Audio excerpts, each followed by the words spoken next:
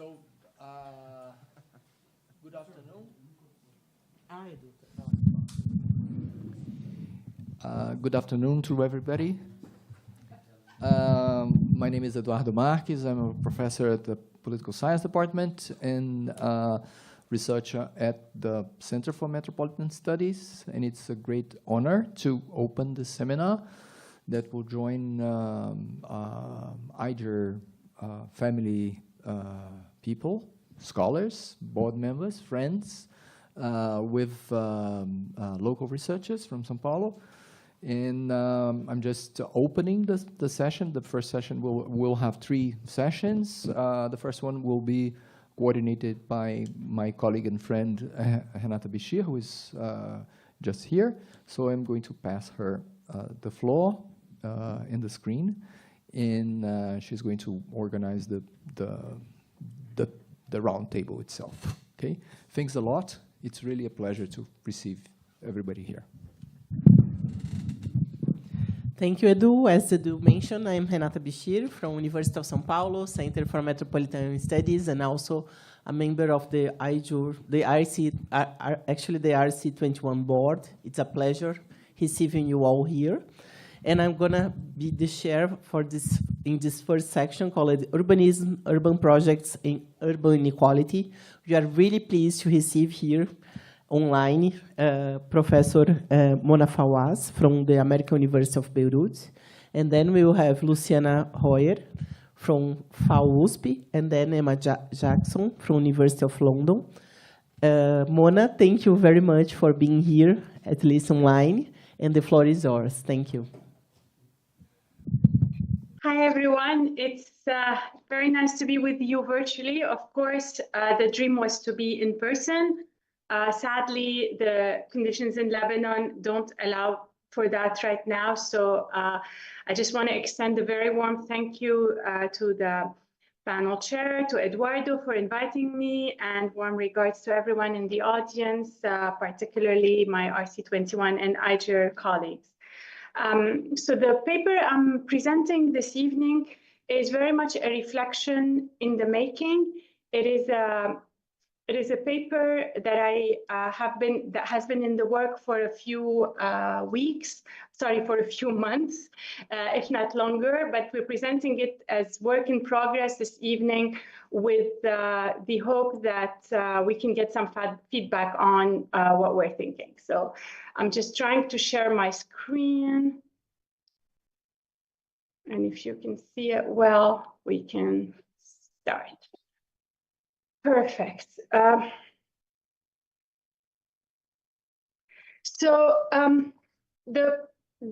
of you who are familiar with my work will probably have noticed that it tends to move in 2 phases over time.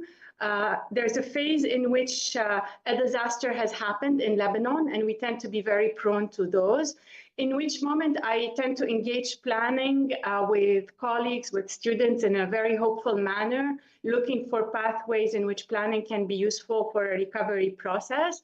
And after that, it tends to be a moment in which we reflect on what we just do. And these are papers on why planning failed consistently. As we see ourselves ready to, hopefully ready soon to start another post-war recovery, we rush to reflect on what the experience we just finished from, which is the Beirut port blast. And so what I'm presenting here is an attempt to an engagement on the field, directly in planning, with one of the researchers and graduate student now program, Maria Rashha, who's actually with me here in the office. So there's a silver lining to being in Beirut. And we start from the project itself. So you seeing a top view of a half square, which is the title of the paper. It stands as an eloquent reflection of, we can see it here, as an eloquent reflection of the fractured publics in today's Beirut and Lebanon. So for over a year, the implementation of this small public square has been halted. After it was opposed by what we learned to be, through this project, the all-powerful authority over the city, that is Beirut's 8 archbishops, who on July 10, 2023, met to make a public statement against the implementation of a small public project, despite the fact that the project had been approved by the official municipal authorities, vetted by the community, gotten its approval, and received a public endorsement of over 250 of the most established urban designers and urban planners in Lebanon. So let us just go back to context for a second and remind you that in August 2020, Beirut suffered what is considered the largest non-nuclear blast in modern history. The blast, which you see here in the port, destroyed the pier and the wheat silos, and as you can see, the front row of the city. 1 in 3 buildings in the city was severely affected. The blast came in the heels of multiple crises in Beirut that affected the country powerfully, most notably the October 2019 uprising, a political crisis that left the country until today with only a caretaker government. We've also been without a president for 2 years, and an unfolding financial crisis with no rescue plan for 5 years now. Following the blast, massive protests struck the city, and citizens blamed the government that callously stored 1,750 tons of ammonium nitrates less than 500 meters away from people's home, side by side with fireworks, reflecting gross disregard to the lives of citizens. The tension that opposed the dwellers to the state following the blast are quite common. We've seen them a lot in post-disaster recovery. You can recall, for example, Dan Davis's work on Mexico, Burke and Campanella, or again Jacobs and Katrina, and many others. Typically, dwellers feel abandoned by the state, and they feel the state is responsible for what has just happened to them. In Lebanon, it was so intense that the walls carried graffiti, such as the one you see here. My government did this, but also no one actually from the government or the municipality dared to visit the neighborhoods, because anyone who tried was met with stones and water bottles. Ironically, the municipality was one of the worst actors to intervene, having just finished a $2 million resiliency plan funded by the World Bank. Weeks before the blast, it could only just a few days before, 10 days after the blast, distribute rooms for citizens who were willing to help. So who rebuilt the city? The recovery of Beirut was delegated to NGOs and international non-governmental organizations. They approached the project as a collection of individual homes, which you can see in color here. Every color is an NGO. We attempted to map them in the Beirut Urban Lab. There was over 44 non-governmental organizations, each operating with its own standards, its own criteria for what is recovery, and pitting very much residents against each other as each competed for getting more NGO help. In the middle of that, what was forgotten was public spaces and infrastructures. So as good planners, this is what we wanted to do. We pulled back a plan of a green plan for the design of Beirut, which you see here, that had been in the drawer of the municipality and approved for decades. And we zoomed down on its intersection in the neighborhood, which was about turning a planned highway into a green path. And within that path, we picked a very small entry point to the project that we thought would be a modest square that could be a good beginning. A micro project that would test our relationship with municipal authorities, re-engage citizens on the notion of the public, and really bring back a local authority to the neighborhood. We rallied the best designer in the country in urban design, a late friend who actually lived 2 blocks away from the square nearby, and who had lived his whole life in the neighborhood. And with that in mind, we thought that it was a good idea then to use planning in what has now become really trendy in the discipline in its performative dimension, right? So it's a prefigurative practice. The state is not there, the public is not there, but what if we use planning as if there is a state and in that case, what we're trying to do is really to think of a transformative potential, an experimental approach through which we can advance the collaborative idea, pretend as if there's a state-society relationship, and by doing this, really advance the progressive terrain of the state that didn't exist. But also, of course, a public as is, through the streets, the sidewalks, the staircases, in which we imagined a site for secular encounter or something to encourage people to act as citizens. To be sure, we were well aware that the municipality of Beirut, both in its executive and its deliberative arms is highly vulnerable to the web of political powerful actors who determine the political sphere. I've personally been the face of a campaign that ran against the current municipal council, so I knew well who they were, but we had the possibility that the local authority was the best possibility we had in our hands, so we had to try it. However, what we will show you is that by involving the state as if, we attracted the state as it is and uncovered the severe limitations embedded in an understanding of citizenship that we championed as secular planners, imbued with a reading of planning, democracy, citizenship that rests on normative convictions that evidently conflict with the social, cultural, and historical reality. Where we designed and looked to implement a public intervention. So this presentation is, and the research behind it, is designed as a reflexive mode of self-critique in which we locate ourselves as academic planners and activists looking to disentangle the web of relations, practices, and conceptions that shape the minefield of the public in whose name we try to intervene. Our methodology for conducting this research is two-pronged. We have used a very reflective approach, reflexive in placing ourselves in the neighborhood, keeping diaries, thinking daily about what we were doing and how we were advancing the goal we were trying to do. But then after the fact, we dived first in the planning literature that really had no answers for us.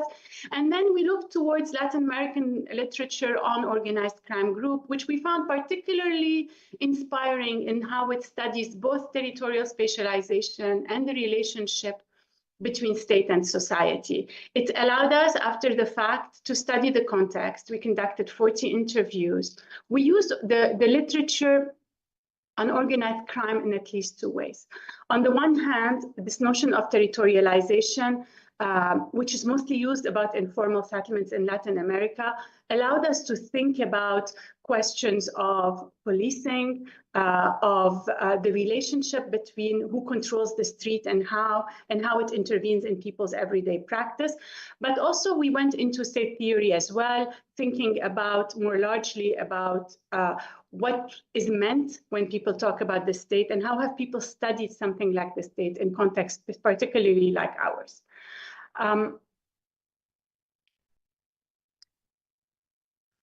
And here's what happened.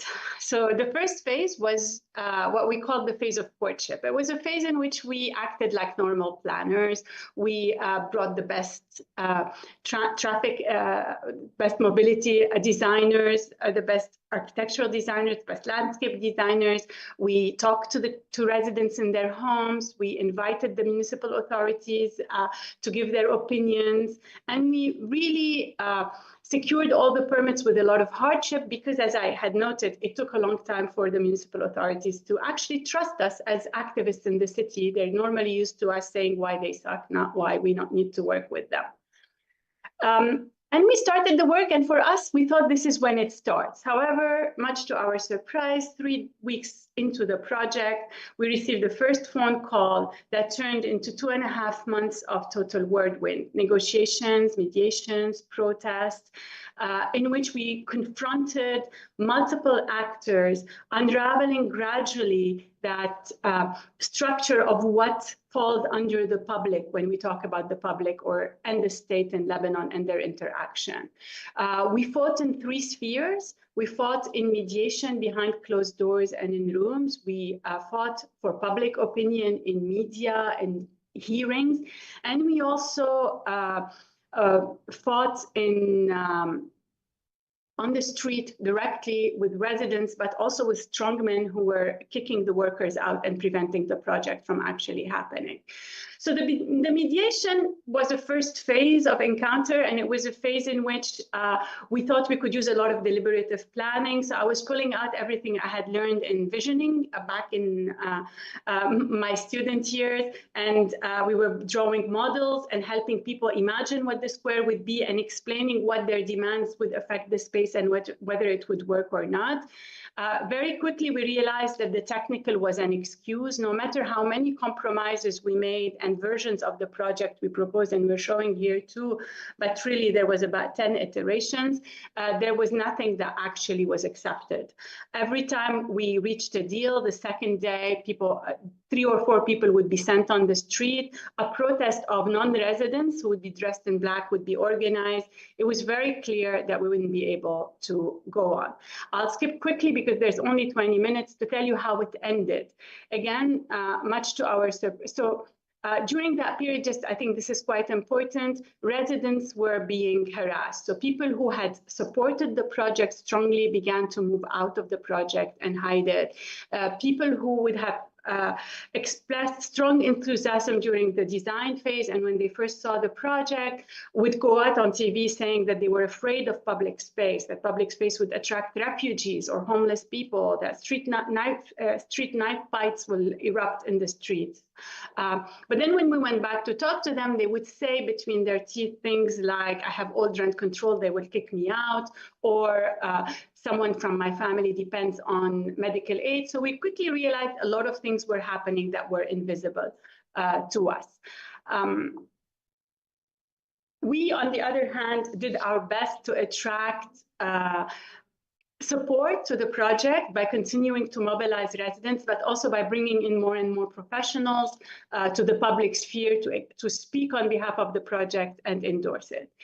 It all ended on July 10 when the bishops of Beirut met with a number of elected parliamentarians and took a public position mediated on the national broadcasting TVs that they were against the project and the project had to be stopped. The second morning, the city's governors told us that we had received what he called a carton rouge, a red card, which is basically in reference to soccer, basically saying we were out. Should say that throughout this post-disaster recovery, I, as a planner, had been with the governor almost daily, advising him on all sorts of public projects and supporting the municipality's decision, conducting studies in the lab, giving him professional opinion.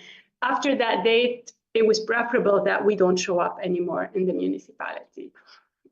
So this is where it's stopped, and just in the interest of time, I'll just take you to the second part of this presentation, which is how we started reflecting after the fact on this issue. What you're seeing here is our attempt to sort of then reflect after the fact on what had happened to us. And in thinking about that, it's important to consider how the planning literature has, if there's too much background sound, please let me know. There's a cat that just stepped into my office. I'm sorry. So in that attempt to understand what was happening, we go back to this planning literature that often describes planning as either bad and oppressive and shows planning to be in the radical tradition, sort of the way in which people are oppressed, or again, that shows the state and depicts it as being the oppressive side of things. And we have radical planning traditions that speak on that side.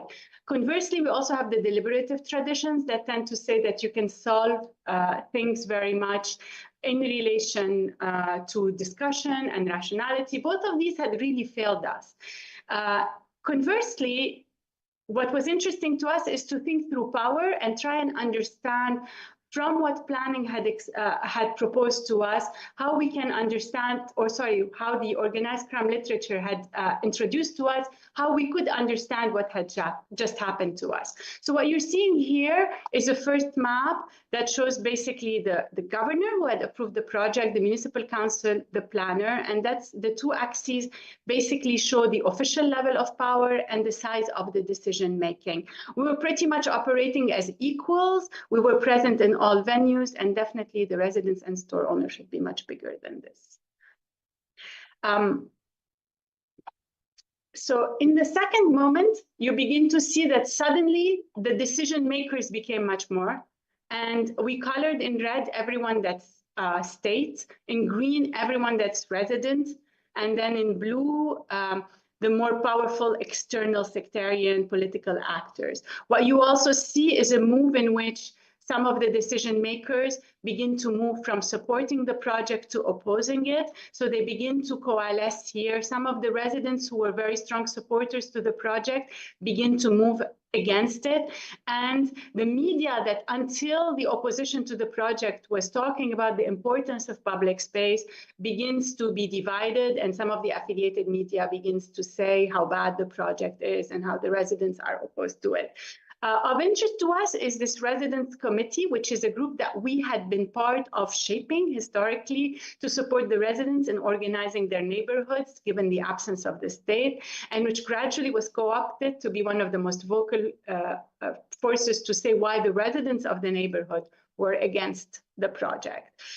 As we continued to map and to move ahead, more actors began to appear, most notably the Beirut Patriarch archbishops, including the Orthodox Archbishop.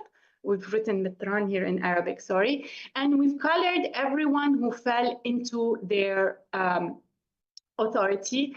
And what you see here is really that kind of state-society imbrication, but also the existence of something which we're calling, following the organized crime groups and organized sectarian group, that is very much that structure of power that begins to tie between public and private and deny state-society division in some way, but also trumps all other structures of power. So it turns out that when the government gets the call from someone that's high up here, that's it, the decision is actually taken.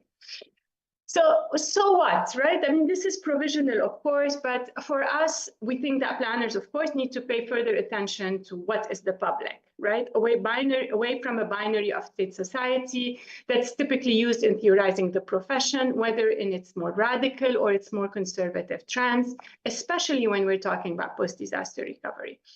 Ultimately, as an intervention to improve the shared spaces that support a living together, planning cannot function without a clear agreement on the public good and a custody over it. That we know because we're asking people to live together, and we're saying we're going to serve that better living together. This is a long discussion, of course, and I don't have the time to dive into it in this short presentation. But for now, we want to point to the limited progress the theorization of planning has made so far on those grounds. Attempt to reclaim the public without a state and radical planning models have failed to provide promising avenues. To be clear, informality has rarely provided more just outcomes and certainly doesn't guarantee them. Conversely, accepting to equate the public with the state muddied our practice with the challenges embedded in the actual nature of states in contexts such as the one where we are engaging. This is what we learned through this experience. Our original assumption that the state is weak and that there was an ideal communal being together that we could do ignored clientelism, patronage, co-optation, intimidation, and all these forms of relations that tie individuals together inside and outside the state, or if you want, the public as it is. In these cases, the performative is rapidly co-opted. There's clearly a reason why it doesn't exist. Worse, rather than being aspirational, we found our intervention to have made visible and consolidated the hold of the organized sectarian group over the neighborhood and strengthen the political plan it proposes to divide the governance of the city. Thank you.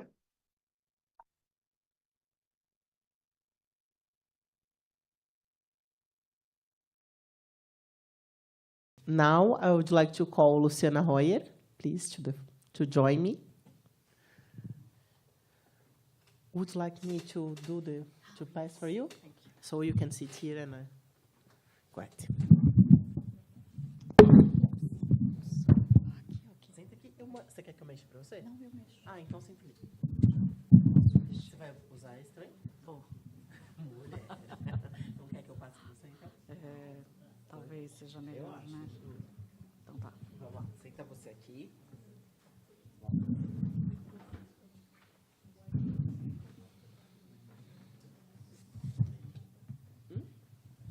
Eu vou trying to fix the camera. E abrir. Qual que é a sua? Aqui? Então, a minha direita é essa. Essa? Radicalmente à direita. Essa? Um desses dois aqui. Essa tá escrito EMA. E o outro? Vamos ver. É um formato meio estranho. É esse, Lu? PowerPoint. Tá, eu vou colocar a mão aqui, vou pôr. Deixa eu... Formatou tudo. Eu... espera aí, eu sei. Cadê o... Vamos no F5? Deu uma desconfigurada, não deu? Sim. Espera aí. Tô tentando aqui exatamente ver se tá... Vê que eu realmente serviu pra muita coisa. Exibir... Apresentação, vamos lá. Rolou. Vai dar certo. Vai dar certo. Vai. Quem sabe que eu... Aí você tem que falar no microfone. Tá.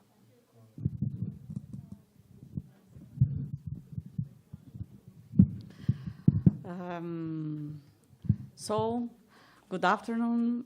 I'm Luciana Royer. I'm very happy to be here. I want to thank Eduardo Marques for the kind invitation. I'm very happy to be here, especially in this session with my friend, admired Professor Renata Bichir, and to see all of you here in the audience and also in the internet.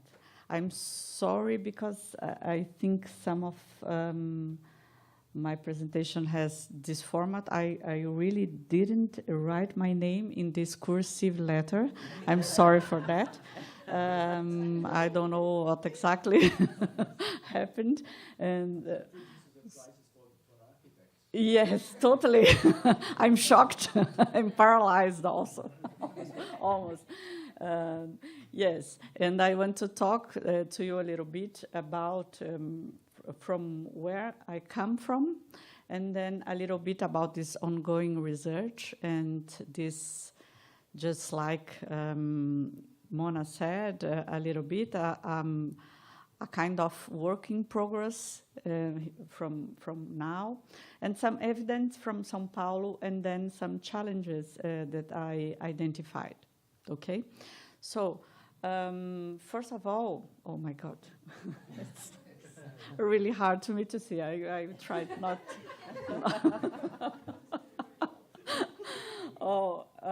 So I'm at LabIAB, this Housing and Human Settlements Research Laboratory at Faculty of Architecture and Urbanism. So I'm an urban planner, and you will see my bias, and also I'm an architect. My bias during the presentation, I speak from that point. And so the LabIAB started operating in 1997, aiming to integrate the research, teaching, and continuous learning, etc. This is what we trying and forced to do in a way very broadly. We have this priority, formulating alternatives for housing, urban and environmental needs, favoring social inclusion also.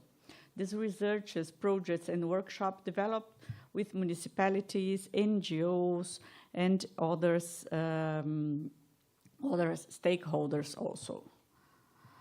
The team is made up by professors. We have by now 8 professors, grad and undergrad students, associated researchers, and other professionals also. We have this, some of image that for you to understand how it's dynamic inside of the university. And by now, we are also a National Institute of Science and Technology that called Production of the House in the City in Contemporary Brazil. And we aim to deepen the knowledge about the production of the urban in contemporary Brazil, analyzing the complex and sophisticated interaction between state, market, and social organization in this capitalism that by now is characterized by financial dominances. We are trying to expand this network, of course, and I talk also. This ongoing research is trying to talk to other professors in the federal universities around Brazil also. Pode passar. We just established the INCT, and I took almost all my first semester doing administrative stuffs, and so I'm so happy to come back to research. And just a little bit more, pode passar. We went to something that we are very proud of, this Habitats that's just finished the specialization course in technical advice for urban and housing improvements that combines theory, practice, and direct action in the territory. 1 year, we have 20 students that made 500 metrics and social service in Diadema. Pode passar. And it's something that made us very assured to be in the right path, combining research, teaching, and social extension, as you said, or pesquisa, ação, action learning, if you want to talk in this way also. And I want to invite you to the next week, Urb Favelas, International Seminar, about slum upgrading. Camila will be over there, and other professors also. It will be very interesting here in Alcântara, here at USP also. So this is where I come from, and this is my basis to talk to you a little bit more about my ongoing research. The aim here is of the next steps for my next thesis that I trying to establish and connect things is bringing together multi-level governance, financial resources, public and private, public policies, and space as a general method for understanding social spatial phenomena in São Paulo, trying to achieve. Perhaps for you that are from political science and sociology, it's a little bit obvious, but for us that come from architecture and urbanism, is not. And so it's important to highlight this. And looking at the logic of contractual legal certainty, sanitation, and PPPs, projects and plans that are self-financing, the limits on effective redistribution, and the persistence of inequalities and in state-sponsored housing, and the public revenue for urban policy that depends heavily on the production of the formal real estate markets. All these axes are axes from ongoing researches that we are trying to understand a little more. The challenges in understanding multi-level governance when studying the public budget, credit, and urban regulation is that because the currency and the credit is, of course, at federal level. And the urban planning instruments and sectoral policies are from regional and local regulation, local level, yes? But are there direct or mediated consequences for the structuring and production of space? Of course there is. But how we can measure, we can identify these regulatory changes, these instruments, what's the role and function of these instruments for housing and urban policies? And so this, we are by now 2 PhD under my supervision and 1 master understanding this implementation of urban policies. I just learned from some years ago with Professor Renata Bichir that's really important to look not only at the conception of the public policies, but at the implementation, of course. And so the persistent inequality in housing policy results with Barbara, the territorial invisibilization of the deficit in access to sanitary supply and sewage policy, and the relation between formal and informal house production, looking at Grajaú and Favela da Linha here in São Paulo with Victor Sá.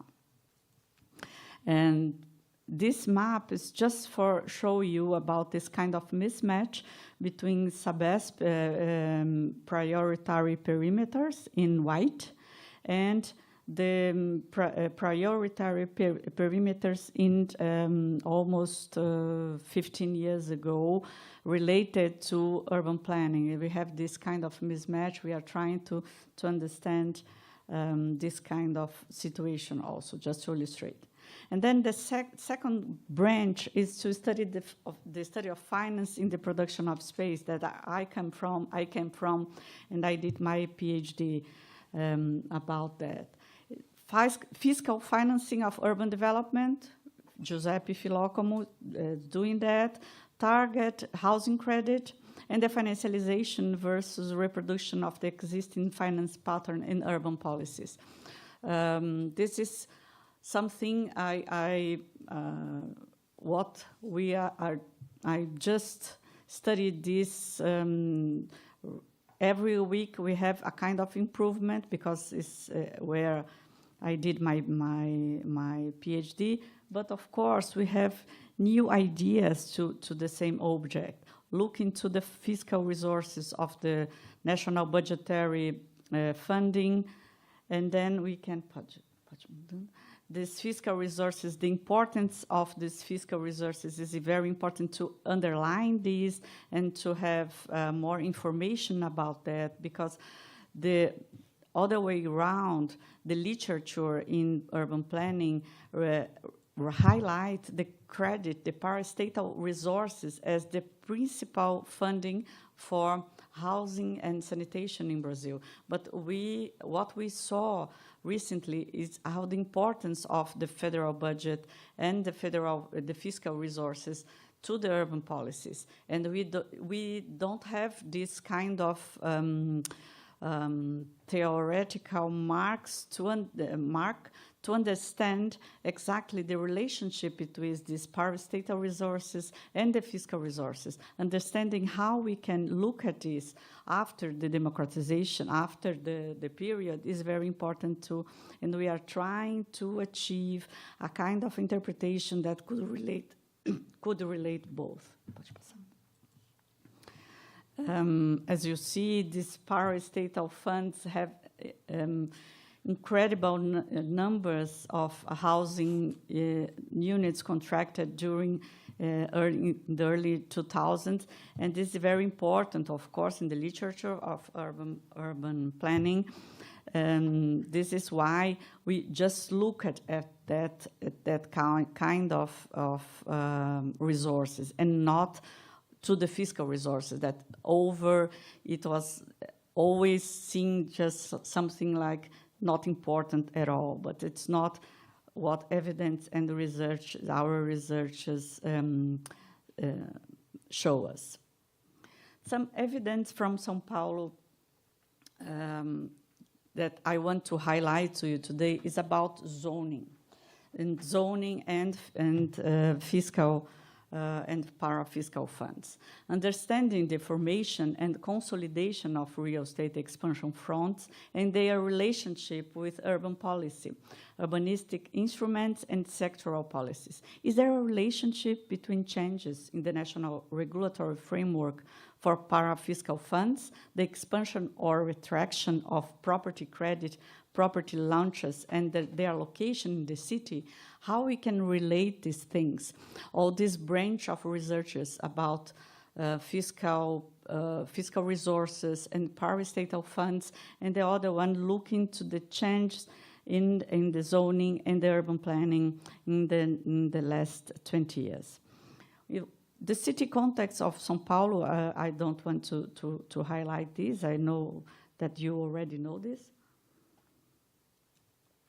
But São Paulo is responsible for almost 10% of Brazil GDPs, which is one of the largest economies in the world. But we have so many poverty also in the city. And the apparent dissonance between wealth and urban poverty in the context of climate change raises questions about the public spending and the production of policies from a multi-level perspective.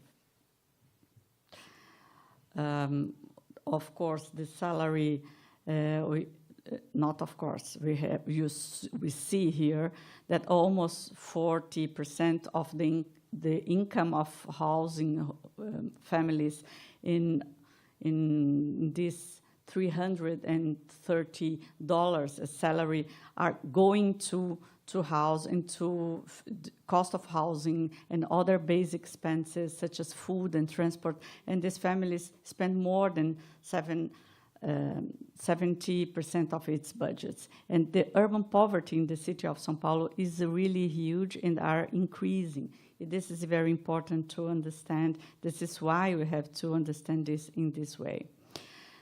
We have the financial resources available for tackle this problem. Yes, the financial resources that are available for this is to meet all these needs, and I'm only showing the structure of this here and not the volumes because I want to take the discussion elsewhere. The financial resources available for local housing policies come from various sources. Through Brazilian federalism, taxes collected at national and state level can fund local housing spending also. Local government can also generate revenue and fund local housing policies. The local financing of São Paulo housing policies is based on public funds, the Urban Development Fund, and the collection of the financial counterpart. Pode passar? Yes, the mainly public funds for urban policies in São Paulo. Fundurb, Urban Development Fund, collection of financial counterparts linked to the right to build. The FMSI, the Fund for Environmental Sanitation and Infrastructure, that is come from the concession contract for the environmental sanitation services in the city. The FMH, the Housing Fund, the resources allocated from the municipal treasury defined for this purpose, and the free resources from the city treasury. The analysis of public spending and housing policy suggests that state actions are conditioned by how public revenue is generated, posing challenges to addressing the housing needs of the poorest. This is why it's important to look at the funding, and I'm always go through this path. Moving to the São Paulo urban planning trajectory very, very, very briefly, we can see we are, in a way, very recently. I would like to emphasize that we experience with so-called strategic planning in Brazil. This experience is relatively recent, approximately 20 years after enactment of the city statute law, which regulates the constitution in this area. It's important to highlight what zoning is, and for the point I want to make here, this brief historical context is important. We have this first established after the zoning. Despite the changes in the conception of master plans that we have seen in the last 15 years, zoning is still the predominant urban planning instrument, and in a way, is what makes the master plan operational. Okay, the practical reasons for that is because it has a direct and immediate effect on land values.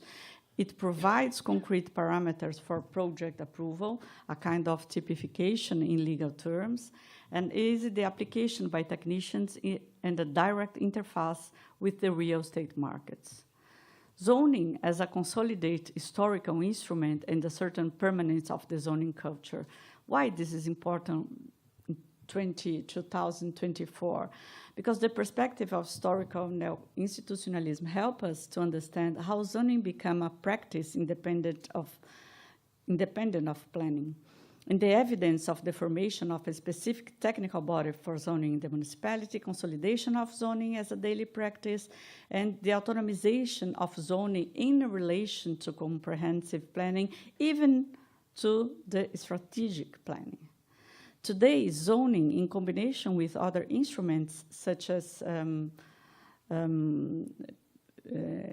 PU, etc., act in such a way as to bring about a selective transformation rather than comprehensive planning, even though it applies to the whole city.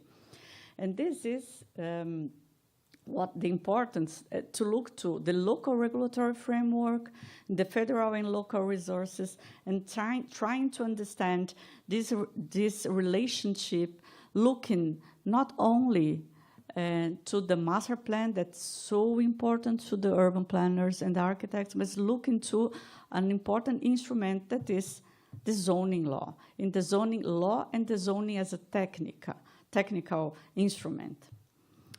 The zoning as a technical instrument led us to the implementation of urban policy by projects, not zoning alone, of course, but we can see how the relationship between this project and the planning through projects were combined with this fragmentation of urban intervention and customization of patterns could lead us to these new forms of contractual packaging, as Jaco said. The urban projects divided into vertically organized and deliverable units. We have these urban intervention projects that have this flexibility on a case-by-case basis, direct negotiation with private agents, customization of urban parameters, etc. And also these territory-specific contracts with own financing mechanisms. This led us to see the result of this is until 2020, 77% of the São Paulo metropolitan region real estate production is concentrated in the city of São Paulo again. But of course, the built-up area that I'm talking here is from real estate developers. It doesn't encompass the entire built-up area of the city. And the axis, the kind of zoning that we have in the eixos, we call it in Portuguese, cover until 2019, it's responsible for 42 of the built-up area and 53 of the total sales of these real estate developers, and the 53 of the developers until 2019. It's very important to highlight that this, of course, not all of the entire built-up area of the city. The result of new specific arrangements between public authorities and the market, and this target the regulatory flexibility, creation of the regulatory exception zones. That is very important.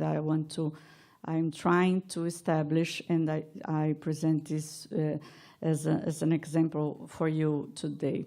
The new urban planning instrument as facilitators and the contractualization of urban transformation. Your time is ending. Okay. So I want to brand new from August, we have this mismatch between, I want you to look to the second map of the population, 2010 and 2022, and then the domicilios, dwellings, in the last map. We have this in blue, in the second map, we have this population that didn't grow, even decrease. And the last map, we have the dwellings that rose in a very significant way.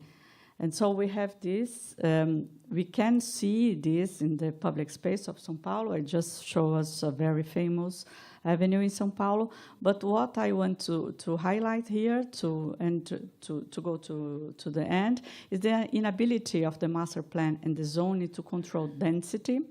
Districts with the same zoning have very different population dynamics. Areas with density incentives do not necessarily result in population densification, and the high vacancy in well-infrastructured areas, even with favorable zoning for occupation.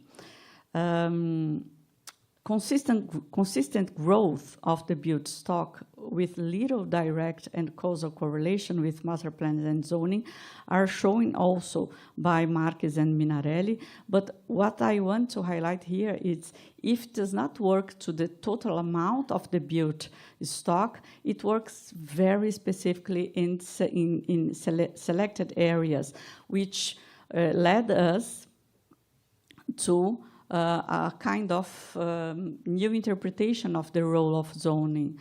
Conditioning, but not determining instrument. establishing parameters but does not effectively control the production of the space, interacts with other instruments and urban dynamics, and has so limited effectiveness without articulation with other policies. And just to go really to the end, I want to summarize that this spatial concentration is due to the selectivity of contractual arrangements, the reproduction of inequalities via contracts, and the fragmentation of governance, high vacancy rates in well-infrastructured areas, perhaps Anacanos hollow seat phenomenon, and then the deepening we can see.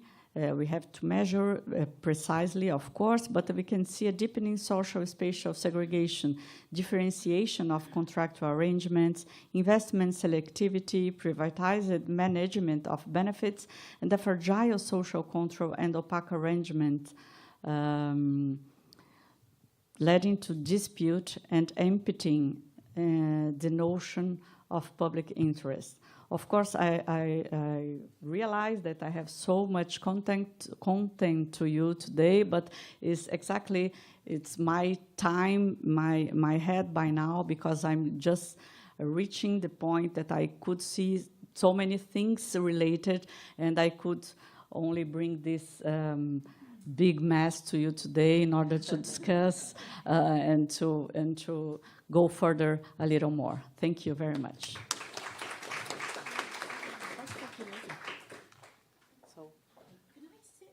Would like to see? Yes, yes, you can. So, thank you. Thank you, Lu.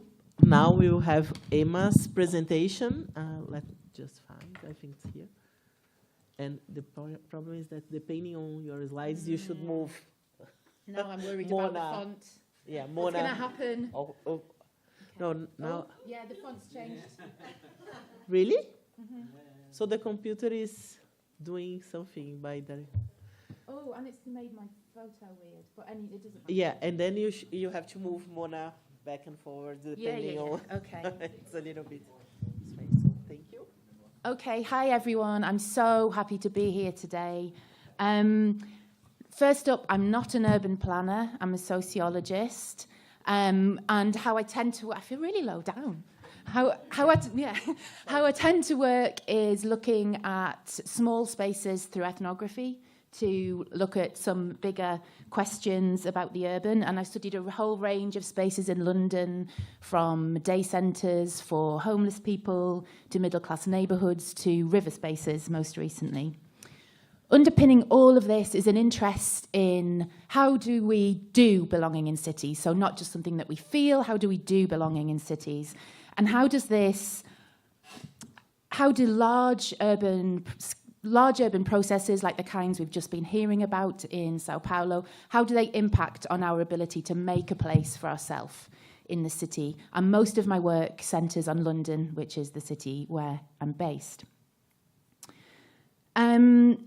To break down these... Oh, hang on. Yeah, just click and then... Right, okay. Just move Mona. So to break this down in my work, I look at 3 levels of urban processes, and that's not to say that they're separate. We know each level interacts with the other. But firstly, I'm interested in that macro level that we've just been looking at, really, about how judgments over urban space, how judgments over class and racialized judgments feed in to some of these big-scale urban planning moments, and how do these judgments about what's of value and what's not of value shape development plans. I'm interested in that meso level also, on how people shape place in their own image through forms of community action. So, for example, in this talk, how people rally together to make different claims for a space based on, in the first example, on multicultural and diversity, and in the second example, heritage and art. And then I'm also interested in that micro level. So how belonging unfolds in places through everyday practices, and how, again, class and forms of urban multiculture unfold in and through place, which can involve forms of exclusion and conviviality. So this part of my work involves zooming in on the minutiae of how spaces work, what's the rhythm of the space, who uses it, and how. I'm not going to talk much about methods. I love talking about methods, so if you want to ask me about ethnography later, please do. And then something on leisure spaces. Why am I talking about leisure spaces in London? So I think my interest in leisure spaces brings together these three different processes of city making, and it comes from a place of arguing that we don't only live where we officially reside, but rather that our sense of belonging is made through our interactions with others and with a range of spaces that we move through, some of which have particular resonances for us. And this becomes particularly important if you live in a small space in a big city, okay? You know, you need these spaces in your life. And I'm thinking now of the work of Talia Blockland, who's handily here, so you can ask her about this later. But she did some great work about the impact of COVID in closing down these public and semi-public realms that, for many of us, we need that. So I think coming out of that moment, we're maybe more attuned to the role of these places and why they matter. And then zooming out to that macro level, as I was saying, I work in London, and there have been widespread reordering of the city, processes of the demolition of social housing, and the rebuilding of more mixed developments. The example of... In the example of the Elephant and Castle, a wonderfully named area of London, where the Haygate and Aylesbury estates were demolished. On the Haygate estate alone, more than 3,000 social tenants were displaced. But there's also been a parallel process of the reworking of public spaces and of leisure space alongside this. And this is in the context of austerity urbanism and the closure of other kinds of public realms, so community centres, youth clubs, which again means that these ostensibly commercial spaces take on a new kind of residence because there's no community centre, but maybe you can find your community at the bingo. So in the case of the demolition at the Elephant and Castle, the shopping centre was also demolished, which housed a bingo hall and a bowling alley. And the campaigns to save these leisure spaces went hand in hand with the campaign to save the housing estates.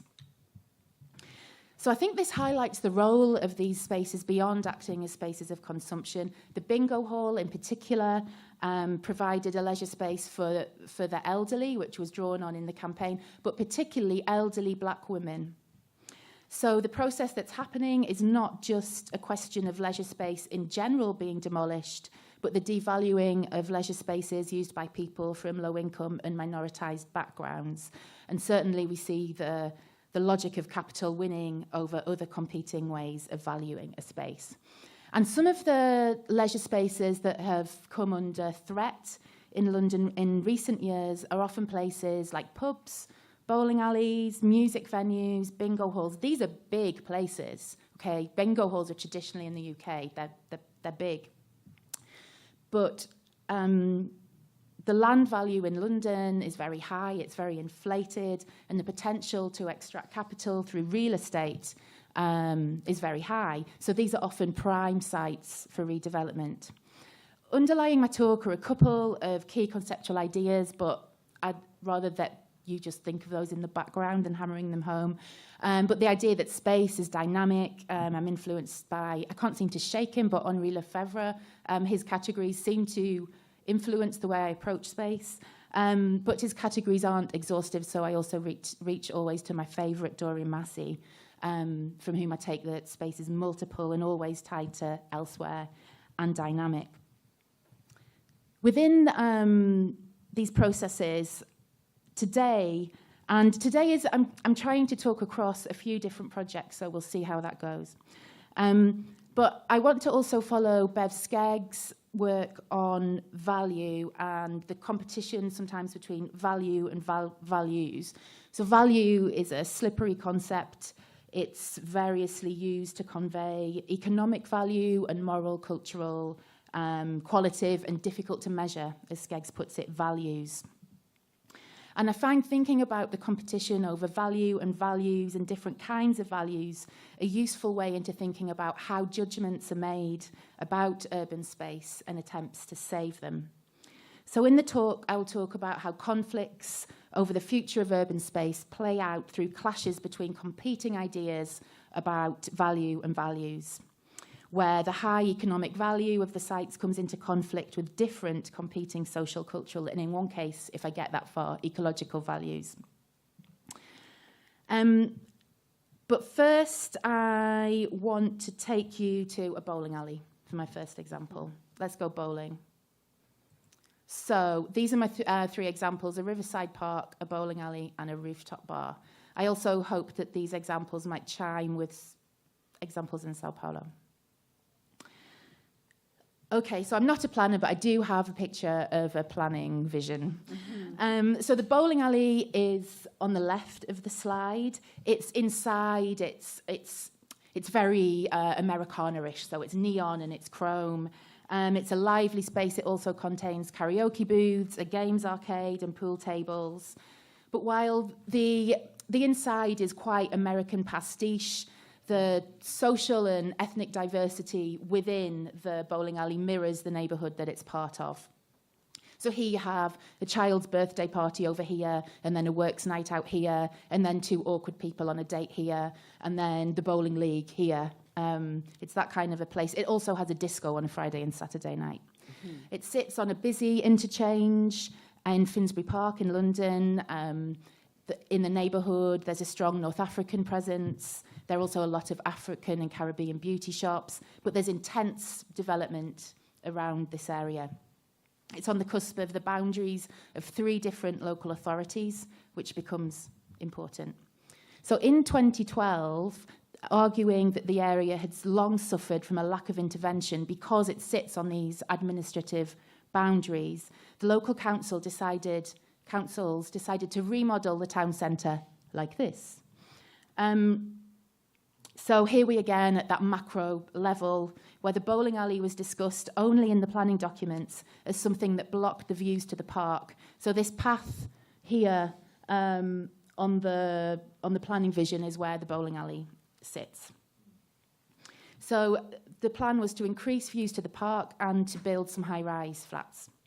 And this moment takes place in 2012 in the context of large cuts to local council budgets from the then coalition government, the beginning of austerity urbanism in the UK that has further spiralled. But I was quite interested in how the local area was discussed in the plans for what should come next. So in these plans, the diverse population is closely linked to being a potential asset of generators of capital, of economic value, which tracks with some arguments that Mike Racco's made about diversity. The multicultural nature of the neighbourhood is relayed as closely linked to consumption, but a sense of even commodified migration history and embedded histories are completely absent. Meanwhile, the spaces of consumption and leisure that are celebrated were a then new theatre and a new art gallery. The bowling alley it wasn't mentioned at all in these plans, but this didn't go unchallenged. So some local people got together and made a petition to campaign for the bowling alley that explicitly made a claim for the fact that it brought together people from all backgrounds, all walks of life, alongside the argument that it made space for groups who had few other options, such as groups of disabled people.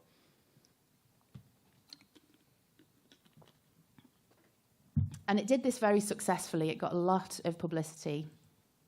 I also got really interested in the petition as a realm for telling other kinds of stories of social value and what was valuable. So the comments became a place for expressing the social value of inclusive and mixed space. Where else would you get a DJ that does a shout out to the Algerians in the house? And a key theme in the comments was also what the space was worth, but alongside a critique of gentrification in the area. And you can see here in the second quotation, someone that works with young people with disabilities who regularly took that group to the bowling alley. In a further development, the people that set up the petition, oh no, there's another bit first. Through conducting ethnography in the bowling alley, I also found and participated in how the bowling alley both produced the space but also acted back on those who frequented it. I found that it embedded the bowlers in space, and not only the bowlers, some people use this place as a social club and just hang out. Teenagers, I've seen teenagers take their homework there.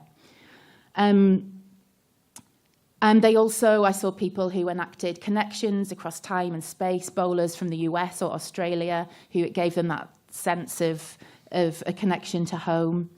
And I pulled out some of the themes as well, but I won't talk about those because I haven't got time. I wrote about it, so I can show you the paper if you want. But then, the people who did the petition went on to use measures provided by some legislation, the 2011 Localism Act, to apply for the bowling alley to become an asset of community value, which I find a very interesting thing. It's ostensibly for safeguarding places that further the social well-being or social interests of the local community. And what this does is it means the community, so a group of people who gather together to ask for it, can register a place like a pub or a daycare centre, a park as an asset of community value to stop it from being bought and being developed into something else. However, what it does is it gives the community the right to delay the sale of an asset. So you can say, hang on, no, this bowling alley, we need it listing. And then they say, okay, you've got 6 months to get the money together in your community to buy this, to buy it. Okay, so there's all kinds of questions about who is the community that can buy the bowling alley. There are some examples of this being done successfully, such as the Ivy House in Nunhead, a pub.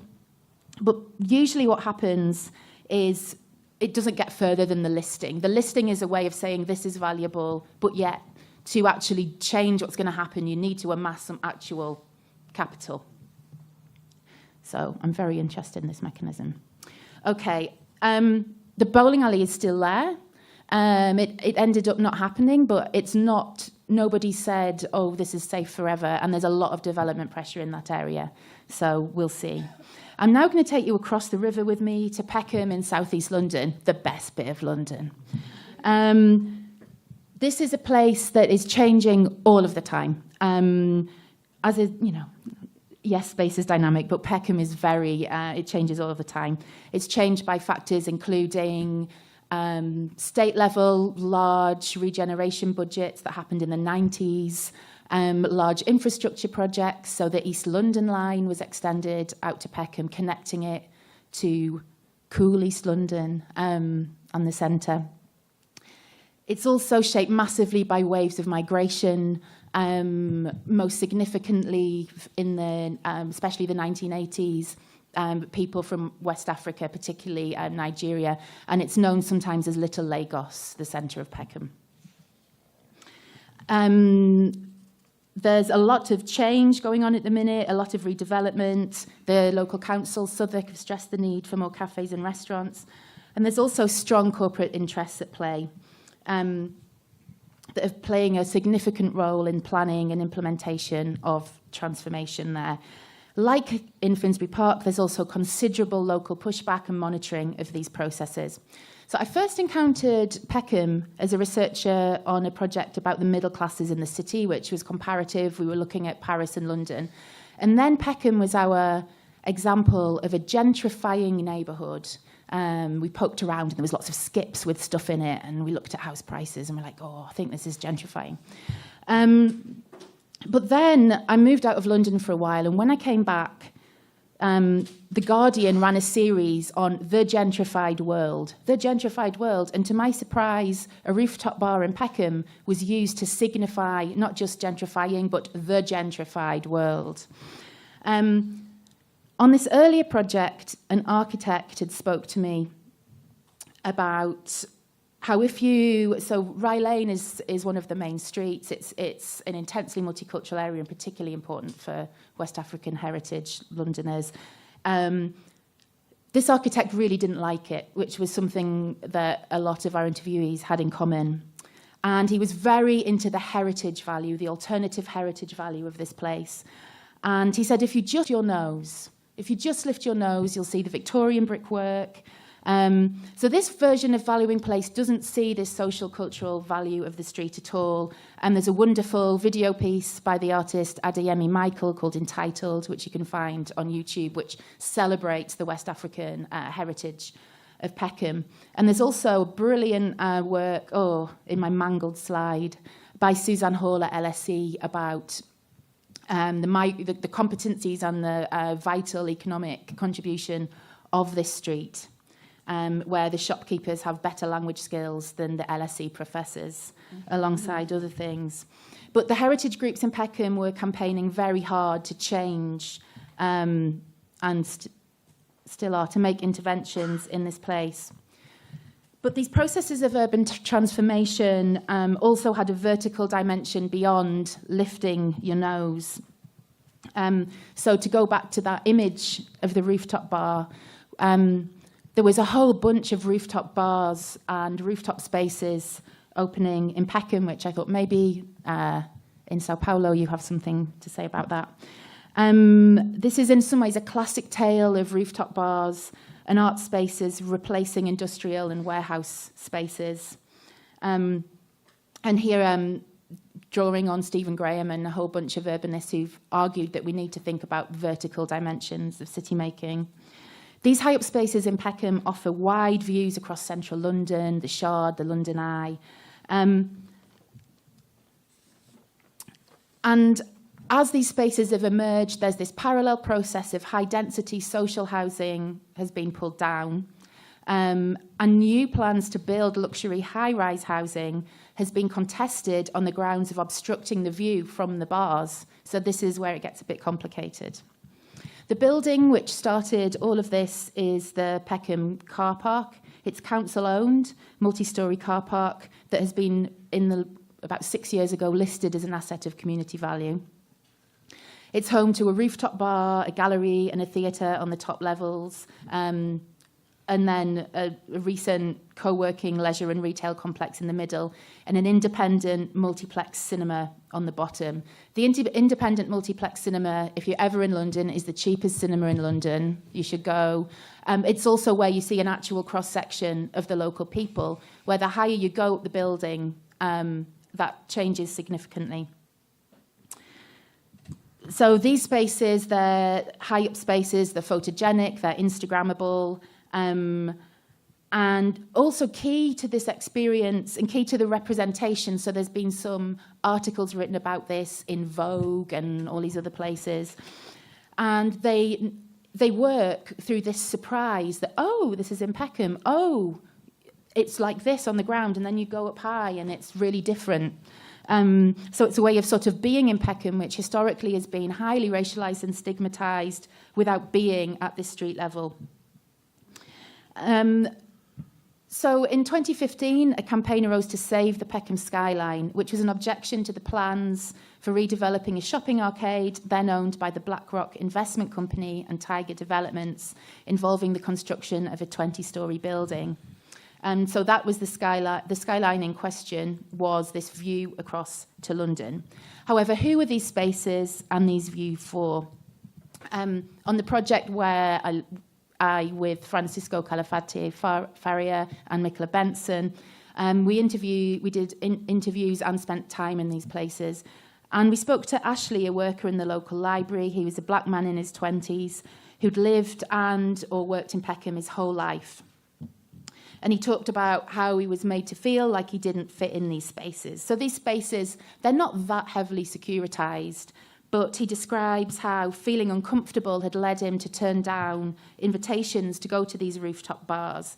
His reflections, so now we're going back to that micro level of feeling uncomfortable in these spaces, are telling of how power functions through these atmospheres, revealing about what is going on at a more macro level, where spaces are being made in the image of young, white, middle-class consumers. So in 2016, the council said they were going to demolish the car park. The artists who had originally set up the space on the top of the car park were very angry at the demolition plan, not only because they would lose their space, but because, as someone I interviewed spoke about, they thought they had created the cultural value in the building, which then made it attractive as a real estate opportunity. Community groups banded together and, as I said, got the building listed as an asset of community value. But more significantly, because, as I mentioned, this measure isn't that useful, the council committed to agree to leave it for 25 years. But what's frustrating about the car park to me is it's owned by the council. It should have the potential to be something else. And you do get glimpses when community events happen in there of the potential that this space has. Okay, I'm not going to talk about this very long because I think I'm running out of time. Yeah, a little bit. So I won't spend much time on this. This is where my current research is, so I had to bring it in. And this is about river spaces in Lewisham, in southeast London. Most of London's rivers are submerged and many have been integrated into the sewage system. But in Lewisham, in South London, there are long stretches of urban river that are increasingly being opened up. And my most recent project examines how river spaces are produced by informal and formal practices, including how they're imagined in local documents, their maintenance by local river groups and daily routines of local people. Now, these are less obviously commercial spaces, but because a lot of development in the borough are near or on the rivers feed into these future imagined leisurescapes. In this context, Lewisham's rivers are being deployed as a marketing point, selling new developments, raising questions locally about who the new homes. So you can see the Lewisham Gateway development on the right, which are quite flashy, tall apartment blocks. So the rivers are portrayed in the development adverts as giving this pleasing backdrop to social and community life. But our study on river spaces across Lewisham shows this dense web of social practices that go on around the rivers, from maintenance and care work to practices of spirituality, to pulling out of the rubbish and weekly cleanups, to daily interactions of paddling in the river. People do that, dog walking and play.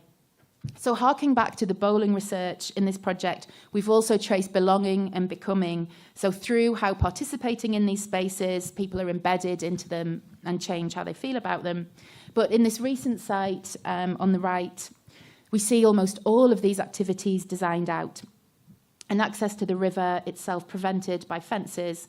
And despite looking like public space, it's controlled by a private company.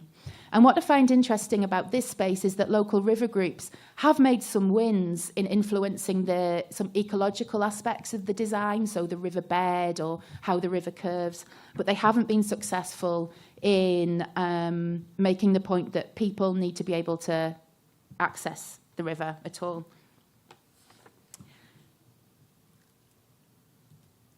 So I'll wrap it up quickly. So we're seeing an enhanced role of developers in London that's reshaping spaces of leisure in the city. But this prompts different kinds of pushback from local groups, and it impacts on people's sense of belonging in multiple ways. I won't go through all the examples, but in them we see how value and values are mobilised in different ways. And I think being attuned to this helps us to further tease out slippage and contestation between these different social, cultural, economic, ecological claims made in moments of urban change, and also to evaluate how alternative value claims can influence or not interventions in these moments of urban development.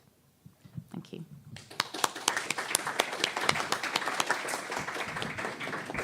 Thank you very much, Emma, and everybody. Before we open for questions, I have only a few comments. Super interesting table. Thank you all, three. And I would like to push you a little bit in order to connect the discussions and also to connect with the presentation I'm going to make. So it's totally self-interest. but it's always like this, right? So my first general question is how we can theoretically and methodologically connect the macro and the micro levels. You know, you all three talked about this in different ways and trying to think about different things. But I think a general challenge for us is how to use multi-level governance beyond an umbrella concept, you know? And in the case of Mona, I hope you are listening to us, but I think you are. It's super interesting to see the connections between different types of actors, but I was wondering how they change from the decision-making to the implementation, because it's super interesting to see how the inhabitants get against the project. And I was thinking about the role of events and ideas and how events can change the policy projects, and this is quite interesting. And could you please talk a little bit further about the supranational level, for instance, the international organizations you mentioned at the beginning, and how they play a role in this history you are telling us? For Lu, super interesting and super challenging to connect the theory and the practices, right? As we all know. So yeah, and sometimes I'm thinking that we should review the way we normatively think about the city and what type of city living are we think about. But more specifically, how do you think these different urban instruments are contributing or not for this fragmentation you are seeing? You know, because we have so many different instruments playing at different levels. So how they are being played and how they are, you know, and how could we seal all then, or at least to try to integrate all then. And Emma, for sure, I would like to hear more about your methods and how you are using ethnography to connect the macro, the meso, and the micro level. Super interesting. Thank you. And now we open to questions, comments, and then we go all the way around. Who would like to start? Edu? People is always shy, so somebody has to. Okay, Thelma, you should have to use the mic, but yeah, it's okay. Come here. You are not shy. You are not. Isso,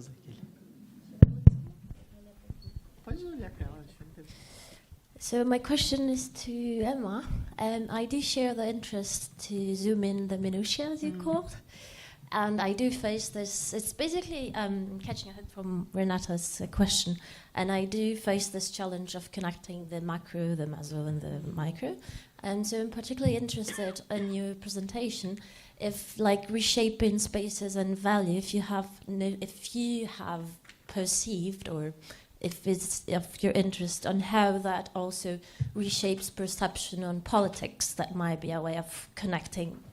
You know, we go from the macro, meso, and micro, and sometimes, at least for me, it's so hard to go back to the macro and make this connection. So I was wondering if this appeared in your research. Edu, and then you. Well, very nice, very interesting. Lots of things crossing my mind. But anyway, I'm also doing a question comment, asking you to all react to the fact that you all you presented one of the things that were present in the three presentations was change, but mobilized or triggered by different actors, the state for sure, the market, and communities struggling to participate in the process, but being more or less overwhelmed by change from the market and the state in the three cases. But they were very different kinds of change. In the Beirute case, fast, disruptive change produced by external disasters, actually, the war, the blast and everything, and then slow and inertial change produced by the state and the market and the community. In the case of São Paulo, slow and in a kind of inertial change produced mainly by the market, with very low presence of the state. And in the case of London, something which is in the middle in terms of the size and the speed, but with a very strong drive through the market, and as the main in the state struggling to go against. So I would like to react to this and to connect these three. You, please. It's a question mainly for Mona, but maybe I can also connect it a little bit to Luciana. But it's a question also a little bit on behalf of Gabrielle, because we were both listening to your talk, Mona, and thinking, yes, it does resonate so much with what we know of organized crime and urban development and politics. But one thing that popped, well, I should speak mainly for me, but we were having this conversation. Did you, as planners, consider going straight to the bishops? Because thinking of it from a Jamaican, I think also Brazilian perspective, to cut out these important actors or to ignore them is almost, I don't want to say looking for trouble, but if you take also planning as a process of taking different stakeholders into account as you look for spatial change, how did you not, like, wouldn't it at some level have been more maybe problematic, but pragmatic and perhaps effective to go not to the governor, but to the sectarian actors first?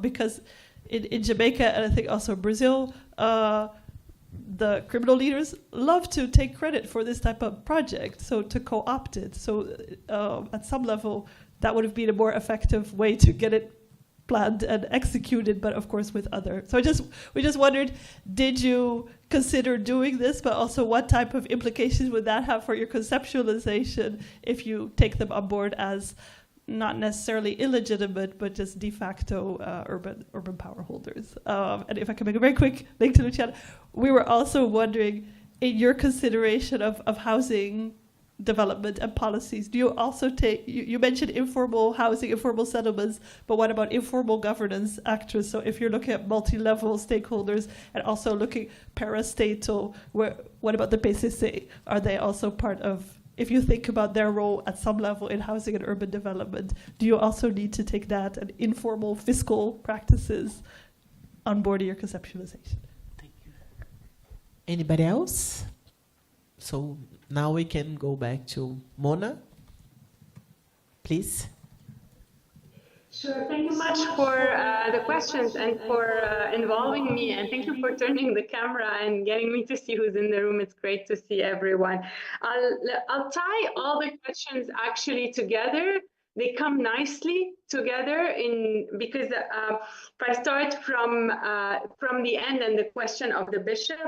So from day one, our team has been divided on whether we're doing a planning intervention as a political act, because we think of a possibility of creating some kind of a citizenship that goes beyond the territorial sectarian divisions of the city, or whether the end product is a nice public space.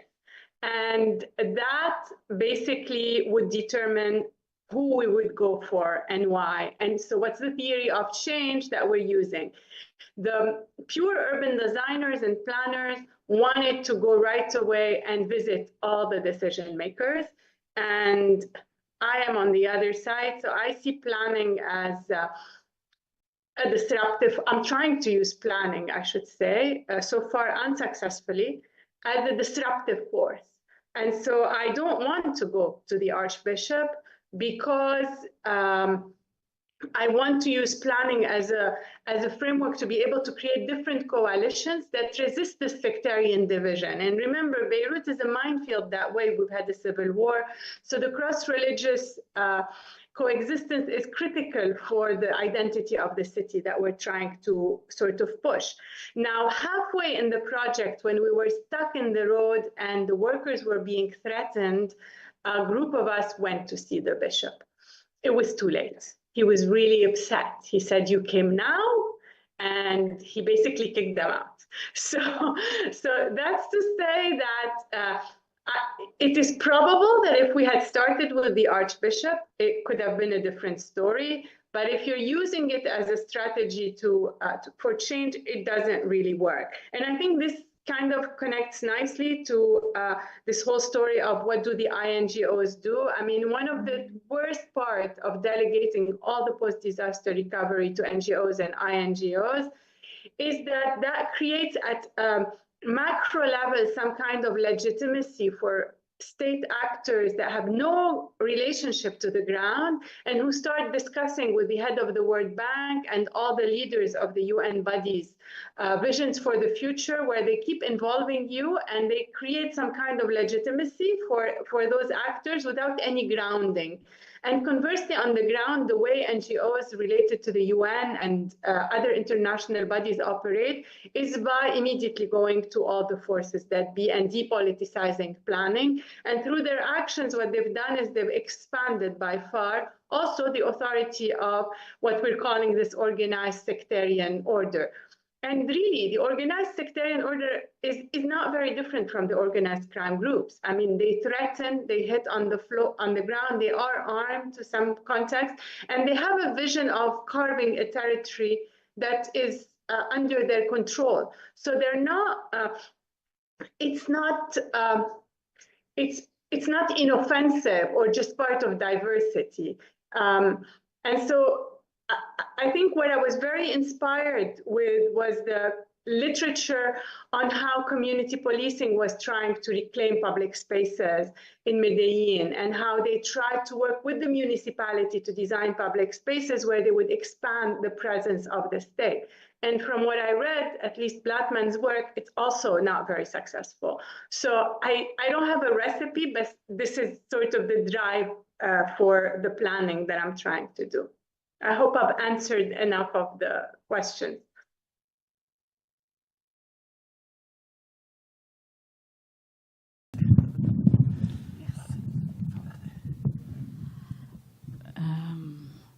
So thank you very much for the questions and for your comment also. And I just want to highlight that this is a hearing, an audience that values space and territory as the starting point for articulating all the levels of policy. I'm used to talk emphasizing the space and the territory as the starting point. It's not so obvious, just this for us, all of us here. So I don't need to tell you how important it is to look at the policies from a spatial perspective. But specifically, what I'm talking about, housing and the problem of the zoning and the real estate development that I try to show up is that articulating all these instruments has to do with the strengthening of private consultancies within the public sector. And they are even day by day very important to understand what's going on. And I could talk a little bit about the weakening of the state, but it's not exactly a weakness of the state, perhaps sometimes a choice of it, but for sure the strengthening of the private consultancies is something that we have to highlight and to understand more. The importance of the projects presented by the private sector and the role of these consultancies in project-based planning as something virtuous in normative terms, and the way out of planning and how this is important, and to look to the planning as something that is a mixture of put together of projects and not a master plan that look to all the city.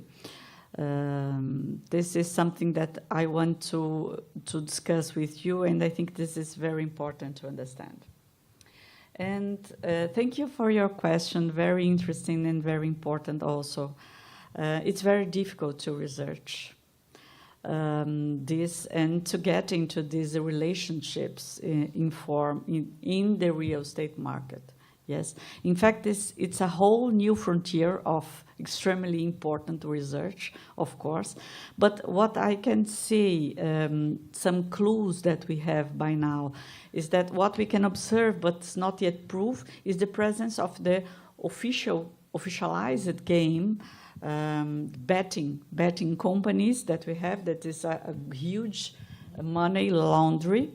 And the betting companies which have been investing in the property market, in the real estate market, and on an ongoing basis, identifying who buys a lot of this real estate in the form of real estate investment funds, the FII, the Fundo de Investimento Imobiliário, Real Estate Investment Fund, is one of these research fronts. But it's very difficult because they change who signed, etc. But it's very interesting, and perhaps this is a clue how disconnect these two worlds. Okay. Thank you, Lu. Now, Emma, please. Okay, I'll start with Eduardo's question about the relationship between the local authorities and the developers.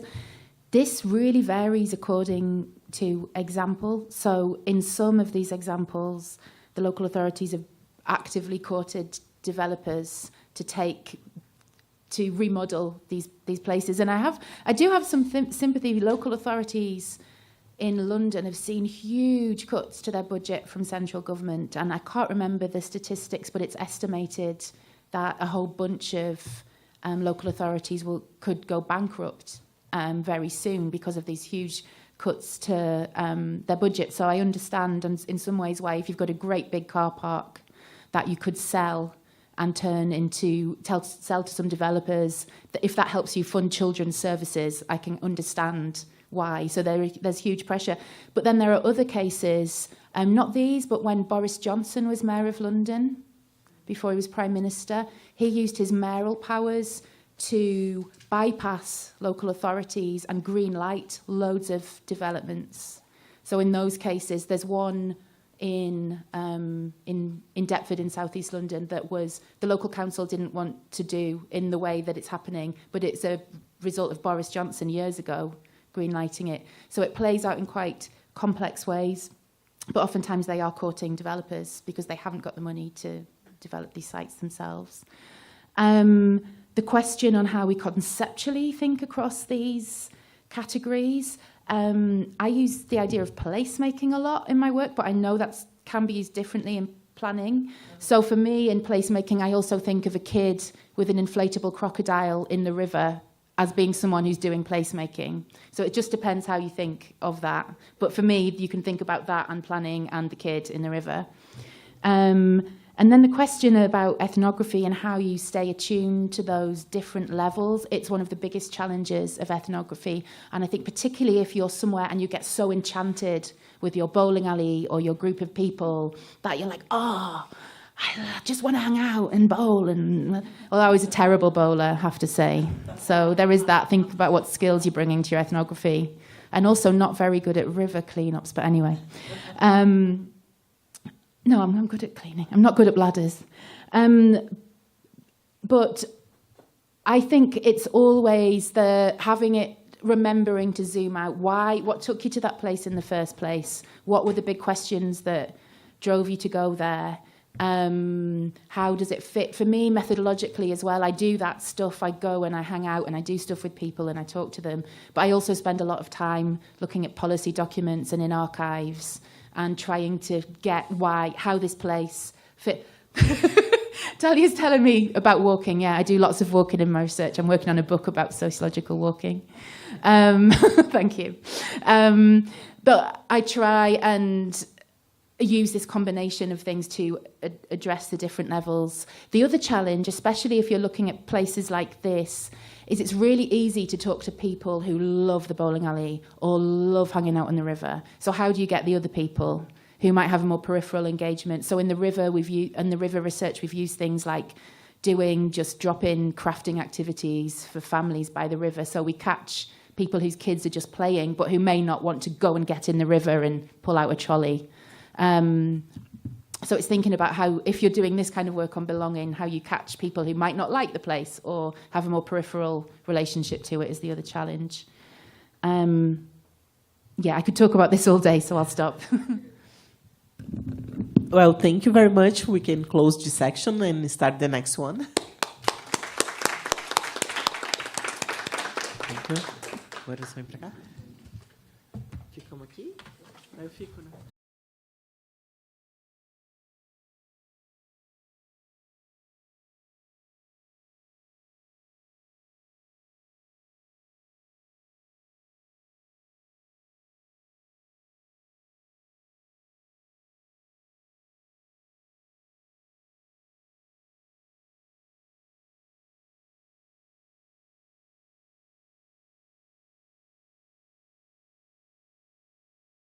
Policy at the University of California, Irvine, and researcher focusing on urban studies.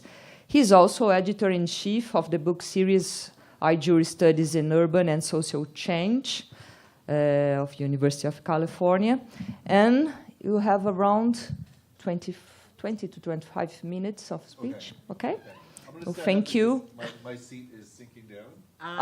Okay. So, my guess. No, you wanted to do this. I wanted to stand up. Yes. Yeah. I wanted to Feel smoke a free cigarette. to stand or to sit, whatever you So prefer. you should use this. Okay. Should I use the I mic? can tell you You when have to because of you the- have Okay. 5 minutes. What's that? Okay. Just a second, because the YouTube, he will help us. Okay.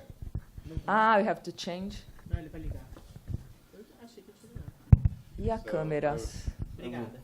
I would sit, but when I was sitting there, it was Tá reaching down certa a to my... câmera aqui I nele? know, the chair is going down. The chair is going down to my chin. Ele quer falar de perto. Okay.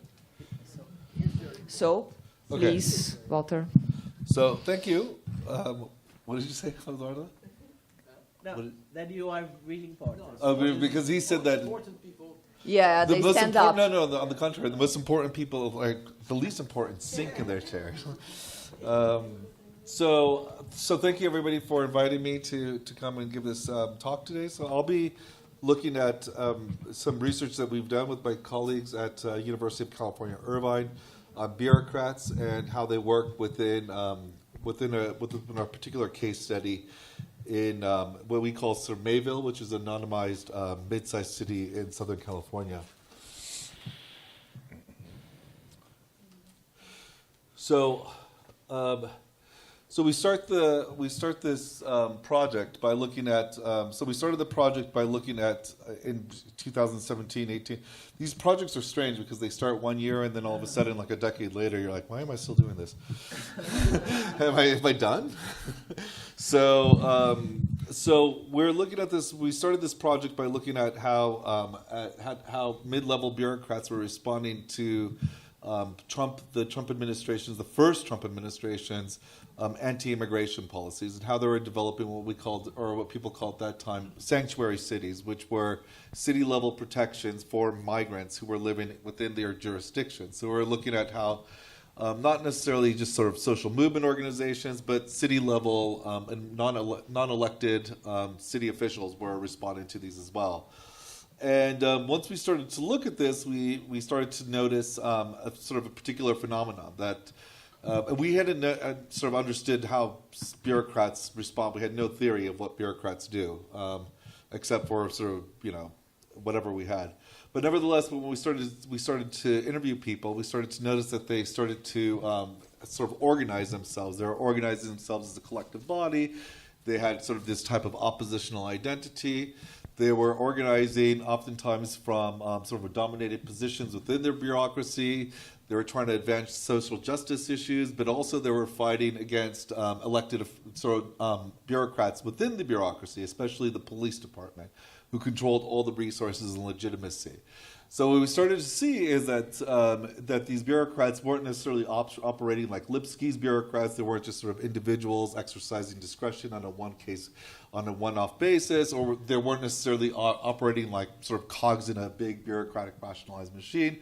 Instead, they started to take on the characteristics of social movements, or what we were sort of familiar with social movements, in terms of forming networks, developing a collective identity, pooling information and resources, and mounting actions against more dominant forces within their space of power. And what we also saw during the course of this study was that there were two sort of moments, two big sort of spaces in which these battles unfolded. Now, between the first crisis was 2016, 2018.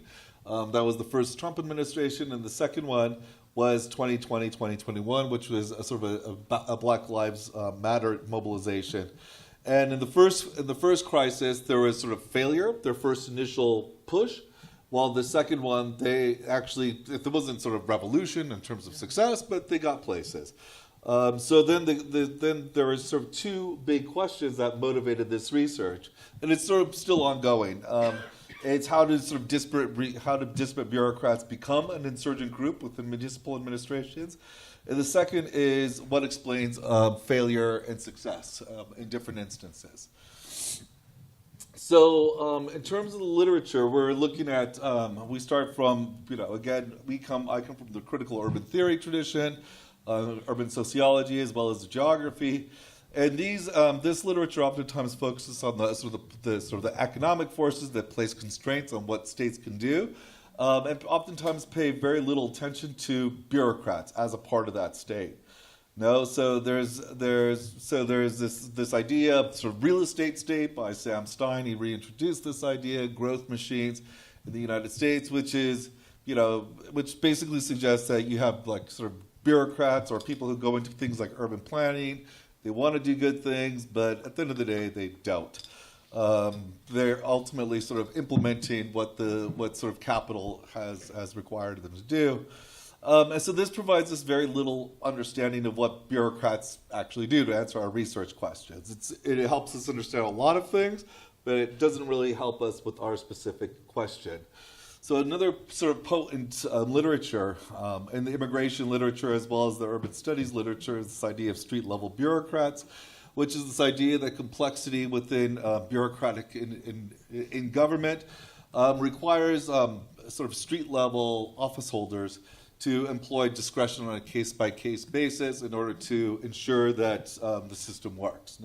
So their power, their autonomy, and their power is derived primarily in these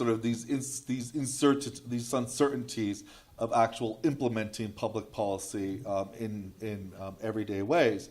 And for us, this is interesting, but it also doesn't answer our question because the analytical focus is on individuals, bureaucrats rather than collectives, and there's no theory of collective action. It's really focused on sort of these residual powers on the margins of the state, which can aggregate into an actual policy effect, but nevertheless, the focus is on these sort of residual spaces of power. And so it answers a lot of interesting questions, but both theories don't necessarily do what we want to do. And so in a couple of papers we've been working on, but I won't go into this too much because this is another sort of complicated presentation. But nevertheless, we try to combine theories from neo-Weberian theorists of the state, like Bourdieu, but also neo-Marxist theorists of the state, like Poulantzas, Hall, and Gramsci, to argue that the bureaucratics, there is a sort of autonomous bureaucracy. And there is an autonomous bureaucracy. It's not necessarily subordinate straight to capital or to elected officials. The autonomy of the bureaucracy is based on certain types of resources of power that are largely associated with legitimation functions, whether sort of consent, to build consent, or to exercise coercion. So the two different sides of the state, and this is the way in which the state sort of, the state actually creates sort of power for bureaucrats, and that this results in certain types of hierarchies within the state. Between those sort of what we might think of as dominant and dominated bureaucrats, and a lot of times the stratification of bureaucrats within this field depends on the resources of bureaucratic power, sort of money, symbolic capital, cultural resources, how many employees you have, where you get your resources from. Pardon? Public budget. Public budget, whether you have to go sort of outside, whether you have to go inside. So there's all these different types of resources through which you establish and gain your power and sort of assert your legitimacy.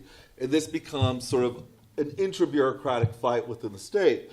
So our idea is that this is operates like a normal sort of field that distributes power differentially across dominant and dominated bureaucrats. And this results in sort of fights like we have in our normal universities against, those between the sciences and the social sciences.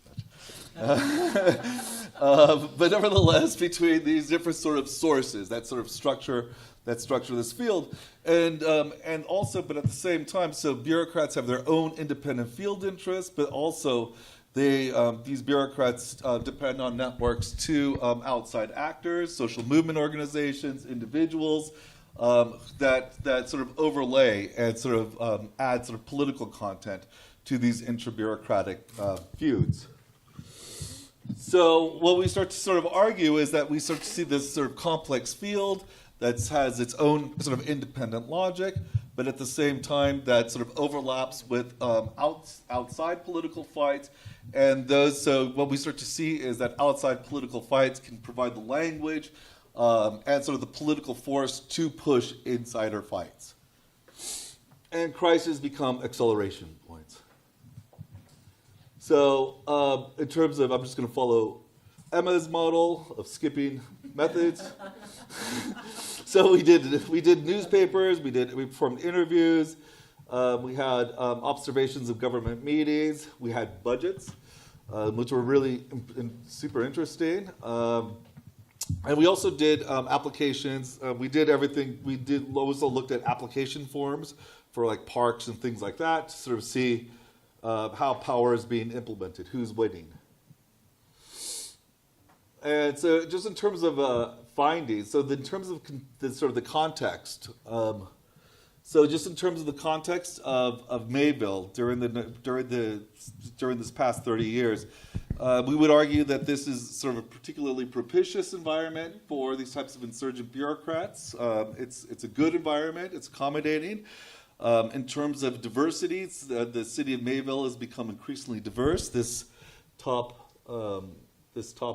table right there just sort of indicates changes from 1980 to 2020 in terms of sort of racial makeup. So we start to see that the city is majority minority, sort of made up primarily of migrants, recent migrants, as well as African Americans. And also it's predominantly Democratic and left-leaning. So these are sort of a good environment for left-wing bureaucrats. And also the city council was, at this time, by 2016, was made up of a lot of sort of a strong proportion of democratic socialists, sort of socialist-leaning left-wing people, and many other on the council were sort of were sort of liberal Democrats or centrists. So it's a Democratic-dominated city council, Democratic-dominated mayor, city council, as well as the city was very sort of strongly positioned in that area. And also this also indicates we did newspaper searches of the number of folks who were sort of expressed support for sort of pro-immigrant or anti-immigrant line in a newspaper database. And here again, what we start to see is disproportionate support from city council. This would be city council down here. So negative 0.1 would be negative. Or negative 1 would be on the scale of -1 to +1. Negative being anti-immigrant. +1 would be fully 100% positive on immigration issues. And here what we start to see is that at the city level, the city veers very much in favor of immigration stuff. So so the study starts in from 2010 onwards, And at this period, we also see that Mayville becomes an area where you start to see a very strong social movement infrastructure that's based on labor issues, that's based on housing issues, environmental issues, as well as immigration issues. So you see the formation of a lot of different social movement organizations, and you also see a ton of funding coming in through what was called the California Endowment at that time that was pouring in around $15 million of money into supporting these social movement organizations. So you see a political, sort of an electoral front, very strong, and on the sort of organizational side, it's also very, very strong, and we start to see a series of different campaigns, as well as the formation in 2013 of a local immigrant rights organization called Mayville Immigrant Rights Coalition. So here in this context, this gives rise, we start to see folks, sort of the rise of what we call sort of insurgent bureaucrats. And one of their first efforts was to develop a language access program, which is pretty sort of easy. But the idea here is to provide translation services for different services that the city is performing, and also to provide translation services at city council meetings. No? So so a place like Mayville is 65 or 55% foreign born, and there had never been any kind of translation services or any of the sort. No? So the first thing that the Immigrant Rights Coalition starts to do is demand a translation services language access program, and the city introduces one part-time staff. And in 2016, the city also created what was called the Office of Equity, and it was created by a socialist on the city council, Rod Riley. I made up that name. Rod Riley, and it was located within the department called the Department of Health and Human Services. So Office of Equity was created as a way to sort of integrate all the different types of equity work and diversity work within one office, and that was placed within Health and Human Services. And here again, what we see is one director was appointed, and the language access program was placed underneath it. So despite these efforts, this was what we could call sort of a dominated department within the bureaucratic hierarchy. So it was located within a dominated department, Health and Human Services. So 92% of Health and Human Services revenue came from external grants. So this is what we were talking about earlier. So this meant that it was a large department, but the vast majority of the money coming from the department didn't come from the city's budget, operating budget, but it came through self-generated grants. So it was basically like a nonprofit organization working within the city government. So 2% of total operating budget was to HHS. So the Office of Equity was a resource-poor organization. It was completely funded by private philanthropy. It had restricted staffing capabilities because it didn't necessarily have very much money, so it could only hire 1.5 employees. And much of the work that was performed by the Office of Equity was performed by voluntary labor. That is, women of color. So Office of Equity, so we would say is the Office of Equity was sort of a dominated position in a dominated department. However, nevertheless, though dominated and sort of operated in the far margins of the bureaucratic field, we start to see these folks sort of connecting to one another. They start to connect to one another, so they start to network, and they believe in their work in bringing change to the bureaucracy. So we start to see a small group with strong ties meeting over lunch constantly, and they started talking about what their plan is, what their project is. And we see the director of the Department of Human Services, Office of Equity, and Language Access. And they connect. They write up a grant to go to what was called Government Alliance on Racial Equity, which was a national level organization that was providing training for municipal bureaucrats around the country to become effective social justice warriors within their own bureaucratic fields. So this was sort of a national network. Again, it provided ideology of what we're doing, what we need to do, what's right, what's wrong. Provided language, it provided programs, and it provided actual training. So they would train the actual folks who are representing the bureaucracy, and these folks would come back, and then they would do the trainings within the bureaucracy themselves. So we start with a small group. They go to this national network. These folks are trained, and then they go back into the bureaucracy to spread the word. So what was important is that they helped sort of construct this identity, you know? So this is the Mayvilles. So the Mayvilles, they construct what was called an equity toolkit, which was basically which adopted much of the form and the language of the national organization IJURR. So one of our respondents in the study wrote notes. The focus is really to help governments normalize. I like this language. It's very Bourdieusian. It's like, you know, what a sociologist really is like looking for. You said it right there. So the focus is really to help governments normalize conversations, learnings, and understandings about racial equity, to organize themselves in a way that can be mobilized to advance racial equity, and then operationalized through programs. So this is sort of interesting because it's not only introducing symbolic classifications, but it's talking about transforming the symbolic classifications into actual categories of government through this idea of operationalization. So they provide, so the Office of Equity also starts to provide methods to actually operationalize this operationalization process. So they give specific examples of how you transform classifications of system, our understandings, our loose norms of equity into actual categories of government, like who counts, who to include, who to exclude, how to implement this through the actual policy process. And they provide folks working in different parts of the bureaucracy this type of information.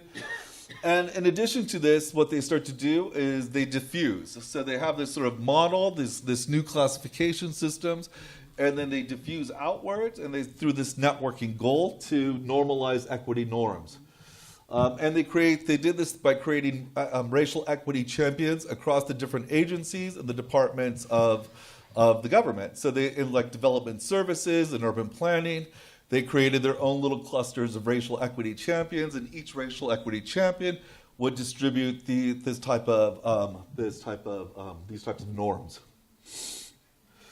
And so again, each one created their own committees, and each one sort of created their own what was called sort of the snowballing strategy.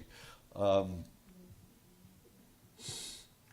it's also important to remember that this was a process of changing what was happening within the bureaucracy, within the bureaucratic field itself, in terms of who has the power, what does government mean, but also just in terms of like who has the money, who has the recognition, who has the legitimacy. Now, so this is a battle over legitimacy, resources within, but there's also strong correspondence between these bureaucrats, the dominated bureaucrats and dominated actors. So a lot of the folks who are working in health and human services, especially sort of the middle to lower tiers, were women of color, whereas we see in sort of police, we would see it's largely white guys. So we start to see these sort of overlapping habitus that sort of starts to make sense. And this is sort of quite important because of the fact that this provides people sort of this sort of common sense understanding of what it is to be sort of oppressed, but also many of the different types of challenges facing the constituents that oftentimes the police wouldn't see or wouldn't appreciate. And there's also sort of ideological correspondence. No? So there's like this sort of sociological correspondence, which helps folks to adopt sort of similar types of categories and seeing the world and power relationships. But there's also strong ties between the organizations, these dominated bureaucrats, these insurgent bureaucrats, and not only like sort of nonprofit organizations, but left-wing nonprofit organizations, sort of the more radical organizations operating in the field. So there are tight interlocks between these between the bureaucrats and those folks working over there. 5 minutes, cool. So now we start to see that we start to see the formation of this fairly robust network across the bureaucratic field. Pretty strong sense of oppositional identity, a strong sense of solidarity inside and outside the bureaucracy, and here we start to see two contrasting. can't believe this is going to happen again. So disappointing. But nevertheless, so we see two different responses to crises. The first is the Trump crisis, and this is just this shows heightened mobilizations at the time of the Trump's last election. So we see, and this is just in Mayville. So these are just newspaper articles in Mayville. So we see that a lot of there's a heightened mobilization, and the specific issue area in which people were mobilizing was immigration. So this wasn't just anti-Trump, but it was how to save, the 50% of immigrants living in the city who were being threatened with deportation.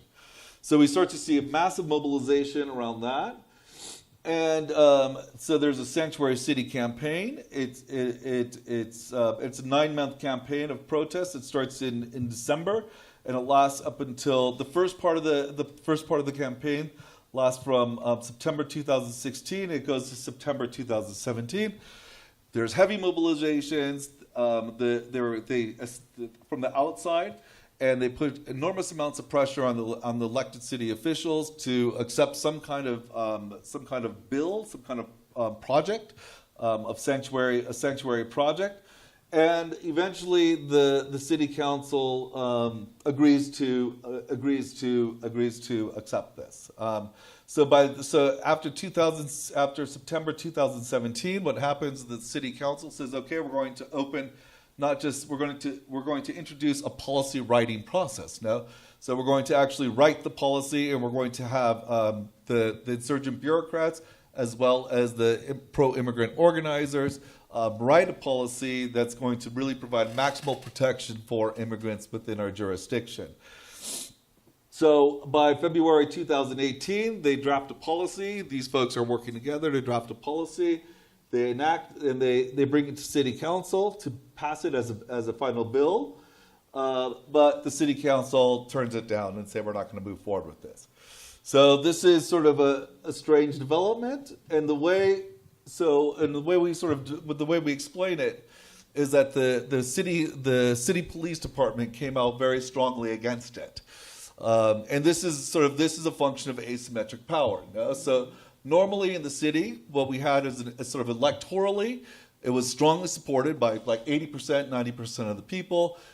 Large parts of the city council were aligned with the Democratic Party, if not the far left of the Democratic Party. You had a strong social movement context. Nevertheless, it fails. So the only way in which you could explain it is by looking inside the bureaucracy and seeing what happens inside the bureaucracy. Inside the bureaucracy, it represented a threat to the city, to the dominant power within the bureaucracy, which was the city police. In terms of a dominant power, in terms of legitimacy, people still turned to the police. It was a Latino police chief who said, "I love immigrants." The police department controlled the vast majority of the budget. The police department also the police union also was the #1 contributor to the mayor, as well as other city council members. And as a result of this extraordinary amount of power, they were able to veto it. And they faced insurgent bureaucrats, which were at that time, they had limited experience. They were going into battle. They didn't necessarily know how the politics of policy worked. They were outmaneuvered. They were out-resourced, and they lacked legitimacy. And under that particular configuration, they were wiped out pretty easily and handily. And just quickly to my last couple points, and things were different in the second crisis. In this crisis, so this is another bump right here. That's the second crisis. And in this context, what's interesting is that the claims were directly oriented at the city police. So the city police became, rather than having legitimacy in the first, to maintain legitimacy in the first context, lost all legitimacy, became completely stigmatized in the second context, in which the city council really did try to move away from the city police. And in this context, what was interesting is that the Office of Equity became the primary force for legitimating the police. It would go out to different groups. It would try to talk about racial equity. It would try to bring people into the discussion. And as a result of that, it increased their actual power within the city. within the actual negotiation process.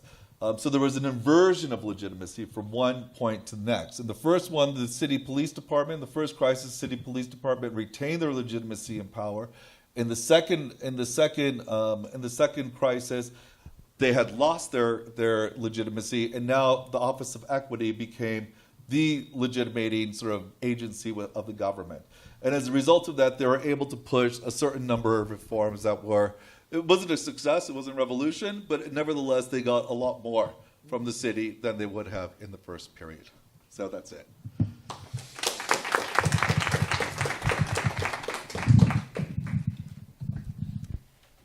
Thank you very much, Walter. Very interesting, especially now that we have Trump again. She's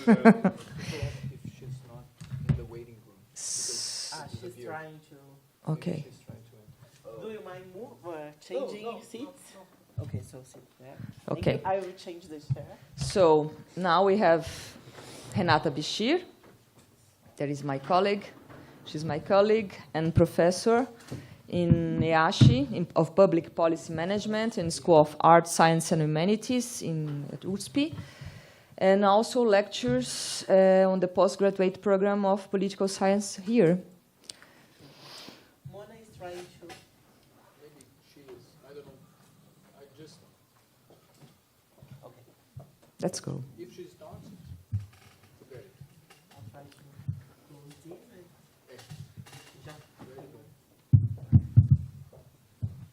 A sua estava aí. Lá de cima. Você quer que eu passe? Eu vou fazer sentada.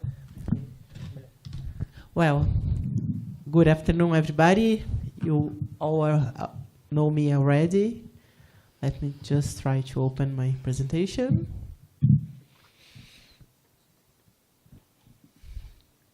Which is not happening. Não? Não, não sei por quê. Essa aí, né?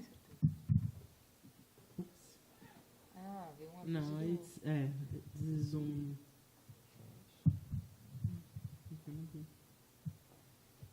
Mas não tem esse gráfico, na verdade.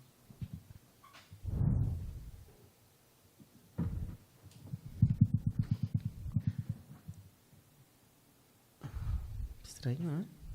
Edu, você salvou aqui? Tá, mas a minha não tem nenhum gráfico de pizza. Não está escrito. Tá, mas não abre. É, eu posso tentar pegar no meu e-mail. Essa, não é? Então, teoricamente é, mas não abre. Seu da Lu, seu da Emma, seu do Nicholas. Ó lá, seu, deixa seu. eu. Clica.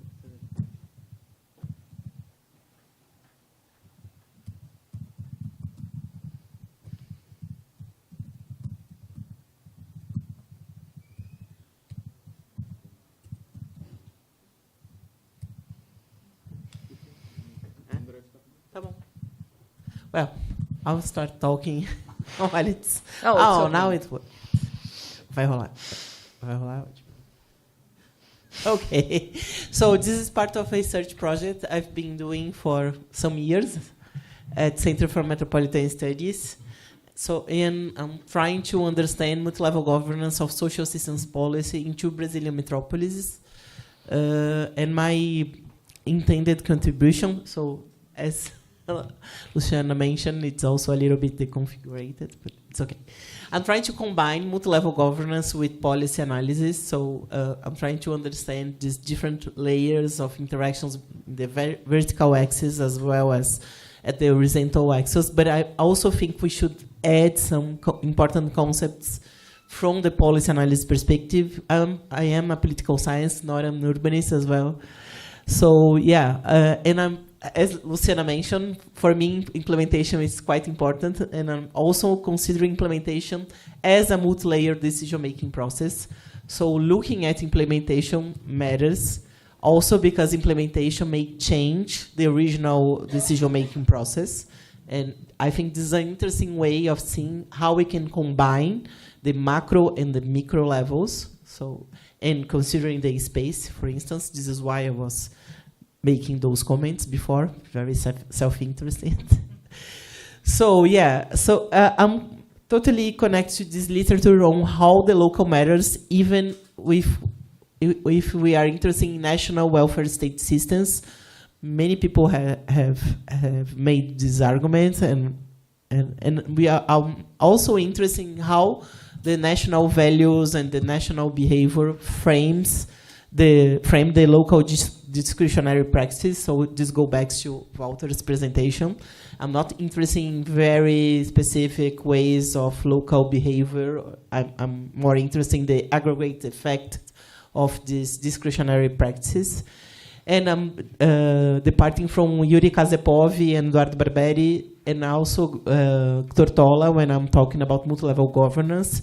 And this concept helps me to move beyond the traditional federalist approach to social policies, especially in Brazil. So not only interested in understanding how the national level frames the local behavior, but also the other way around, how bottom-up experience, local level innovations and policy implementation process may affect the national decision-making process. So it goes both ways when I'm talking about the vertical axis. And considering the horizontal axis, I'm looking especially on how state and non-state actors interplay in institutional and informal arenas in order to produce social policies. And I'm specifically trying to understand how this intersection between both axes affect local governance. So it's not only a matter of mapping those different axes, but how these intersections across time affect local decision-making process. This is the way I'm trying to organize all this, because there are too many variables. I'm not being very parsimonious, but Marta Hetch is not here, so I can be... She's always so worried about parsimony. I'm also worried about parsimony.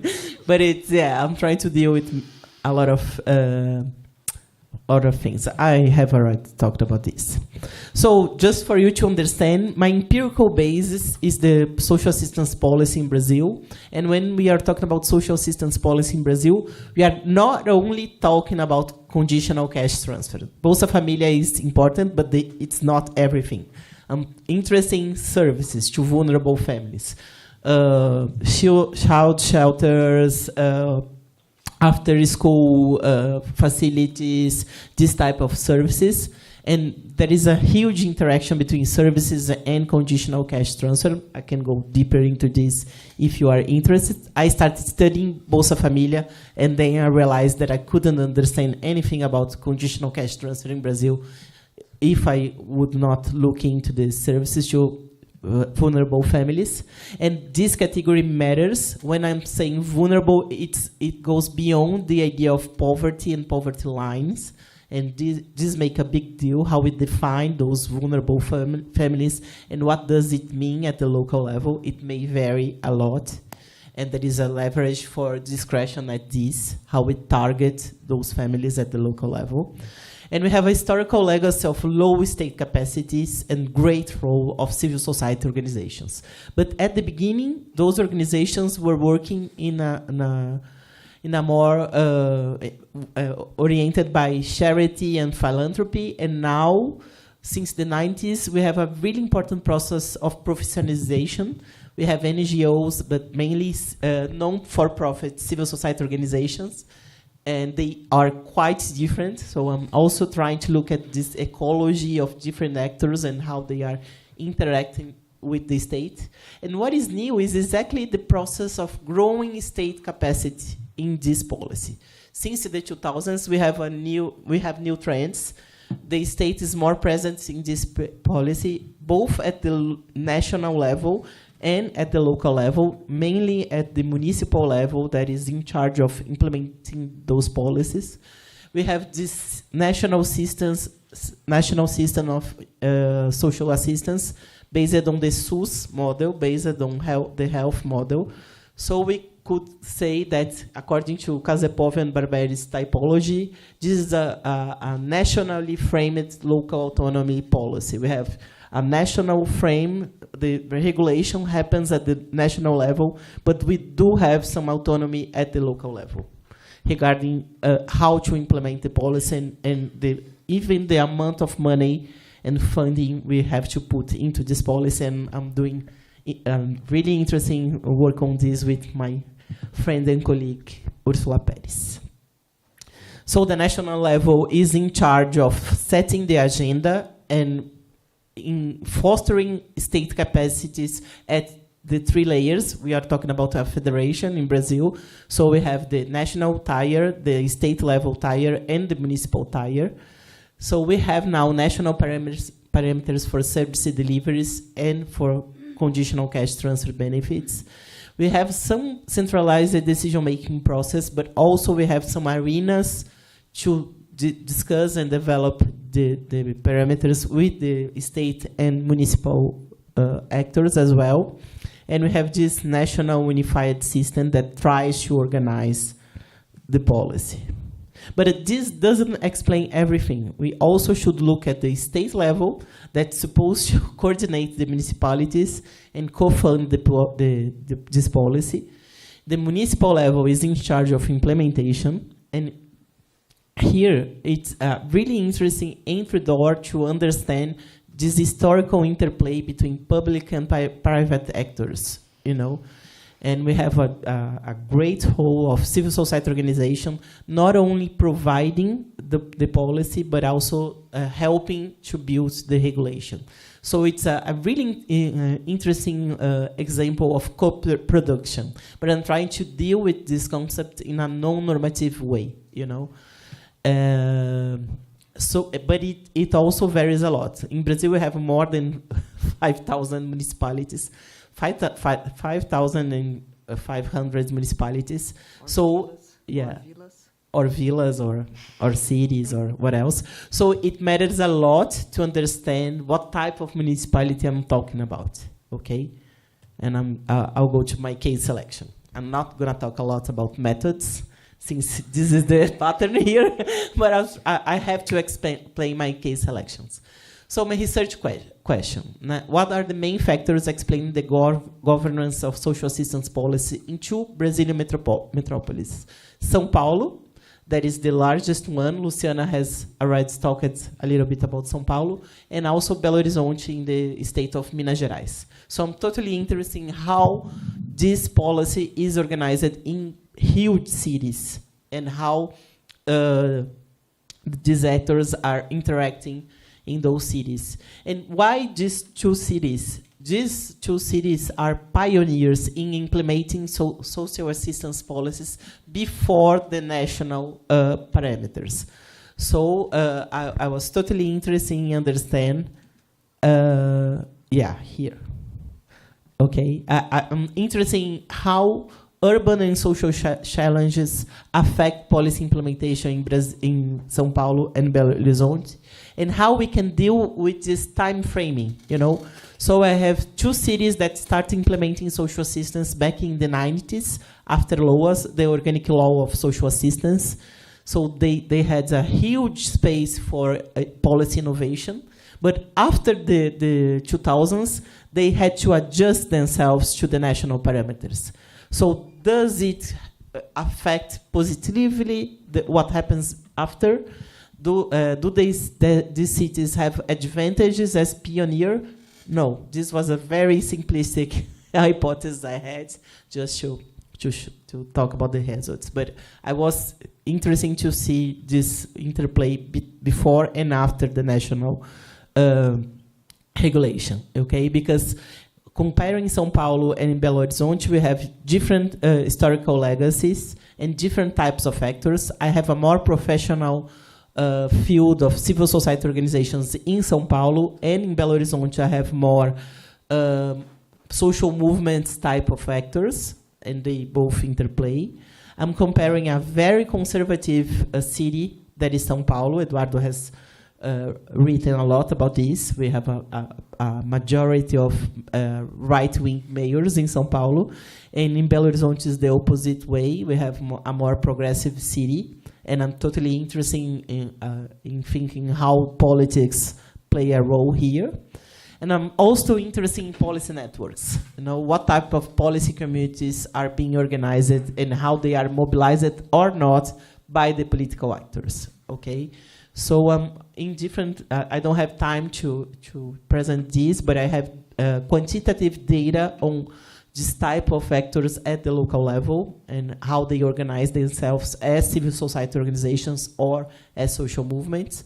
Just to talk a little briefly about methods, so I'm combining 2 case studies, São Paulo and Belo Horizonte, and I'm doing literature review, in-depth interviews, data analysis, documental analysis, budget analysis, and time frame is a big issue to organize my argument.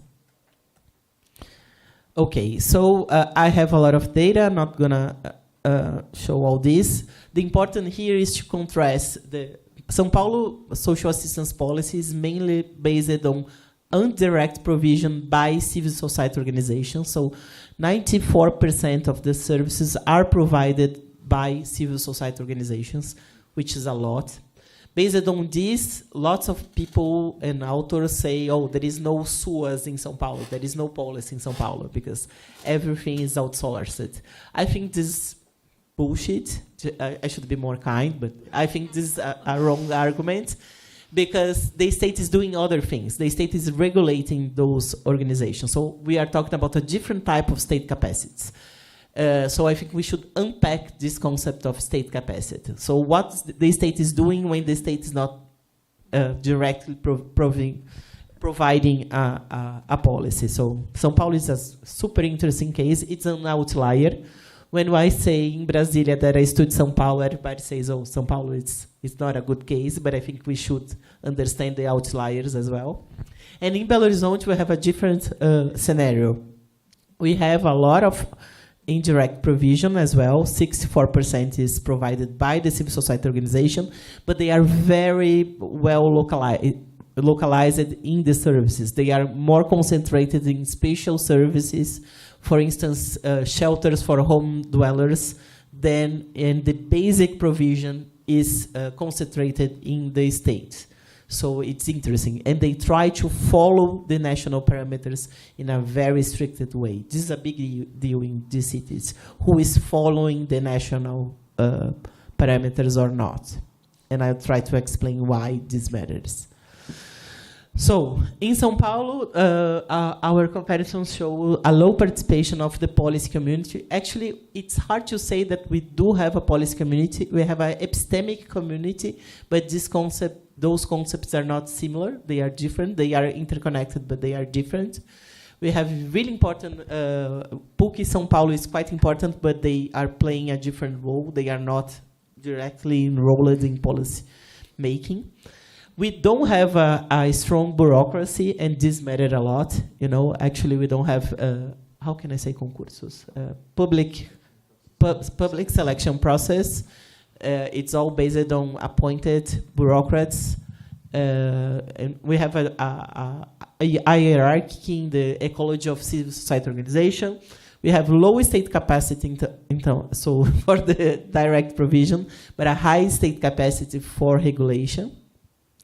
And here, the national parameter doesn't fit, but we have a greater autonomy for local translation of national parameters. We have a specific type, a specific typology, but it's not showing the back to the national level. It's another way of defining this. In Belo Horizonte, especially due to the migration of the local community to the national level, we have a strong connection with the national parameters. The national parameters are central, even when they don't fit exactly the local challenges, which is quite tricky, okay? There is a political project for this area, and we have a strong mobilization of a policy community, even when we don't have a Labour's Party mayor, even when we are talking about different mayors in the left spectrum, the same type of technicians are being mobilized, and we have a highly structured local bureaucracy, okay? And the idea of participatory space is quite important in Belo Horizonte, and it's totally centralized in the São Paulo case. So why does it matter? It's impossible to see the table. We only put tables just for you to believe us, but then we can excellent, just for you to see there. I try to organize a lot of things, but I'm gonna talk about this analytical dimension. So when I'm talking about the municipalities in centrally framed policy, what I'm talking about, okay? So I'm arguing that the ways the local government translate and adapt the national parameter matter a lot, and are conditioned by the following characteristics: power balance between state and non-state actors, political projects for this area. Sometimes there is no political project at all. This policy is only used as a way of getting support in the legislative branch. And this can happen even in left-wing mayors, and this is the case of São Paulo. And how we can think about the political organization of policy communities, this interplay between politics and policies. When I'm talking about politics and politics, it's not only a matter of the political party ideology, but also how the political community is being or not mobilized, you know? So how we can think about expertise, regulatory knowledge, political projects for the field, and this affects the balance of power regarding state and civil society actors. So yeah, just going towards the conclusion. So I'm talking about policy legacy and path dependence effects. São Paulo started to organize this policy back a long time ago, and it's really hard to change the way you are providing the policy for budgetary issues as well as for path dependence effects. It's even when we had a left-wing mayor and a left-wing secretary with this political project, she couldn't change everything. São Paulo has the largest network for social assistance provision in Latin America, so you cannot change. Incremental processes are quite important. It's not easy to change this. So I'm trying to understand how these path dependence effects shape the local governance. When we are interested in understanding continuity or discontinuity, it's not enough to look at left-wing parties and how they deal with this policy, but for sure it's challenging to have a really conservative city such as São Paulo. And I wrote something about this with Eduardo, comparing social assistance and social housing. And I think this is my goal now, how I move away from social assistance, because I cannot study social assistance any longer. I've been studying this for a long time. I want to change topic. Otherwise, nobody can, yeah. Anyway, doesn't matter. I cannot hear myself talking about this. I'm also trying, now we have this huge project with Adrian Lavari, who is not here any longer, Eduardo, Catarina, Ursula, trying to understand modes of policy community organization. We are doing social network analysis to understand how different types of actors interact with each other at different scales, okay? And trying to understand when we do have policy communities, when we have only epistemic communities, when we don't have communities at all, and moving away from this focus on isolated policy entrepreneurs. In the policy analysis agenda, this is quite common. Well, we do have an entrepreneur, a very important and powerful actor. We don't believe in this. We have a more relational argument over this. I'm also trying to specify types of state capacities and how different types of state capacities are being built and also eroded throughout time, you know, at the local level. So I think this is quite important. And going back to Luciana's presentation, I do think policy instruments, it's a quite powerful approach, how policy instruments are being mobilized in different decision-making arenas, not only at the top level, but also at the local level. And this is my final. So what do I mean about the interplay between levels, or to the intersection between levels, okay? So before the national regulation in this area, we had great space for experimentation and diffusion of local experience. So it matters a lot to see how ideas travel horizontally and vertically, you know, through party networks. For instance, the first PT prefeituras, PT local governments, and how they learned from each other at the local level. This mattered a lot, not only in social assistance, but in other policies. But being a pioneer is not enough, you know.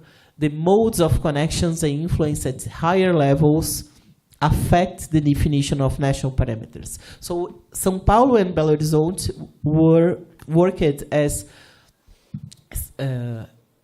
repositórios?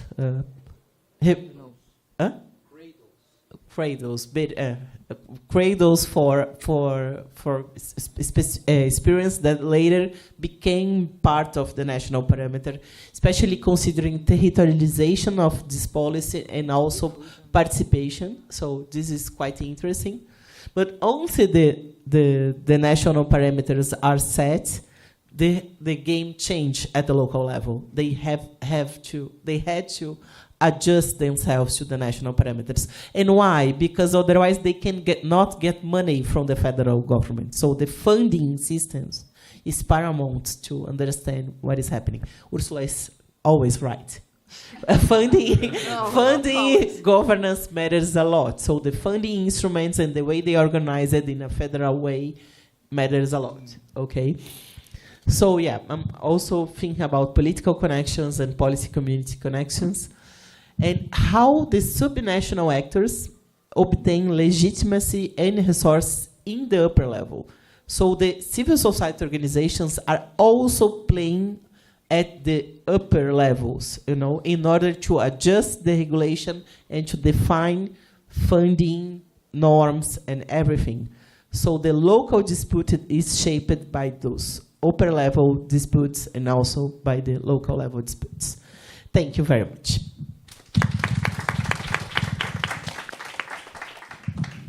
Very interesting. I really still want to hear you talking about this, you know? You shouldn't stop, isn't it? Yeah, and maybe the interplay between housing and social protection. Okay, so before the audience questions, I would like to make some comments, because the two presentations are very interesting and very important to us in our discussions here in SEM, in Brazil, and in the Center of Studies of Metropolis. We have a colleague, Gabriela Lota, you know her. She's studying middle-level bureaucracy. She has studied a lot street-level bureaucracy and is studying middle-level bureaucracy and bureaucracy in general, trying to understand what happened during Bolsonaro's government and how the bureaucracy could stand for the policies and resist. So it's very interesting to hear you talking about this city-level insurgence of the bureaucracy, because it reminds me of her research, and maybe you have some figures to change and to think about. But I was thinking when you were presenting that it was not very explicit to me. I didn't read the paper. It was very interesting, but I was thinking about the role of the elected officials and political parties and other, I don't know, other bureaucracy actors in this shaping, in this dynamics of this insurrection of the bureaucracy. And also, when we think about the national level or the federal level and the state level, this bureaucracy or policies that runs immigration, they have a say on what the local bureaucracy does. How does this conflict between these different levels may contribute or not to these insurgents you have showed us? So maybe if we include these other actors, this other political force, this would be different. And also, what do you think will happen now when Trump goes back to power? because No the insurgents. immigration was just a very important part of all the rallies and the pets and the dogs and the cats and everything. So I was very interested in what you're thinking about that. And Renata, always interested in your research, so go on, please.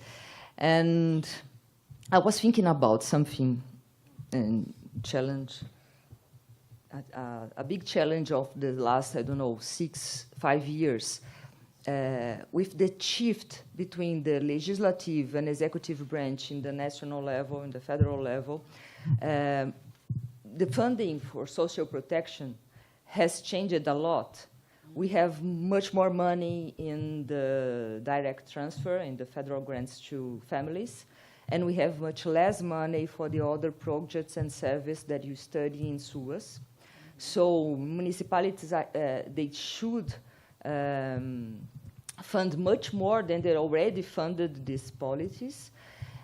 But also, at the same time, we have different organizations, civil society organizations, doing a lot of lobby in federal level with the legislative branch to have the funding direct pointed to them with amendments. So they come to the secretary, the social assistant secretary, and say, I have money. I will do the policy. And I remember one of the most important points of the SUAS was that you can have social organizations doing the service, but the regulation and the definition of the policy should be public, isn't it? So in this change, in this shift of power between legislative and executive branches, and in this shift of power of some very important organizations and the local government that is very weakened in the last years, do you think maybe we have a change in this SUAS structure in São Paulo? What do you think? So I don't know if you want to hear some more questions. Yeah? So who would like to? Come on. Nobody? We can start with this two, and then, okay. So, thank you. Yeah, I think that there's a. I mean, in terms of federal power, so historically the way it worked in the United States is that it's a federal government, so there are many different sort of powers that have been delegated to the state, as well as municipal authorities. However, immigration historically was the one thing that was really sort of guarded by the federal government. However, over the last, say, 15, 20 years, it's been heavily decentralized. Certain powers have been decentralized, and it's heavily fought. It's been fought through the courts. No? So, and on the right and the left. Now, so you have right-wing states and right-wing cities that have been passing anti-immigration policies that are, good. And those go up through the courts, and then you have sort of left-wing cities and states that have also been sort of trying to pull out federal sort of authorities down to the sort of subnational levels. And what's interesting is that this has resulted in what immigration scholars call sort of a multi-level patchwork. No? Patchwork. A patchwork of just a complete fragmentation of the immigration field that varies according to sort of state level as well to municipal levels. So in the case of California, you had, say, for example, the state of California, which passed an umbrella sanctuary state bill, which went against the Trump administration, and then you had places like Mayville, which was passing a sanctuary ordinance that was further to the left of that, and then you had other right-wing municipalities that were passing stuff way to the right of it. So at the state level, you have these counter federal measures, and then at the municipal levels, you have a further fragmentation along ideological lines. And all these things sort of move up through the courts as the Trump administration tries to shut down those policies that disagree with his. He tries to shut those down while supporting policies that agree with him. No? So what's interesting is that it's on the same lines, you know. So whereas one group of municipal office holders are trying to sort of take away power from the federal government in order to become more anti-immigrant, those are okay. But the other ones aren't okay. So there's on the basis of the same sort of legal grounds, the Trump administration tried to support one over the other. But that all sort of fell apart because by the time it got through the courts, Trump was voted out. So all those legal battles. But nevertheless, there was but the sanctuary state policy in California was deemed as constitutional. As were sanctuary city policies. So those were deemed constitutional. Other policies on the right weren't, for specific types of reasons of what they were trying to do. They were actually trying to sort of detain immigrants, which is a little bit too far. So that was a problem. But there's also the Trump administration at this period of time was also leveraging threats against municipalities in the state to withhold funding.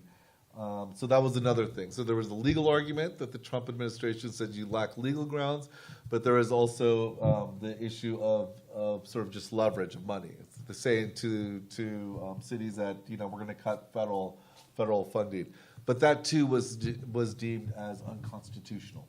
So this was one of the great advantages of what we used to call the deep state.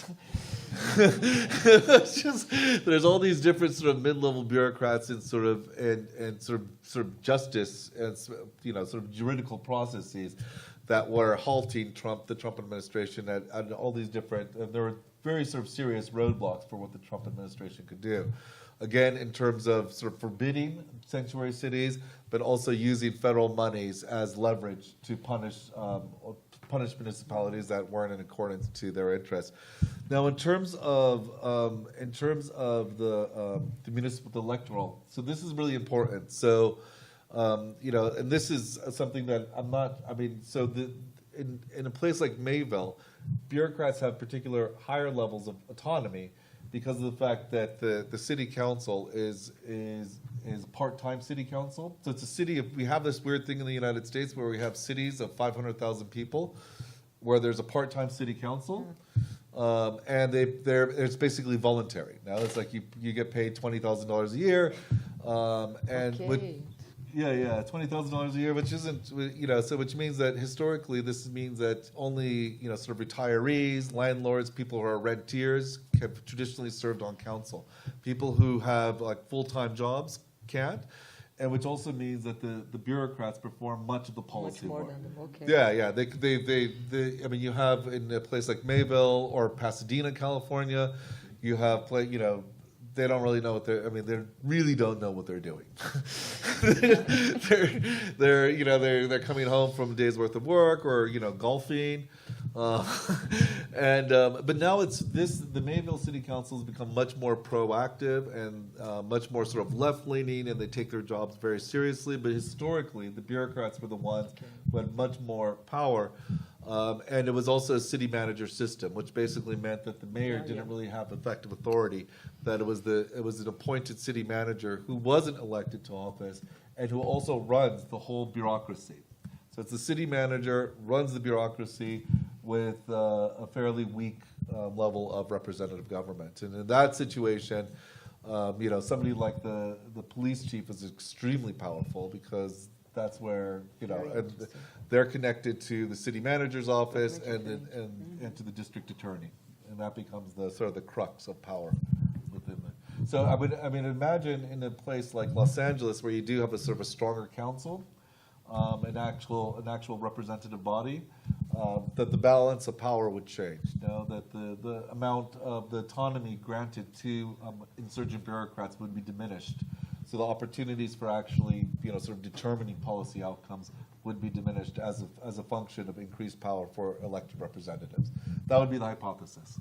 Okay. But I haven't checked it. So very, very interesting for us, especially. Renata? Thank you, Ursula, for your comments and questions. This is a really important challenge, because as you are aware, the federal funding was fundamental for fostering social assistance agenda at the local level. Predictability and knowing that there will be money and the national typology, all these were fundamental to establish social assistance agenda at the local level. Now, with this change with this new way of funding and the decrease in the federal grant, in the federal money, and the increase in the amendments are quite important to understand what is going on, because we are seeing a process of state capacity building at the local level, but state capacity can be eroded, if there is no money. So I think this is a big issue, and I think And also the bureaucracy is not very strong. Exactly, how the bureaucracy can resist this, and amendments were important before. Remember Mateus Crepaldi's works that we co-supervised, and I think we should look more on how this huge civil society organization from São Paulo and also from Belo Horizonte are doing lobby at the federal level, because this might change the whole system.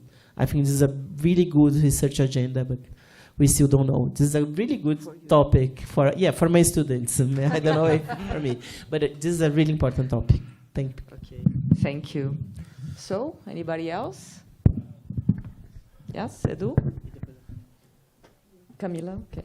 I don't resist because it's really interesting. I shouldn't because we are a little bit late. But anyway, a lot of connections. I think when I thought of the session, I thought exactly of this dialogue. Many dialogues. A dialogue between two very large cities in which the vertical axis is very strong because it's impossible to resist. And it's impossible to play a different game because they are very large, in a very small place, against the periphery against the center. So it's the local against the. So it's really interesting to understand this variability of situations think of the variability of situations within the ideas we are trying to develop at the center of the modes of implementation, the modes of policy. The policy community organization, and now the ways different policy communities, the organization of policy communities, affect policies, even if you also you think of the horizontal, but also the vertical. The second thing is, in your case, I heard you present something similar in Lebanon, but it didn't occur to me that you have actually two models of bureaucratic power being in opposition.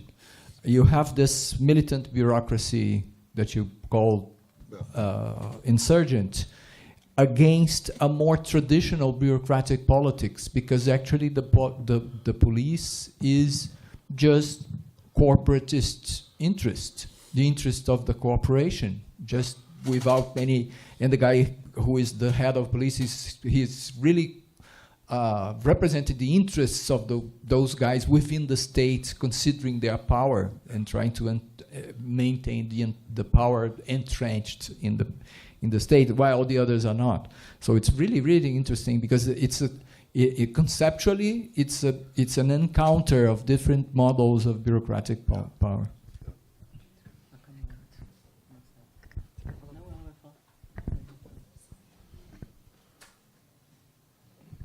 Well, very quick question to Renata. I've been researching innovation time of crisis, and I would like to ask you, how can we study and anticipate responses to future crises, especially in the context where political setbacks might lead to dismantling, especially in social assistance sector, as we saw during Bolsonaro government? Thank you. Anybody else?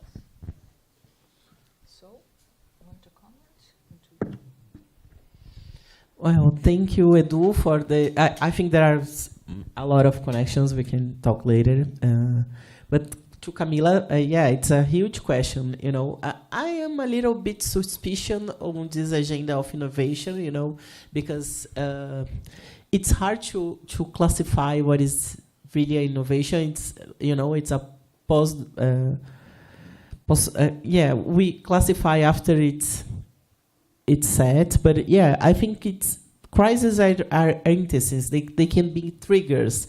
Somebody has, Walter has talked about the crisis as acceleration points, and I think this is quite interesting, And this is a really interesting way of testing in social assistance what have been built and how strong it is, because we are always talking about institutional arrangements, and we in political science, we do believe in institutions and things like that. And I will always have this type of argument with Gabriel. I'm glad you are here. But yeah, during crisis, it's so important to see what is going on, I wrote a paper with Catarina on how the local level resists during COVID, because we had no federal coordination. We had a different type of, we had a conditional cash transfer operated outside the Cadastro Único, the unified registration. So, yeah, I think we have to look at this. And, yeah, we have a lot of political setbacks now. And I think a major challenge is to differentiate what is policy dismantling, what is policy change, and what are the main factors explaining this. Because some crises, they highlight things we are not seeing before, we were not seeing before, but not everything is so new under the sun. So I do think we should be more careful when we talk about policy change, policy dismantling, and types of policy change. So I need more time and more research in order to properly answer your question, but thank you for your question. Sure, just quickly. There's sort of these, there's domination and dominated now, and then what I think what's interesting about this case is that it's a clear, you can sort of see how the conditions that allowed sort of the dominated to actually accelerate a little bit more in the field, like they were able to take a better position in the second crisis, and I think that's sort of revealing of what's at stake. It's not just sort of money. Sorry. But it's also legitimacy. So if we sort of think about what is the basis of bureaucratic power, and if we sort of agree with like Bourdieu's argument, which is sort of symbolic capital, symbolic power to sort of name stuff, to say what's good, what's bad, how do you run your city? Then if we sort of assume that it's legitimacy, then we can sort of say, okay, yeah, what explains point one versus crisis point one, crisis point two, and then that would be, I would suggest sort of the balance of legitimacy. In crisis one, there would be, the police chief took a hit, but it was a legitimacy battle. He's like, I'm Latino, I love Latinos, just not these Latinos. But so it was, but it was a legitimacy argument, but also saying, okay, this is what's going to happen if we do this sanctuary policy, explain it to people, that becoming, in those classifications of, who to allow in the city and who to exclude, those become sort of truth statements. And as such, they become translated into law, into actual categories of law. Whereas in the second mobilization, the police was neutralized. Totally neutralized. Like the city, the elected officials, like we can't even bring him out to city council meetings because he's going to be booed. He's stigma. It's negative symbolic capital. As such, the only organization within the state that could work is the Office of Equity. And this becomes this is sort of an important point now, because of the fact that the balance, there's an inversion of legitimacy within the second battle, which permits the sort of the organization that's typically on the margins to assume a central role. Now they're bringing out the Office of Equity, the director, all the staff associated with it, to every single meeting, to all city council meetings, and putting them up in front. And that's a massive shift in the balance of power. And so I think that this issue of legitimacy, again, going back to Bourdieu, would be like, symbolic capital is converted into economic capital, is converted into political capital, which is then further strengthens your corporatist base to make those types of power. But essentially, I think it is this idea of legitimacy, symbolic power, symbolic capital for what states there. And going back to your question about what's next, so political scientists in the room. This is a terrible pre-test, post-test opportunities to see how the state operates. But it is, it's a really interesting time to see, and Trump is really going after the state. So this is Elon Musk. With Elon Musk, yeah. So it's a really interesting time to sort of see, what happens to the state. And we know that the state was actually quite resistant, that there was a deep state, that there were all these different types of regulatory mechanisms, sort of passive resistance, active organizing within the state, sort of these types of insurgencies, even though we couldn't sort of see them, that were sort of blocking the path forward. And the question is, that, and Trump correctly notes, this is the first president in my lifetime that is going in there, it's like, I want to restructure the state as a condition to get my policies through, and that is going to happen through the bureaucracy. Now, it's not like I'm going to get the House of Representatives. It's like, who cares about the House of Representatives? They don't care about that.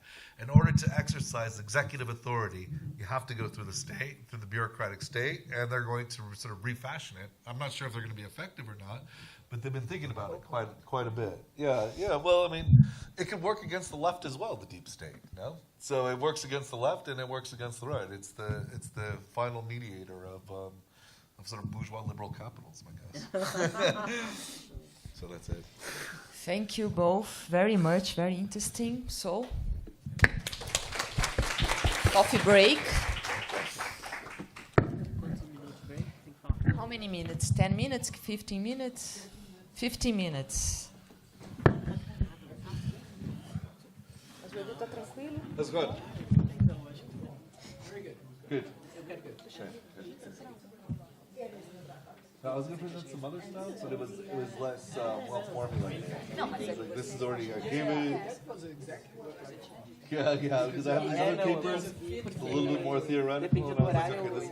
But I also have done these papers on multi-level social movements in the Trump administration during this kind of stuff. Yeah. So that's interesting because then you're operating, like you're skipping jurisdictions.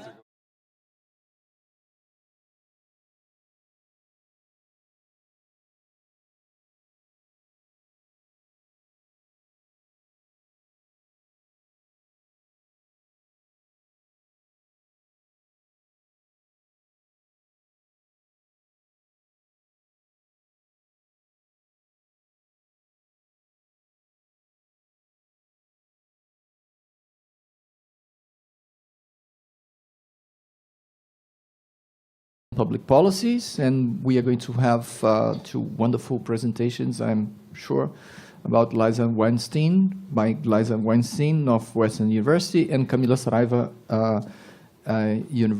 Federal University of ABC, and Cefavela, which is a brand new center that was created to study favelas in the region. So I think I can pass the floor to Liza. All right. How's that? With the mic? Good. Thank you for coming back. I was a little worried once the break happened that nobody would come back. But thank you for sticking around until panel 3 on what has been a really engaging and intellectually stimulating, but also long day. So, in preparation for this session, Camilla and I coordinated a little. We did a little bit of coordinating and have chosen to focus each of our comments today, broadly speaking, on comparisons of local trajectories of informal settlement upgrading. So our comments will draw on our respective research in India, in my case, and in Latin America, in Camilla's case, to talk about the forces shaping the convergences and divergences of these local trajectories. So I'll be talking specifically about how India's two largest cities of Mumbai and Delhi, India's commercial capital and its political capital, have responded in distinct ways to national and global pressures to become, quote, slum-free, in consultant speak.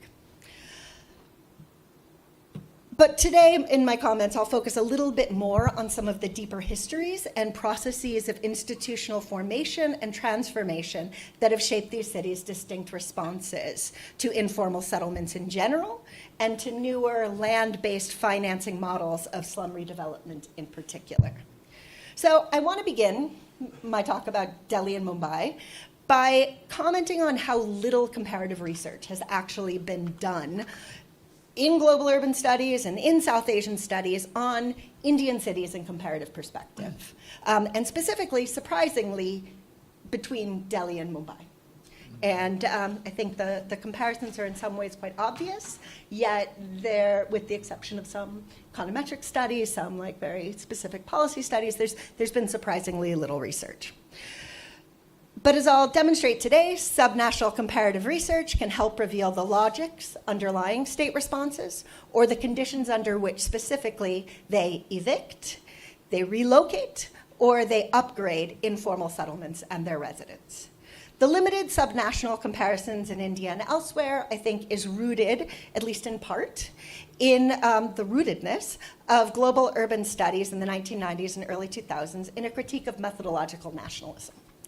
Foundational studies like Sassen's Global Cities and Brenner's New State Spaces were framed in part as challenges to the long-standing conflation of state power with the national state.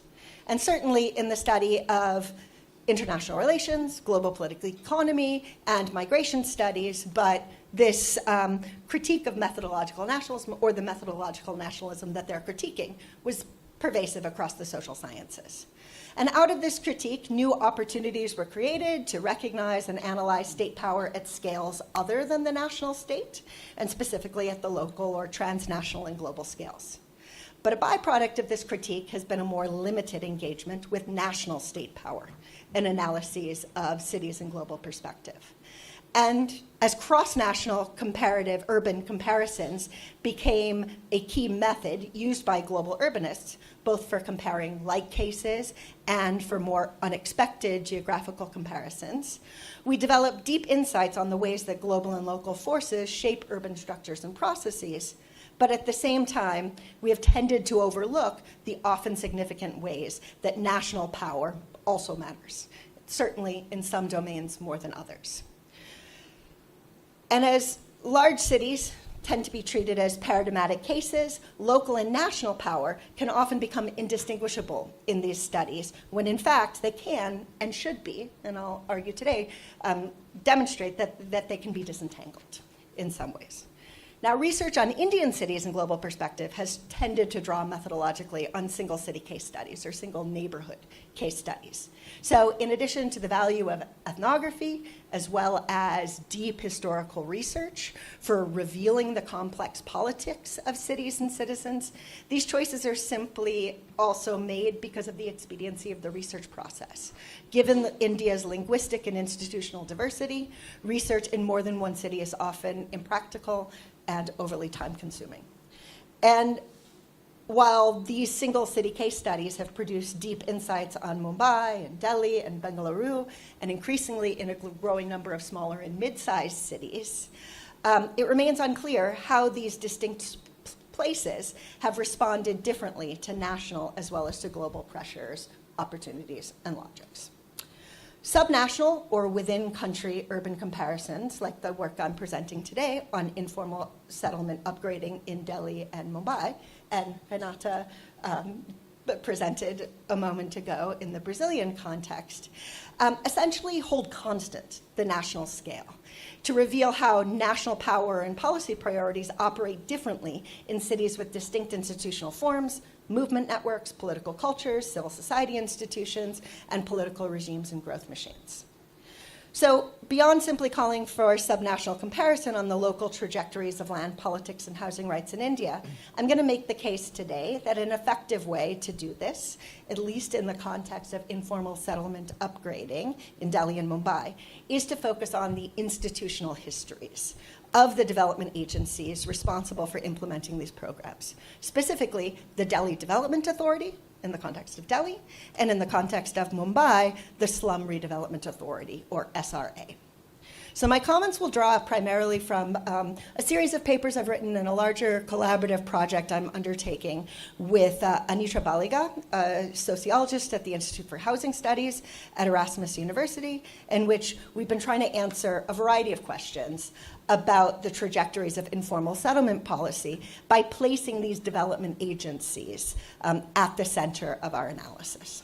And as I'll elaborate in a moment, we argue that when a focus on agencies like the DDA, the DDA and the SRA can help reveal not only the operation of institutionalized state power at the local scale, but also how their decisions, frameworks, and actions are shaped by their embeddedness in both pro-poor civil society and housing rights organizations, including ad hoc associations formed by residents facing the threat of eviction, and elite civil society, including the local growth coalitions and the networks of developers working to fix domestic and international capital at the urban scale and in urban properties through the politics of slum redevelopment. But first, I want to speak briefly about the particular role that national power and national policy and priorities have played in shaping housing, land rights, and informal settlements in Indian cities, and in Delhi and Mumbai in particular, and how that role has changed in the context of neoliberalization and financialization. So at the most basic level, the state responsibility for informal settlements in India does not rest with the national state. The exception to this is Delhi, of course, which is the national political capital that holds special jurisdictional status and has been shaped most directly by national state power in the Indian context.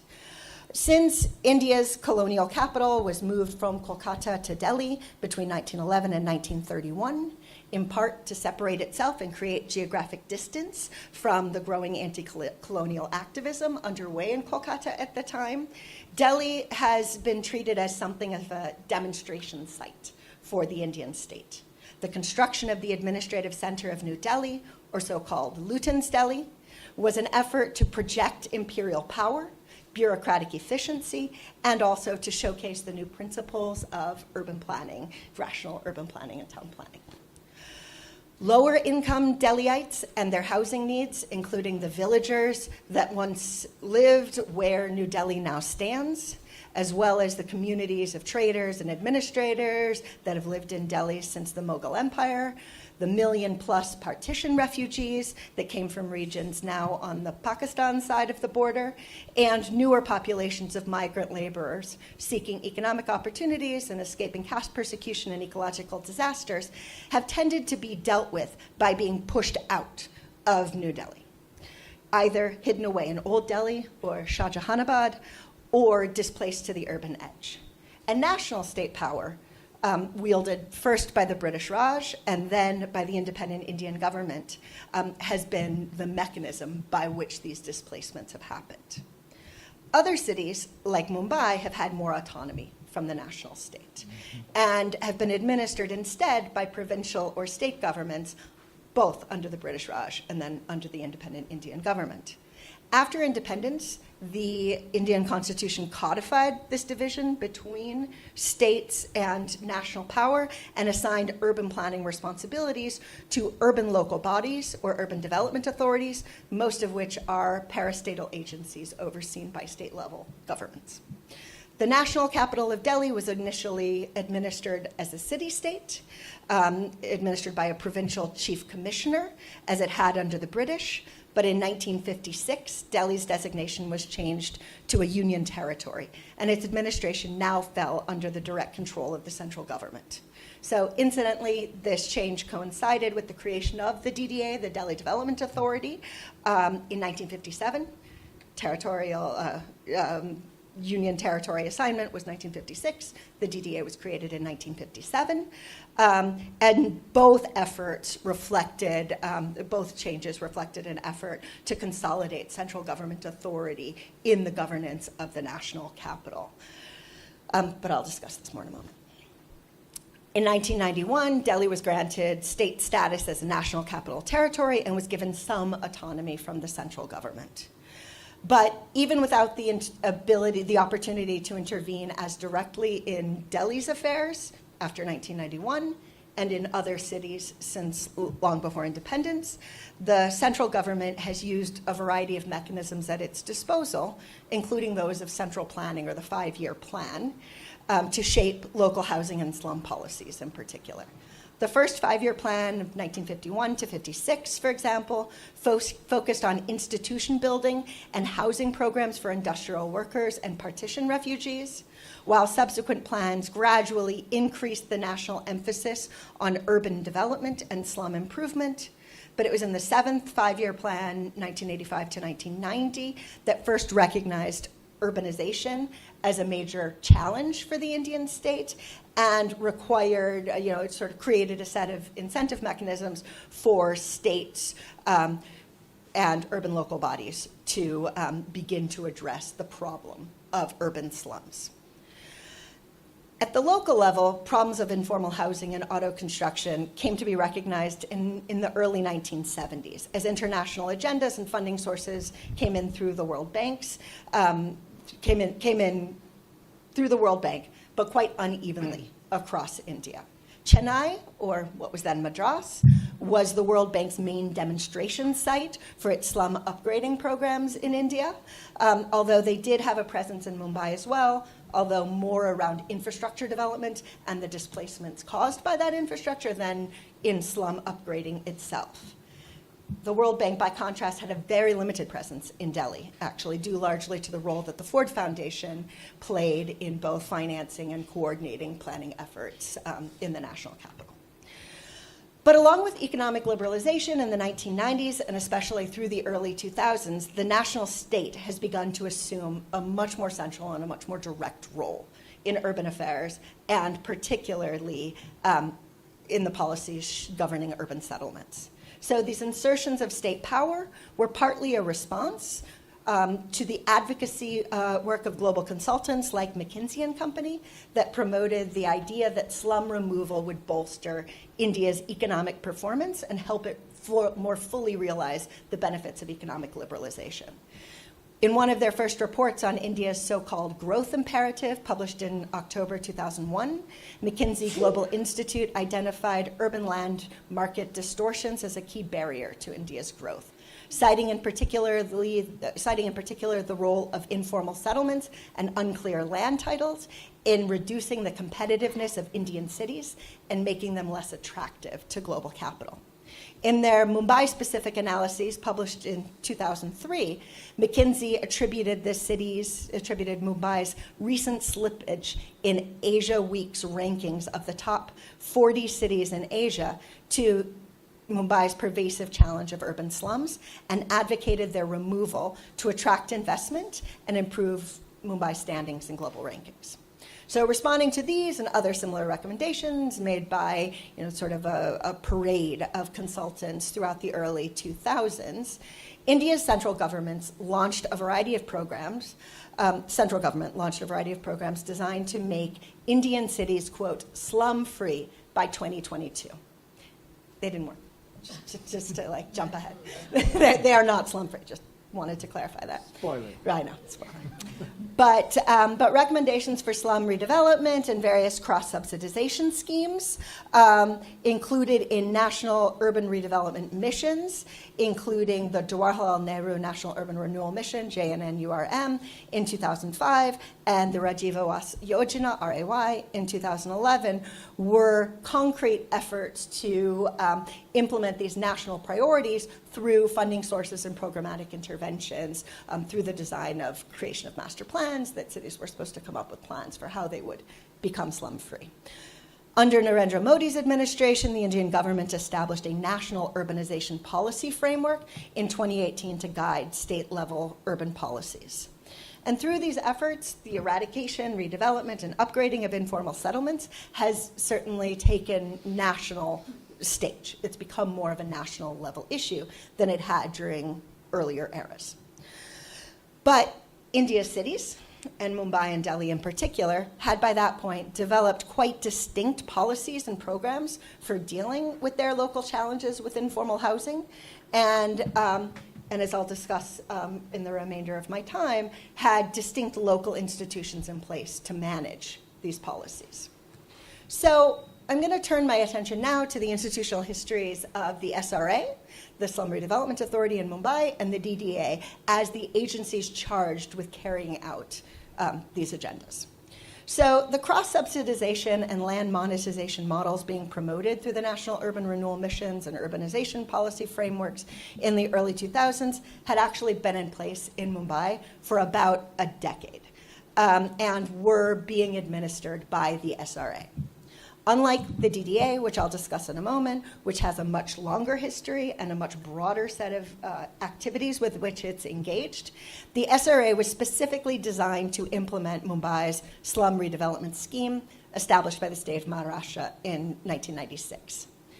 Slum upgrading and redevelopment programs in Mumbai date back, as I said, to the early 1970s amid World Bank interventions and incentives. The Slum Areas Improvement Act was passed to support slum upgrading through improved access to basic amenities, construction of community-level infrastructure, and the allocation of loans to individual households for home improvements. Meanwhile, with citywide infrastructure programs underway at the same time, most supported by World Bank funding as well, Maharashtra Slum Areas Act was the main policy vehicle used to support the relocation of displaced residents. And these activities had been managed by the MMRDA, the Metropolitan Mumbai Regional Development Authority, a parastatal agency established in 1967 to undertake regional development. But in the early 1990s, and amid specifically the 1991 elections, Bombay's state government launched a populist housing program that promised free flats and in situ housing tenure to the city's million-plus slum residents. It became a political slogan in the 1991 election, and the government that won sort of began to carry it out. But the program was ultimately established after the next election when the right-leaning BJP and Shiv Sena coalition came to power in 1995. At that time, the government established the Slum Redevelopment Authority, the SRA, to manage the program. And while the MMRDA could have been given this charge, a new, more narrowly focused parastatal agency was created to oversee its administration. Importantly, the SRS, importantly for what came later, the slum rehabilitation scheme was not given a significant budget for implementation, but was intended to be financed entirely by private developers who were given development rights to build market rate properties on public land that currently house the informal settlements. While the decision to rely on public funding at the time was to some extent ideological and being promoted through liberalization policies, it was also, through interviews, talked about more as a pragmatic decision made by a small, poorly funded agency that had more land resources than financial resources at its disposal. The majority of Mumbai slums were located on public land, are located on public land, either owned by the municipality, the state government, or the central government. But for those located on private land, the SRA was given the authority to acquire land based on the logic that if private landowners had neglected their property by allowing slums to be built on them, they no longer deserved that private property. And so initially, developers were given sort of a one-to-one exchange rate. For every 1 square foot of land that they developed to sell, to give to rehabilitated slum residents on site, they were given 1 square foot of land to develop and sell at market rates.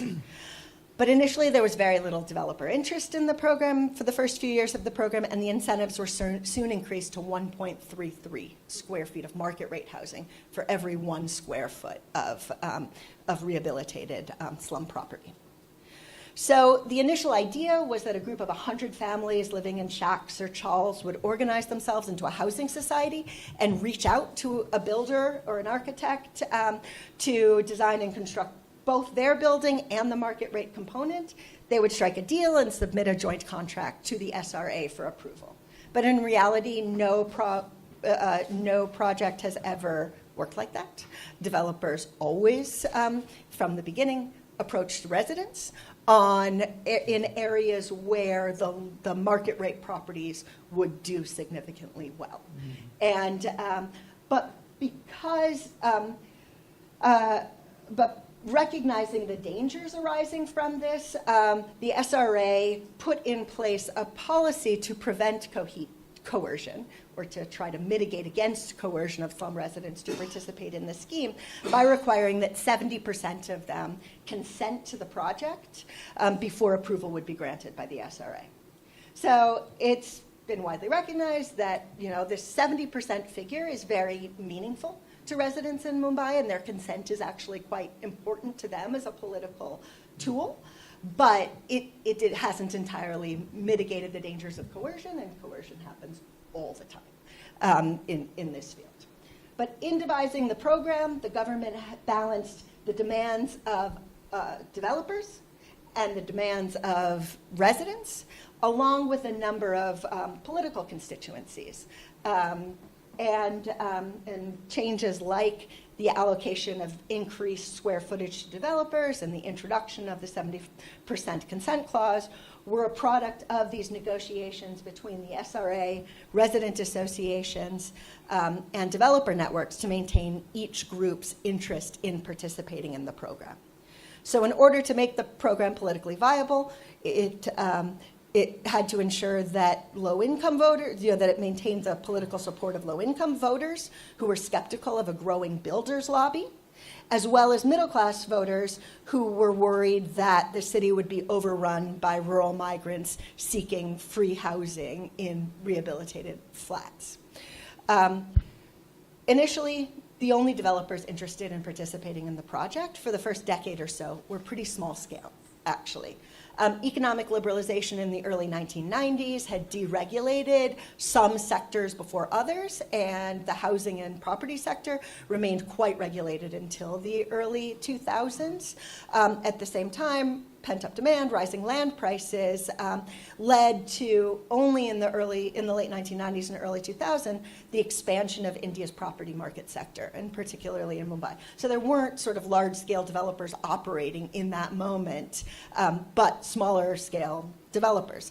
The SRS gave aspiring developers the opportunity to enter into the city's increasingly lucrative property markets without having to purchase land on which to build.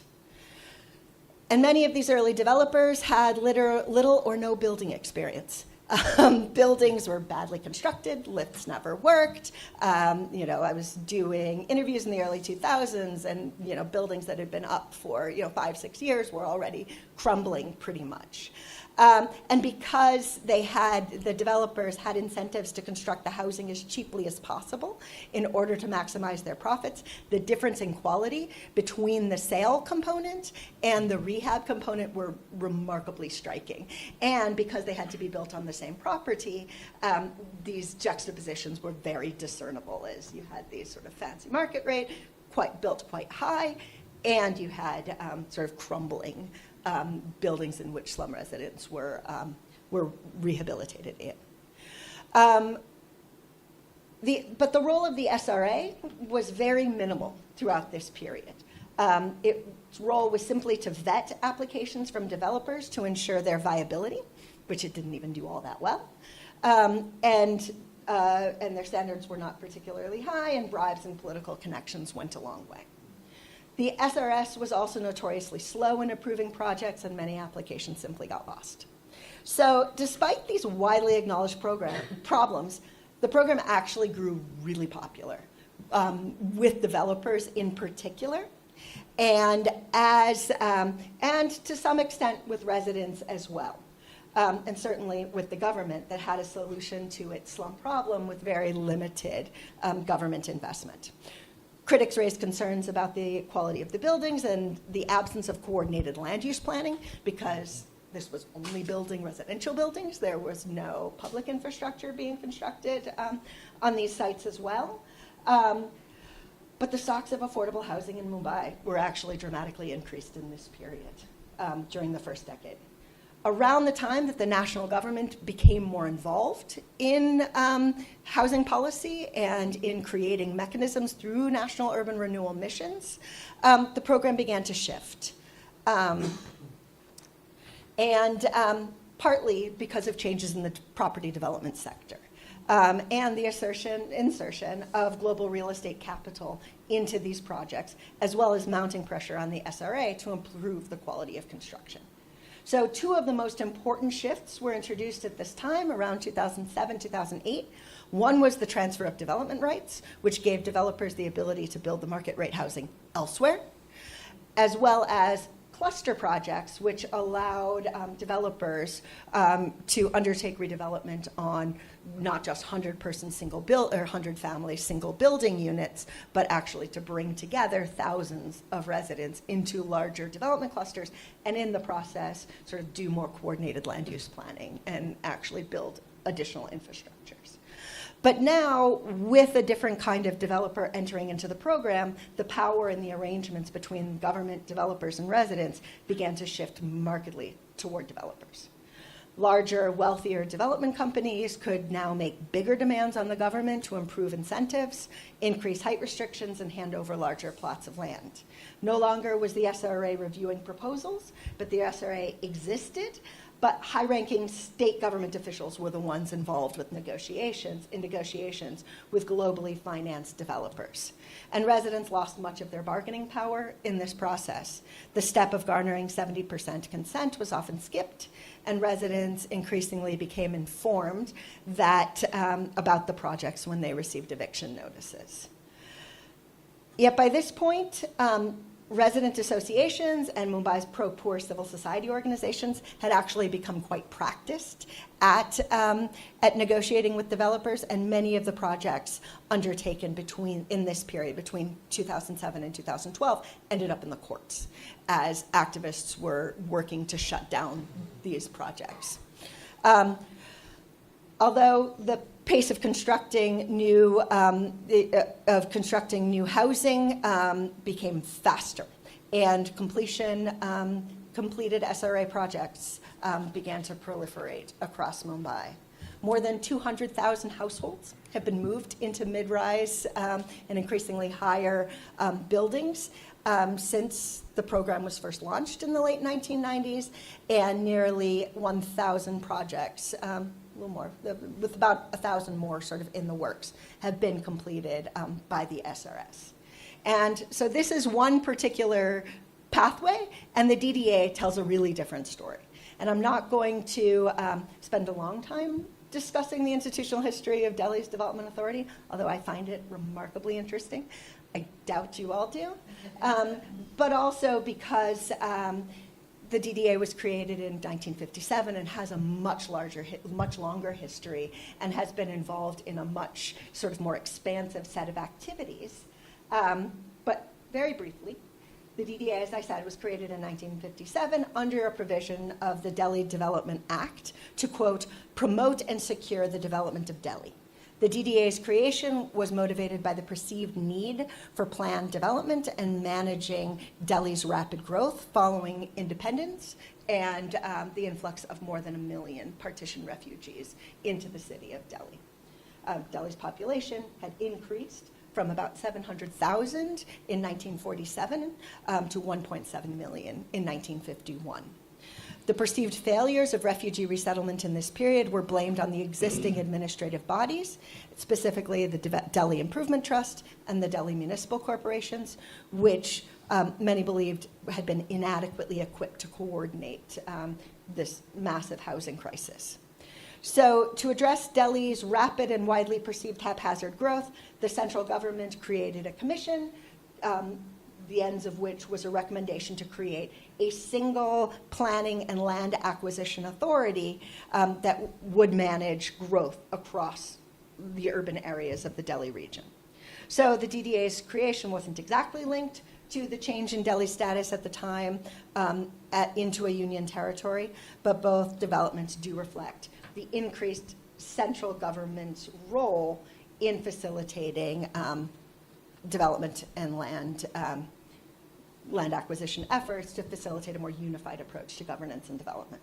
So the DDA has had pursued many housing programs and acquired significant land holdings in the 50 years between its formation and the 2007 launch of its own in situ slum redevelopment program, the ISSR, which was motivated by the central government's efforts to expand the Mumbai model across the country. So built into many of its national level incentive structures was a recognition of the success of Mumbai, mixed success obviously, but sort of pushing that onto other cities, increasing Delhi to undertake. But unlike the Mumbai model, Delhi's ISSR scheme can be described much more accurately as a state-driven model, where the SRA is a very sort of, weak institution that has worked to negotiate between developers and residents. The DDA has maintained responsibility for critical aspects of the project, including identification of suitable sites for redevelopment, negotiation with the residents, getting them to agree to relocate to a temporary relocation area, to select a developer, to oversee the project, and to maintain close scrutiny of the process of site clearance.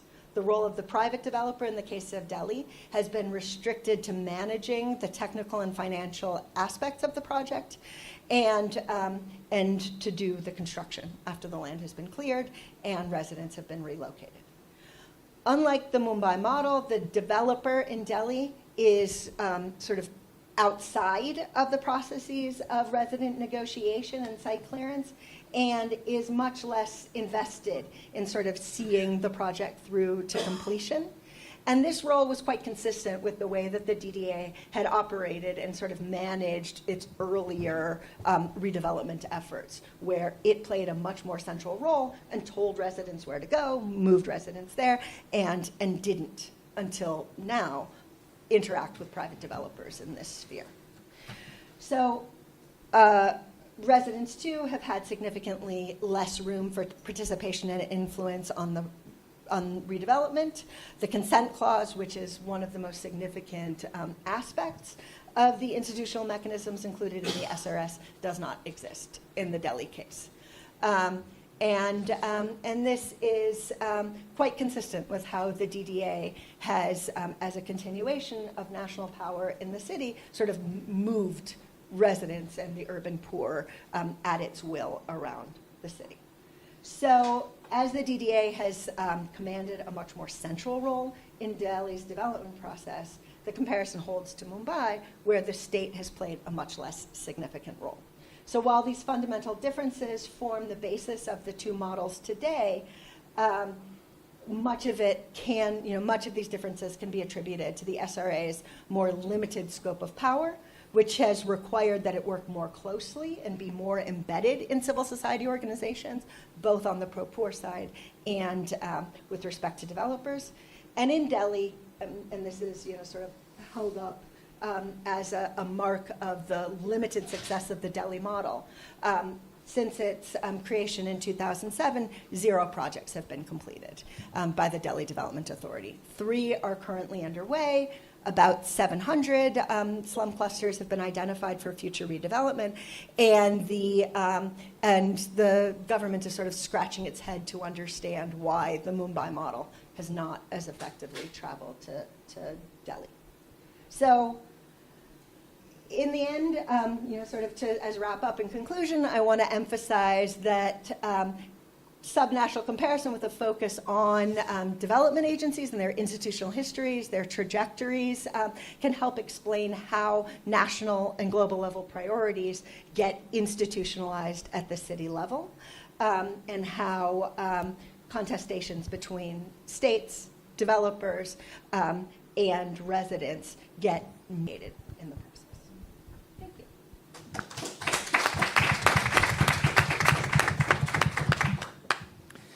Thank you, Liza. Very, very interesting. Now I give the floor to Camila.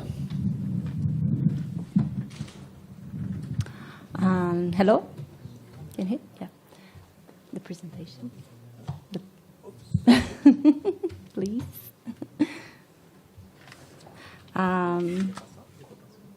Eu posso passar. Se você só conseguir virar, só preciso mudar. Você prefere?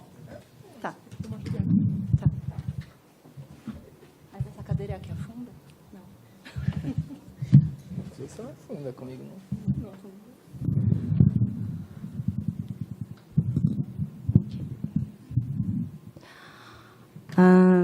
So, just to... Como que faz para colocar... Não, é por grandão? Tem um negócio que você põe para full screen. Aqui, ó, exibição. Tela cheia. Aí.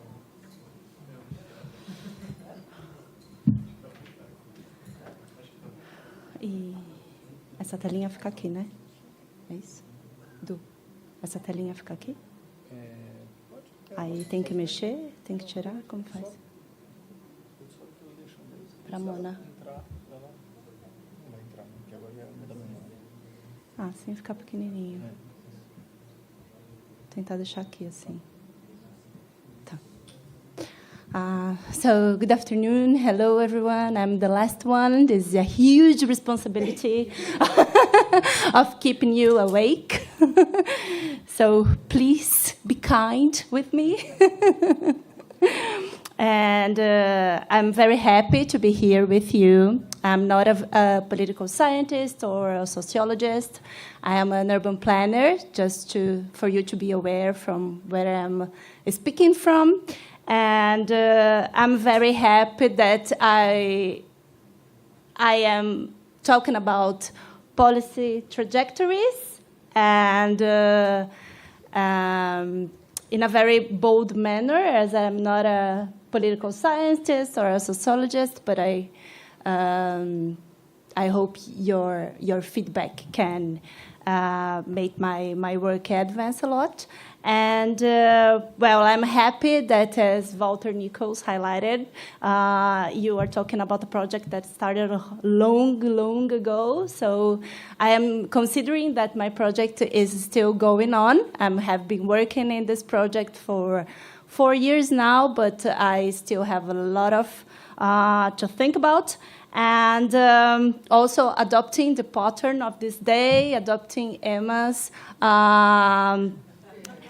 strategy of skipping methods. I will not talk a lot about it, but I'm very happy to talk afterwards about my methodology and my methods. So how can I pass?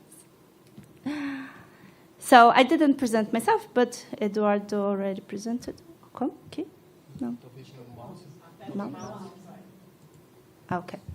So the outline of my presentation. So first, I will be talking about what are the areas targeted by Islam upgrading policies in large South American cities. So what kind of informality are we talking about?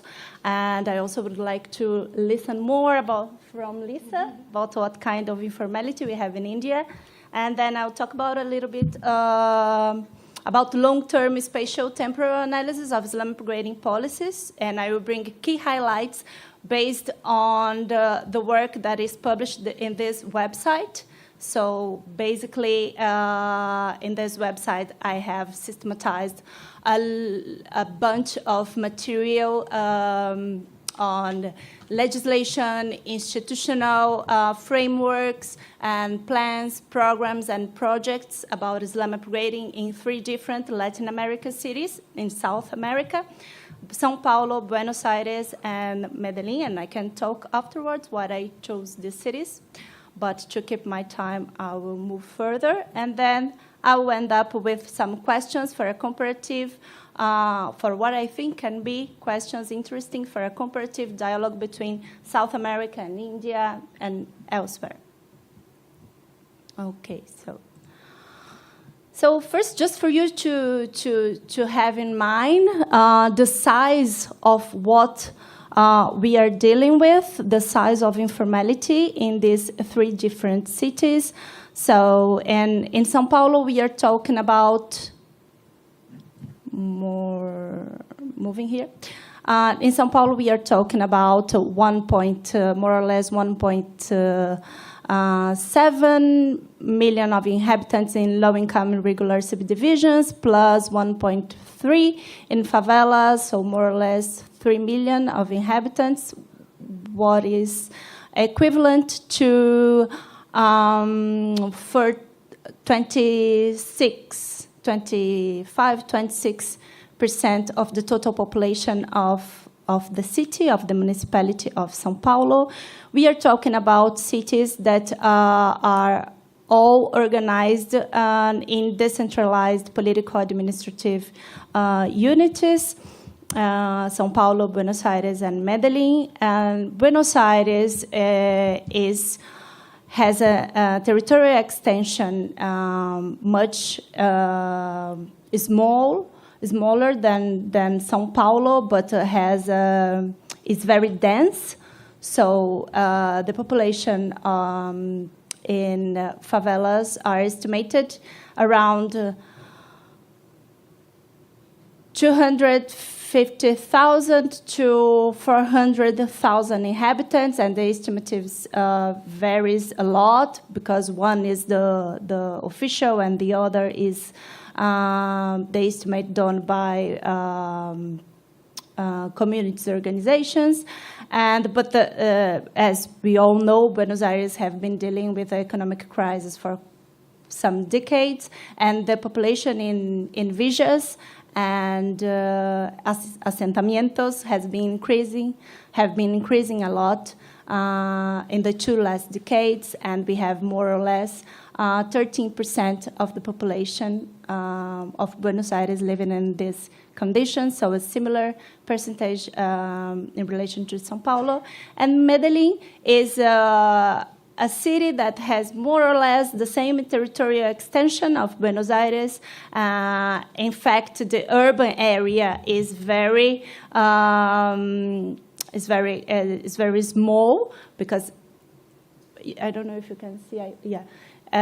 This is the urban area, but in Medellin, on the contrary of Buenos Aires, that is massively urbanized, we have a big proportion of rural areas, and the population living in precarious settlements, in invasions, or as they call pirate urbanizations, is concentrated in the urban area. So we have a city that is very small, with a density very small as well. So as we have a similar territorial extension of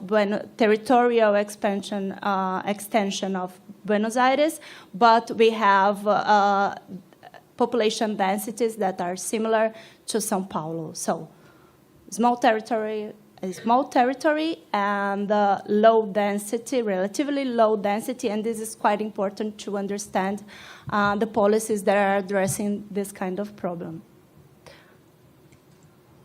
So very briefly, the faces of informality in São Paulo, there is a huge intra-urban heterogeneity, and also within heterogeneity within the large favelas. So here we have some examples of very high densities, and we have very verticalized portions of the favelas, and we have areas that are reoccupied after public interventions. We have favelas that are very precarious because are situated in central areas and are constantly object of removals or intent of removals. And we have favelas that are also in the areas of expansion of the city, in the far peripheries, and that are more prone to natural and environmental vulnerable conditions. And in Buenos Aires is not very different. Both in São Paulo and Buenos Aires, the majority of favelas or villas are located in public areas, in fiscal areas. And we have similar problems in Buenos Aires, just for you to have a quick view. We have very old favelas like Villa 31, Villa 20, and Villa 21, 24 that has been occupied since the dictatorship, although we have very violent policies of eviction, and we have more recent occupied areas, more recent villas or nuevo asentamientos, like Villa Fraga and Villa Rodrigo Bueno, that are very well located in central areas. And in Medellin, the densities are very lower, as I said, but we have precarious settlements located in sites that are environmentally very vulnerable, and but these informal settlements have been much less object of evictions than in São Paulo and in Buenos Aires. They are very well consolidated, as you can see in these photos. Just very quickly for you to have a view of informality in these different cities, as I don't know if you are aware of it. And we also have, I said they are very consolidated, like in the three first pictures, but also, and the last one, that is in a very central area next to the National University. But we also have expansions in the high quotas, high levels, high curves of the topography. Very, very high in the topography, and that are in the limits of the city. The limits of the city is constantly changing as we have a huge rural area, so to accommodate these informal settlements. So, but I would like to concentrate now on this long-term spatial temporal analysis of Islamic grading policies. So basically, I was concerned about how have trajectories changed in different Latin America cities, in these three cities, and the objective of looking to these different trajectories was first a way to decenter my knowledge about São Paulo trajectories, so to look to São Paulo trajectories in relation to other Latin American cities, and second, to questioning the exceptionalism of Medellin, as you, even for those who are not working close to housing issues, you probably heard about the success of Medellin, how Medellin is the best practice of Latin America, and so I was very interested in questioning the exceptionalism in Medellin, how Medellin's trajectory in upgrading informal settlements differ or not from São Paulo's trajectory. And also, I was very interested in analyzing the recent upscaling of Islam upgrading in Buenos Aires from the early 2000s on. So what I will bring here is key highlights based on the analysis of this timelines for each of the cities. And these highlights are regarding the role of circulating ideas and international organizations and in influencing the development of these policies, regarding the social-political circumstances, so how important is the coordination between local and national governments and large-scale protests and instances of or circumstances of violence and enabling or being an obstacle to the development of these policies, and also some highlights about the institutional framework for policy development in each of the city. So I conducted this work, just a parenthesis here, I conducted this comparison in a very experimental way, coming from the urban planning field, very influenced by the discussions about comparative urbanisms and how experimentally we can work on comparisons. So I didn't started with a priori questions to look at or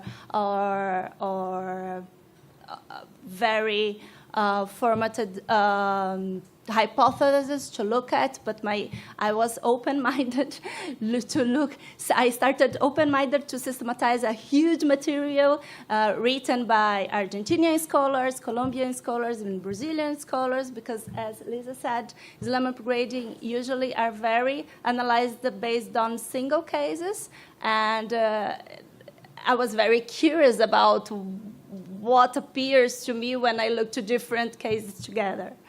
So, very experimentally look into this and picking things here and there. It's possible to understand a little bit about the international agenda on self-bidding and upgrading. So, just a few temporal marks that are important here. So, and this is very important because when we said, oh, what are the convergences or the divergences, we don't want to think about coincidences, but what are behind these coincidences, and many of the forces behind it is related to the international organizations. So in 1951, we have the creation of this Centro Interamericano de Vivienda y Planeamiento, CINVA, that is a research and training center for the dissemination of assisted self-help, self-building. And then in 1957, the United Nations publishes a report called Social Effects of Housing and Urban Development. And in this report, it extolled the virtues of upgrading as a solution for developing countries, that sanitation should be prioritized. And then in 1966, USAID sent 3 consultants to Rio de Janeiro to understand the problem of slums in Rio, and they end up and they conclude that the rehabilitation concept was the better solution for the Brazilian Islam. So they state rebuild and not the demolition of the Rio de Janeiro, the Brazilian Islams was the best solution, and that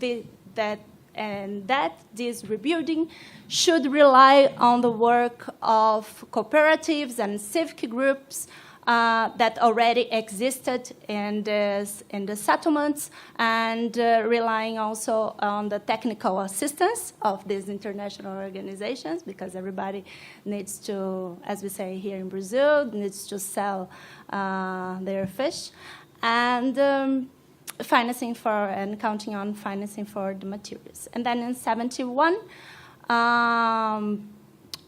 also United Nations promotes international seminar in Medellin at the University of Antioquia, and the final report is entitled Improvement of Slums and Uncontrolled Settlements. And then, just then, the World Bank enter in this story, and with the publication of the urbanization sectoral study. And this, it's in Portuguese, sorry, but this publication marks the entrance of World Bank in the urban question, because before of it, our World Bank was more involved in financing rural development and not urban development. So this is very important, because usually in the Brazilian literature, there is someone wrote and everybody starts to repeat in the Brazilian literature, but also somehow in the Latin American literature, that Islam upgrading is all about John Turner. And there is a huge story before the involvement of John Turner in this issue. So this is very important to highlight that the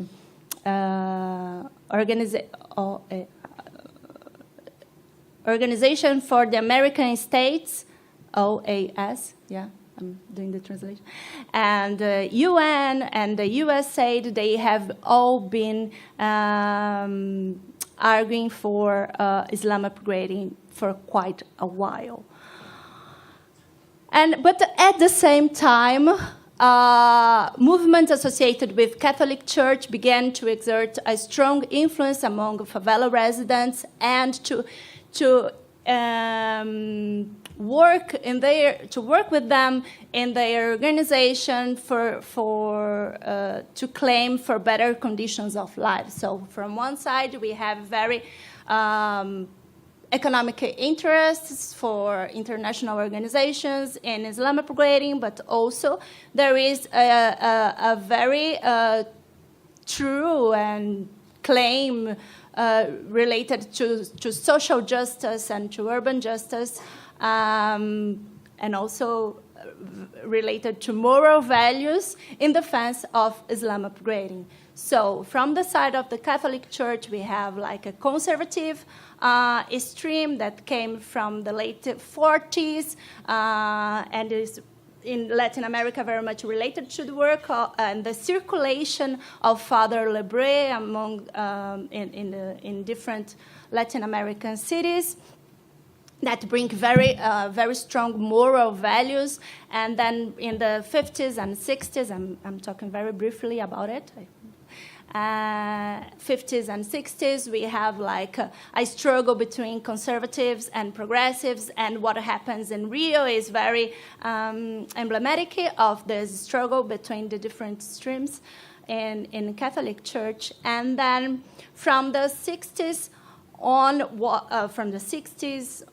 no, because not to today, but during the 60s, 70s, until the 80s, we can say that the informal settlements will be very much influenced by a progressive wing inside the Catholic Church, driven, for example, by the movement of priests for the Third World that emerges in Argentina in 67, but that will have a huge influence in all the cities. And one of for example, in São Paulo, many of the studies, or the majority of studies that traces the trajectory of Islam upgrading policies in São Paulo will emphasize the importance of the ecclesial communities for the development of these policies. And here, as Renata said, I don't know if Renata is not here anymore, but we just put timelines or table for you to believe that we've done some work. And you cannot see the timelines, but I invite you to access the digital platform, the website that I told you, that is part of this work. And but this timeline is I'm an urban planner, but I'm also an architect, and I really believe that this kind of visual resource helps me to think about the convergences and differences between the cities. So what I would like to bring here now is some considerations about how the Islam upgrading policies moved through along the different decades. Focusing especially from the 80s, but I do believe that I need to bring some information that before the 80s, because from my point of view, in my analysis, they are key to understand, for example, the exceptionalism of Medellin, or why things are not working very well in Buenos Aires. So in São Paulo, laws for the massive officialization of roads in irregular subdivisions occurred during the 50s and 60s, and these laws helped a lot of the development of infrastructure in these areas. And this was a municipal initiative when there were no national program, policy,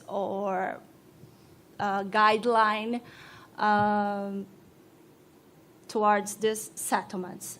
And then in the late 70s, some alternative programs based on the development of sites and services and infrastructure in favelas started at the federal level. And in parallel, in the municipal level, there was a fund that was created to assist the population living in this informal, they call it subnormal, settlements. And this fund was very important for the development of the pioneer Islam upgrading strategies. But different from Lisa, I will not, as I'm dealing with very different cases in different national contexts, in very different national contexts, I will not explain in details these developments, but I'm more interested here in talking to you, in talking with you about in bringing to you a panoramic view about these trajectories. And so in Buenos Aires, there was a pioneer project that occurred in the 70s in a democratic window. But what is very, how can I say, what directs our look, what is very interesting to look in Latin America is the case of Medellin, but not the urbanismo social of Medellin from the 2000s, but what was happening in Medellin in the 50s and 60s. And to understand these shifts during the 50s, 60s, and 70s, also with the circulating ideas from the international organizations and the Catholic movements with this in mind. So in Medellin, there was a law approved in 58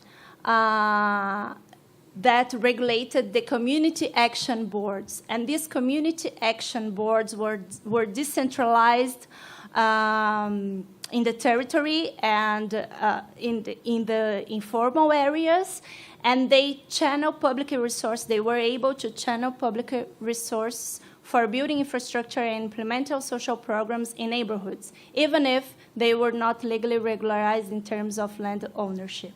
And also, there was a program created in '64 by the public enterprise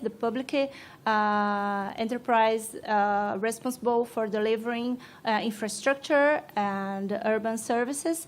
And this program was based in the rehabilitation concept and bringing infrastructure to the settlements. So these pioneer interventions in Medellin, from my point of view, is very much related to the level of development, of urban development that was reached in Medellin formal settlements. So after the 80s, national contexts change by new democratic constitutions in all the three cities. And then I started to look to the creation of different institutions, legislation, plan, program, and projects in these three different cities. So as my time is coming to an end, I will just bring these highlights for you, and we can keep the conversation going on afterwards. So in São Paulo, local bodies were created after the 80s, and these local bodies were very important to put the Islam upgrading policies, to formulate and to implement these Islam upgrading policies in the next decades, and using the resources coming from funds that were created in the 90s and in the 2000s. In Buenos Aires, the main institution was a legacy of the dictatorship that gradually moved towards upgrading, but with a huge resistance. And when this institution started to to be on track to implement Islam upgrading policies, a right-wing government was elected in the city and started to fragmenting and to weakening the institutions at this level. And just after large demonstrations in the 2010 and then 2015, that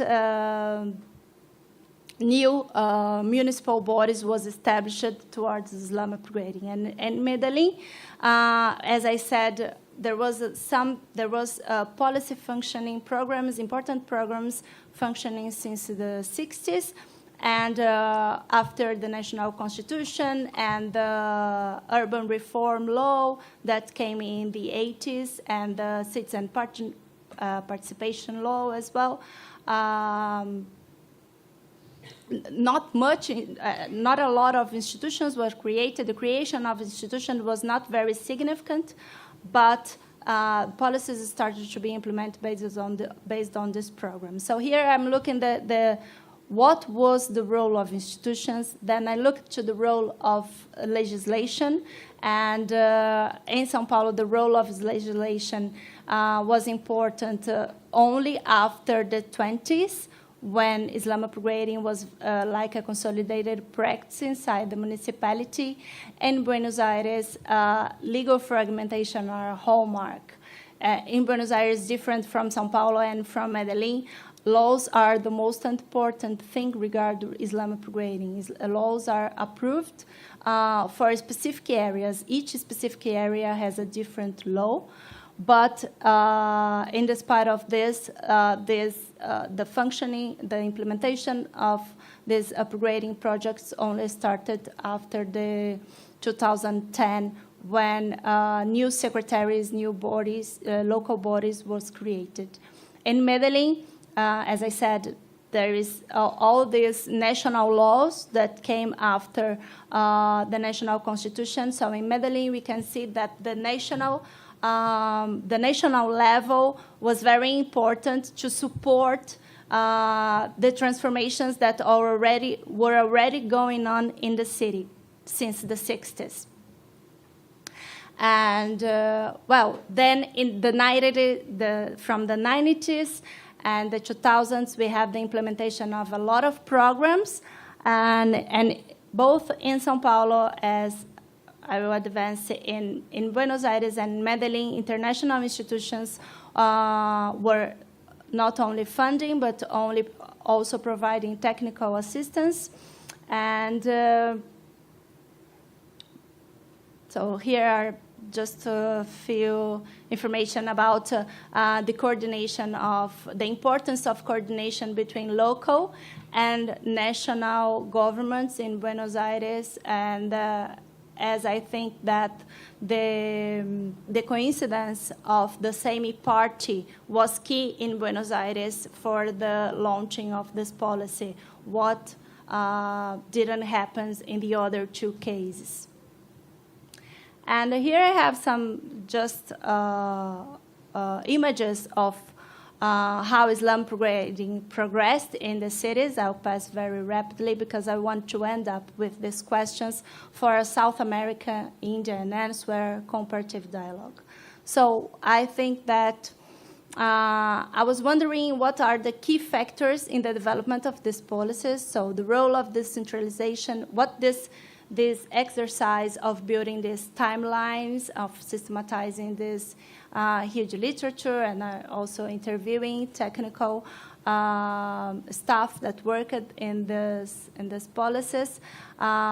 What they highlight for me is the role of decentralization and municipal autonomy, because even though we have many laws and programs launched in Buenos Aires during the 80s and 90s after the end of the dictatorship, Islam upgrading didn't took off, and we know that the autonomy of the city of Buenos Aires only came in late 90s. The role of agreements with international organizations, political agendas, the alignment of local government with the upgrading rationale, because as we see, for example, in Medellin, the alignment of local government of embracing this upgrading rationale came in the 50s. in the 60s, while in Buenos Aires, the acceptance of upgrading didn't came until late 80s, and the role of political coordination between different levels of government. But we cannot disregard or overlook the importance of social, demographic, and economic contexts, as the Buenos Aires case point for us, because for the economic crisis of 2001, in spite of the political alignment between national and municipal government, hindered for a while upgrading initiatives, and while the protests in the next decade somehow accelerated the implementation of this project. And so I think this first set of factors in the cases that I analyzed are the most relevant to explain the trajectories of this policy in the cities, but also there are some important movements that was driven by the choice of institutional strategies, legal and normative frameworks, and also I'd like to emphasize this dimension, this spatial temporal dimension, and how this dimension impacts the results. So, for example, in Medellin, the sequence of public policies, the development of expertise, and different layers of urbanization are elements that we need to consider when we analyzed the Medellin model or the Medellin as a best practice. And for instance, this is something that we do not have in Buenos Aires. So that's it. Thank you.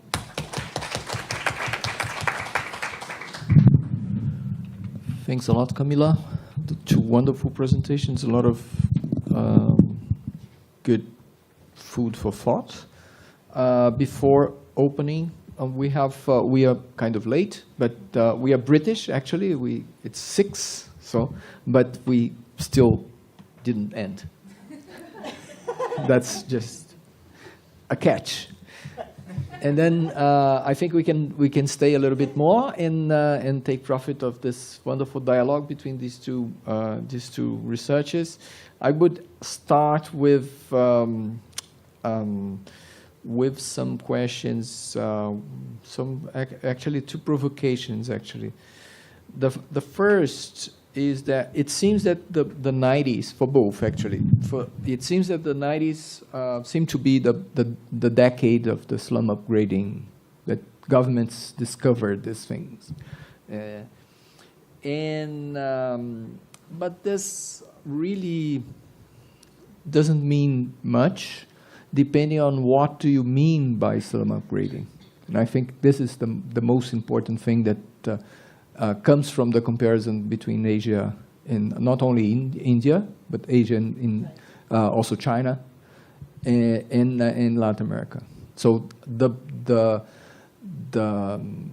wealth that comes from the Latin American experience is some kind of idea about what has to be done, right? And so this is the provocation.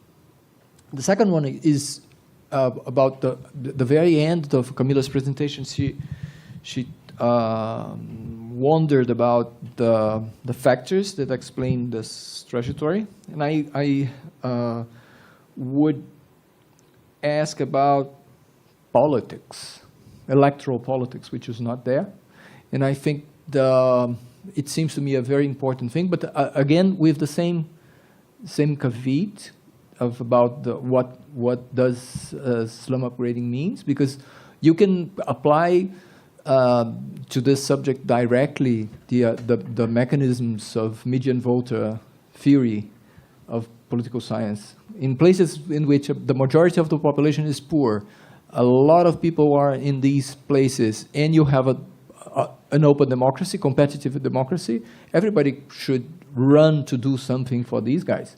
This is the thing. But this depends on what does it mean to slum upgrade, right? And how this plays with political mobilizations, popular mobilizations from below is key, I think, also to. That's it. Okay. Gabriel, you want to Enrica? You have to get the mic, otherwise we'll still have people. So let's in put the more questions on the table, and then we'll have a chance. Yeah, but yes, but Gabriel, yes. Okay, sorry. Thanks for this. It's really great, and I remember a lot the beginning of my research here in the favelas of São Paulo, discussing these things with the social movements. I was wondering about two factors to try to understand those upgrading schemes. So the first one is how important is to have a more wealthy state or program. I think the money behind these initiatives, the infrastructure really to have those things done. And the second thing is how important is to think the state as the difference between kind of nation state that is like really trying to improve the conditions of their of its citizens, and these exogenous states that were like implemented in India and in Latin America, like and they are most trying to control the social conflict and to put people aside and not to integrate these people as the main drive of state action. So how important is to think about this difference between an exogenous state, a colonial state, and a kind of nation state in those developments? Because in both cases we are studying like Global South and states that were really trying to control the social conflict, using their power to put people in favelas in a not so strong political position. Thanks. My questions are the way for both of you too, but maybe going back and forth. But one question was, I think mainly for Liza, because it's more in your presentation already, Camila. But to what extent is it a comparison that you're doing, and to what extent are you not just comparing but looking at relational processes where Delhi is really looking at the Mumbai model, so it's not necessarily coming top down and implemented in two different ways, but it's sort of this traveling policy, which you hinted at a little bit, look at external actors, but also Medellin really presenting itself as like everyone should copy us and come be like, do policy tourism and come see at our marvelous models. I'm just interested in these sort of mobilities of policy. But the other question that neither of you touched on too directly, though you were looking at all kinds of political context, is, so Liza, I'm thinking in particular, you were emphasizing sort of the economic drivers of a lot of this. But what about the electoral sort of stakes in clearing or developing certain areas and not others, or ensuring that a block of voters is so I'm wondering, how do those type of spatial politics, just voter blocks, do they play in any of these 5 cities? Do they play in specific ways, either to remove or to consolidate or to rewards or these clientelist networks in a really sort of electoral context? Hi, thanks for the 2 presentations. They give lots of food for thought. And I have one question that I think you both kind of approach it. That's the relationship between the national and the local. Because it's obvious from the 2 presentations that there is always a space of autonomy for the local agents to formulate the policy to implement. But there is also a dialogue between what the national a government is doing planning, how it's conceiving urban policy, how it's financing urban policy, and it dialogues with the local action. And I'm thinking specifically because Camila mentioned that sometimes you have like coincidence of agenda, for example. So it's easier to advance this agenda locally. And people from UFABC, they have studied this a lot, how local governments here in Brazil, they kind of took advantage of national programs and they adapted to their local agenda. Some people here at FEFALESH have kind of learned the same thing. But I was wondering what happens at the local level when there is a dissonance in terms of conceptualization of the policy with the national level. Like Walter. Like Walter was saying. Yeah, and I think this is very strong for us here in Brazil because we know that this agenda of slum upgrading has been losing strength. So maybe this question is more to Camila, but I would love to listen about this possible dissonance about the two levels in India too.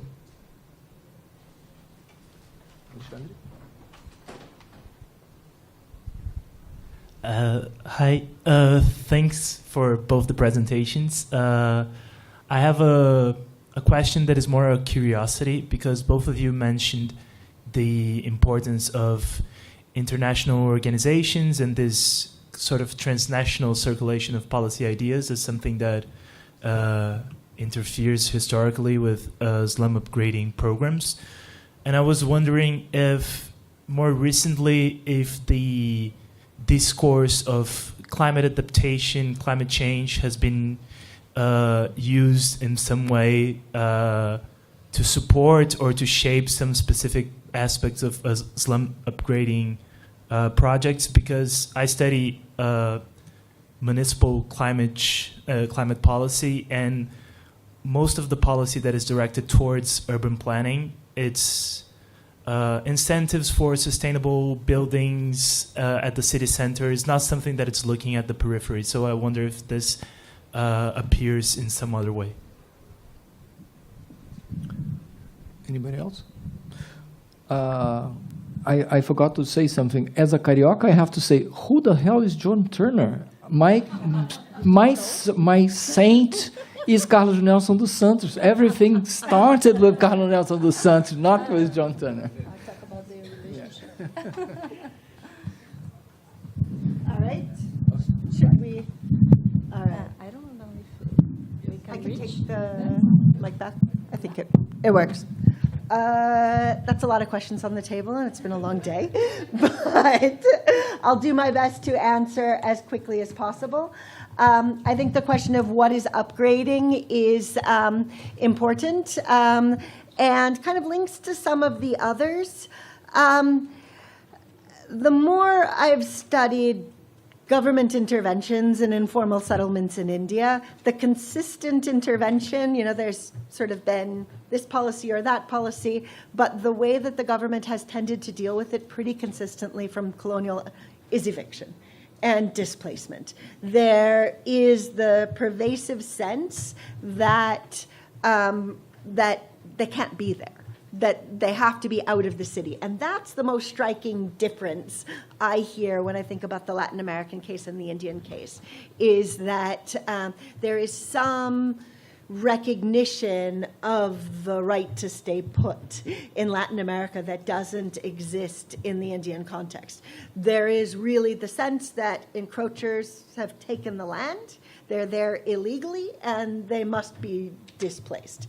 So any efforts toward upgrading is an acceptance that they have a right to be there. And I don't think that that is there and that that holds across the Indian context. And I think that comes up in the elections question. I think the electoral cycles and the, Rivka alluding to vote bank politics, are really about protecting constituencies in this election, but also demonstrating the precarity and that it's I, as your patron, that has given you the right to stay here. So vote for me, but you need periodic demolitions and evictions to remind people of their precarity. And so So I don't think that election cycles align with the long-term planning required for upgrading or longer-term interventions. I think it's much quicker turnarounds. That's sort of my hypothesis. What role does money play? A lot. I'm going to punt on that question. Policy mobilities are so meaningful in this context. I mean, I think there's, cities have their trajectories of sorts, and I was trying to emphasize the trajectories, but they cut across each other. Ideas circulate from one to another, they get institutionalized in one place, and then new ideas come.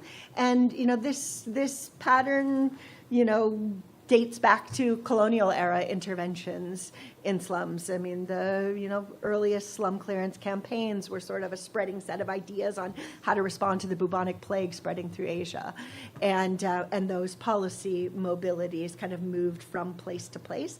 And that's a continuing theme from, the Mumbai model, the, Cities Without Slums initiative promoted by the World Bank and the IMF, and the models promoted by consultants like McKinsey and Company. And I think that's all I'm going to answer.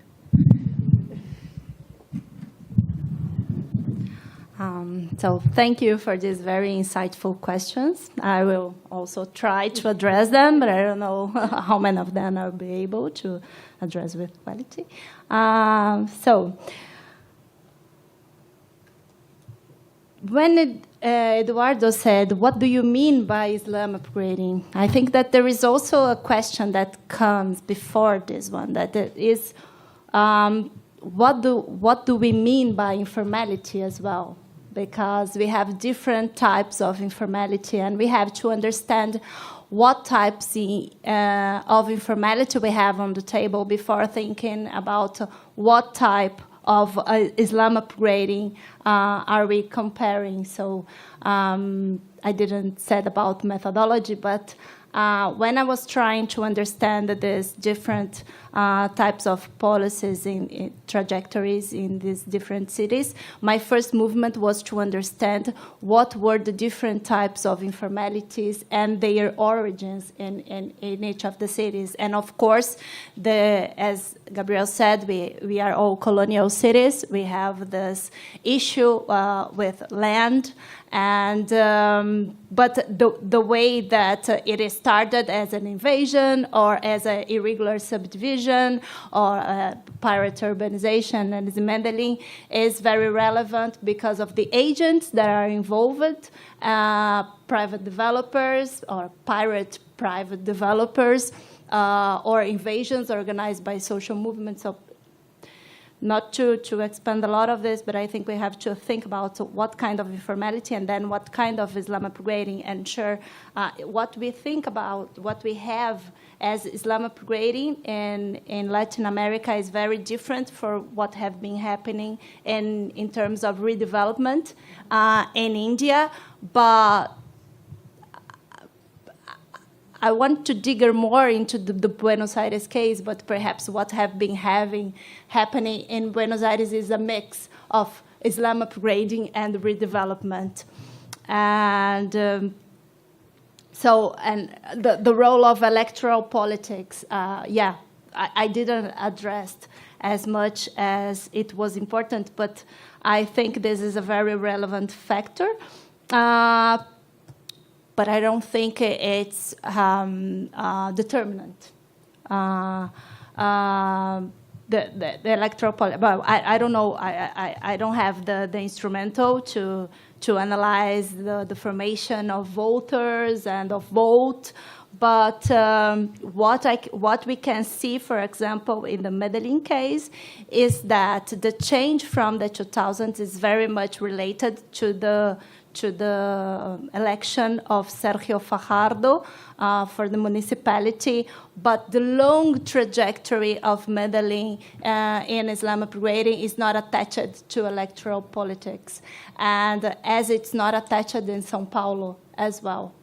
In Buenos Aires, it is. And in Buenos Aires is very interesting because it's not attached to the left wing parties, but to a right wing.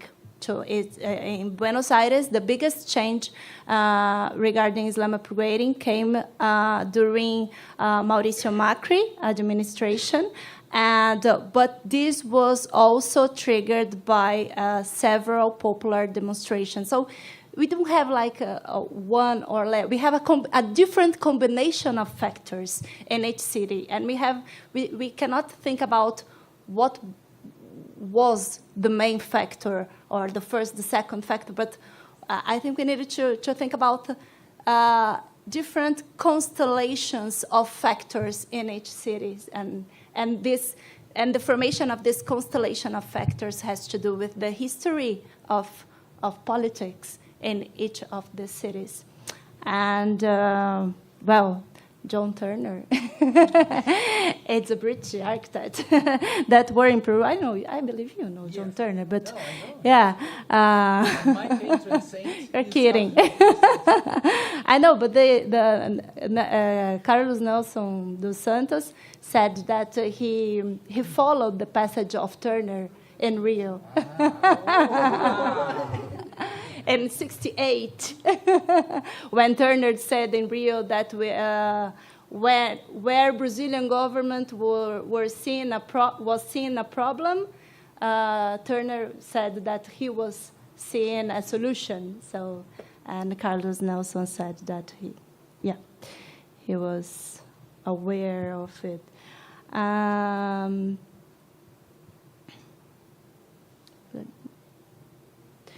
Well, and to think with Gabriel about how important is the role of a wealthy state, I would join this question with the question of Fernanda, and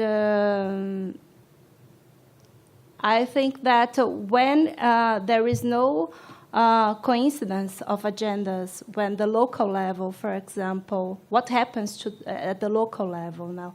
And I would say that it depends of how wealthy is the local level.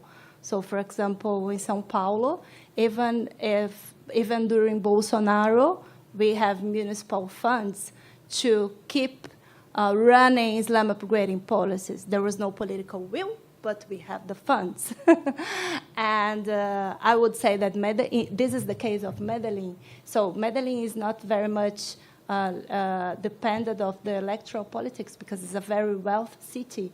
And the Islam upgrading model in Medellin is not very much, it relies on the local state, and it's catalyzed by national guidelines, but is very much, the infrastructure is very much implemented by the empresas públicas, by this enterprise that is public-private. And the rationale behind it is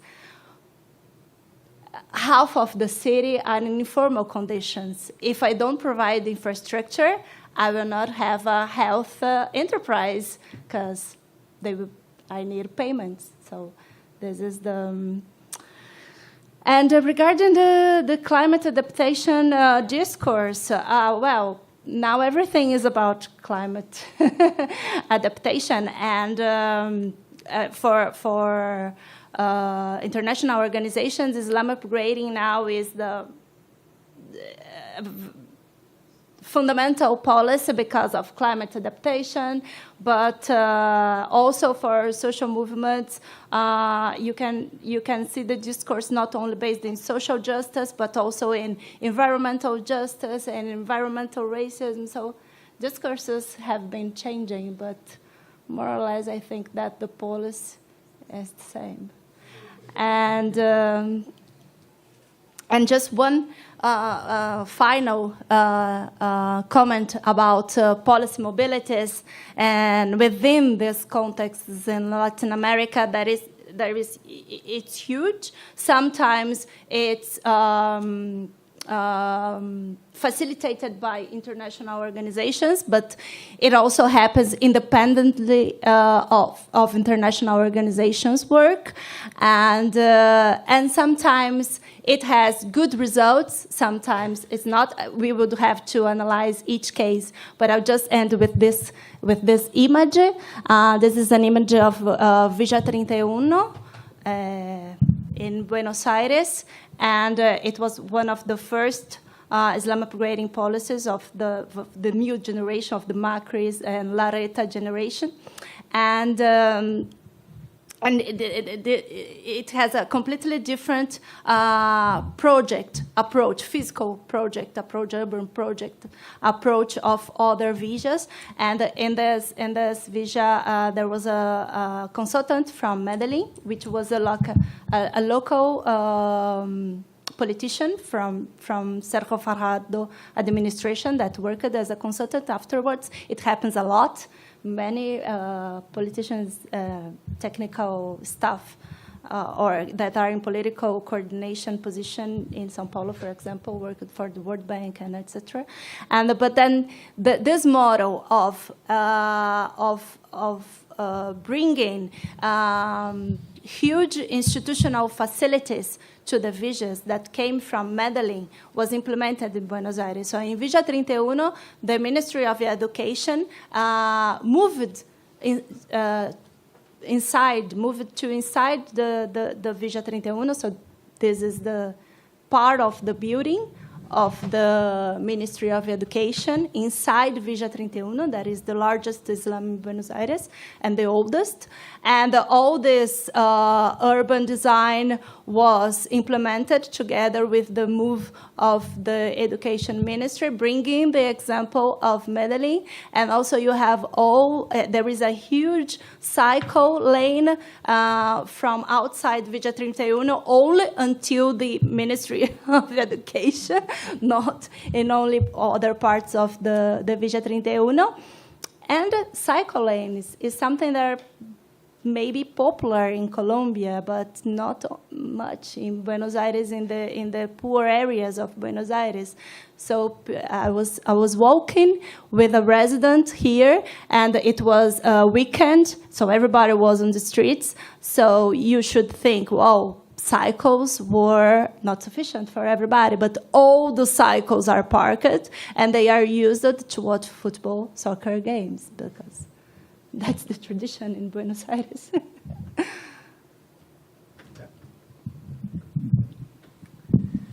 So thank you, Camila. Thank you, Liza. With this, we end the seminar. It was wonderful. Yeah, thank you.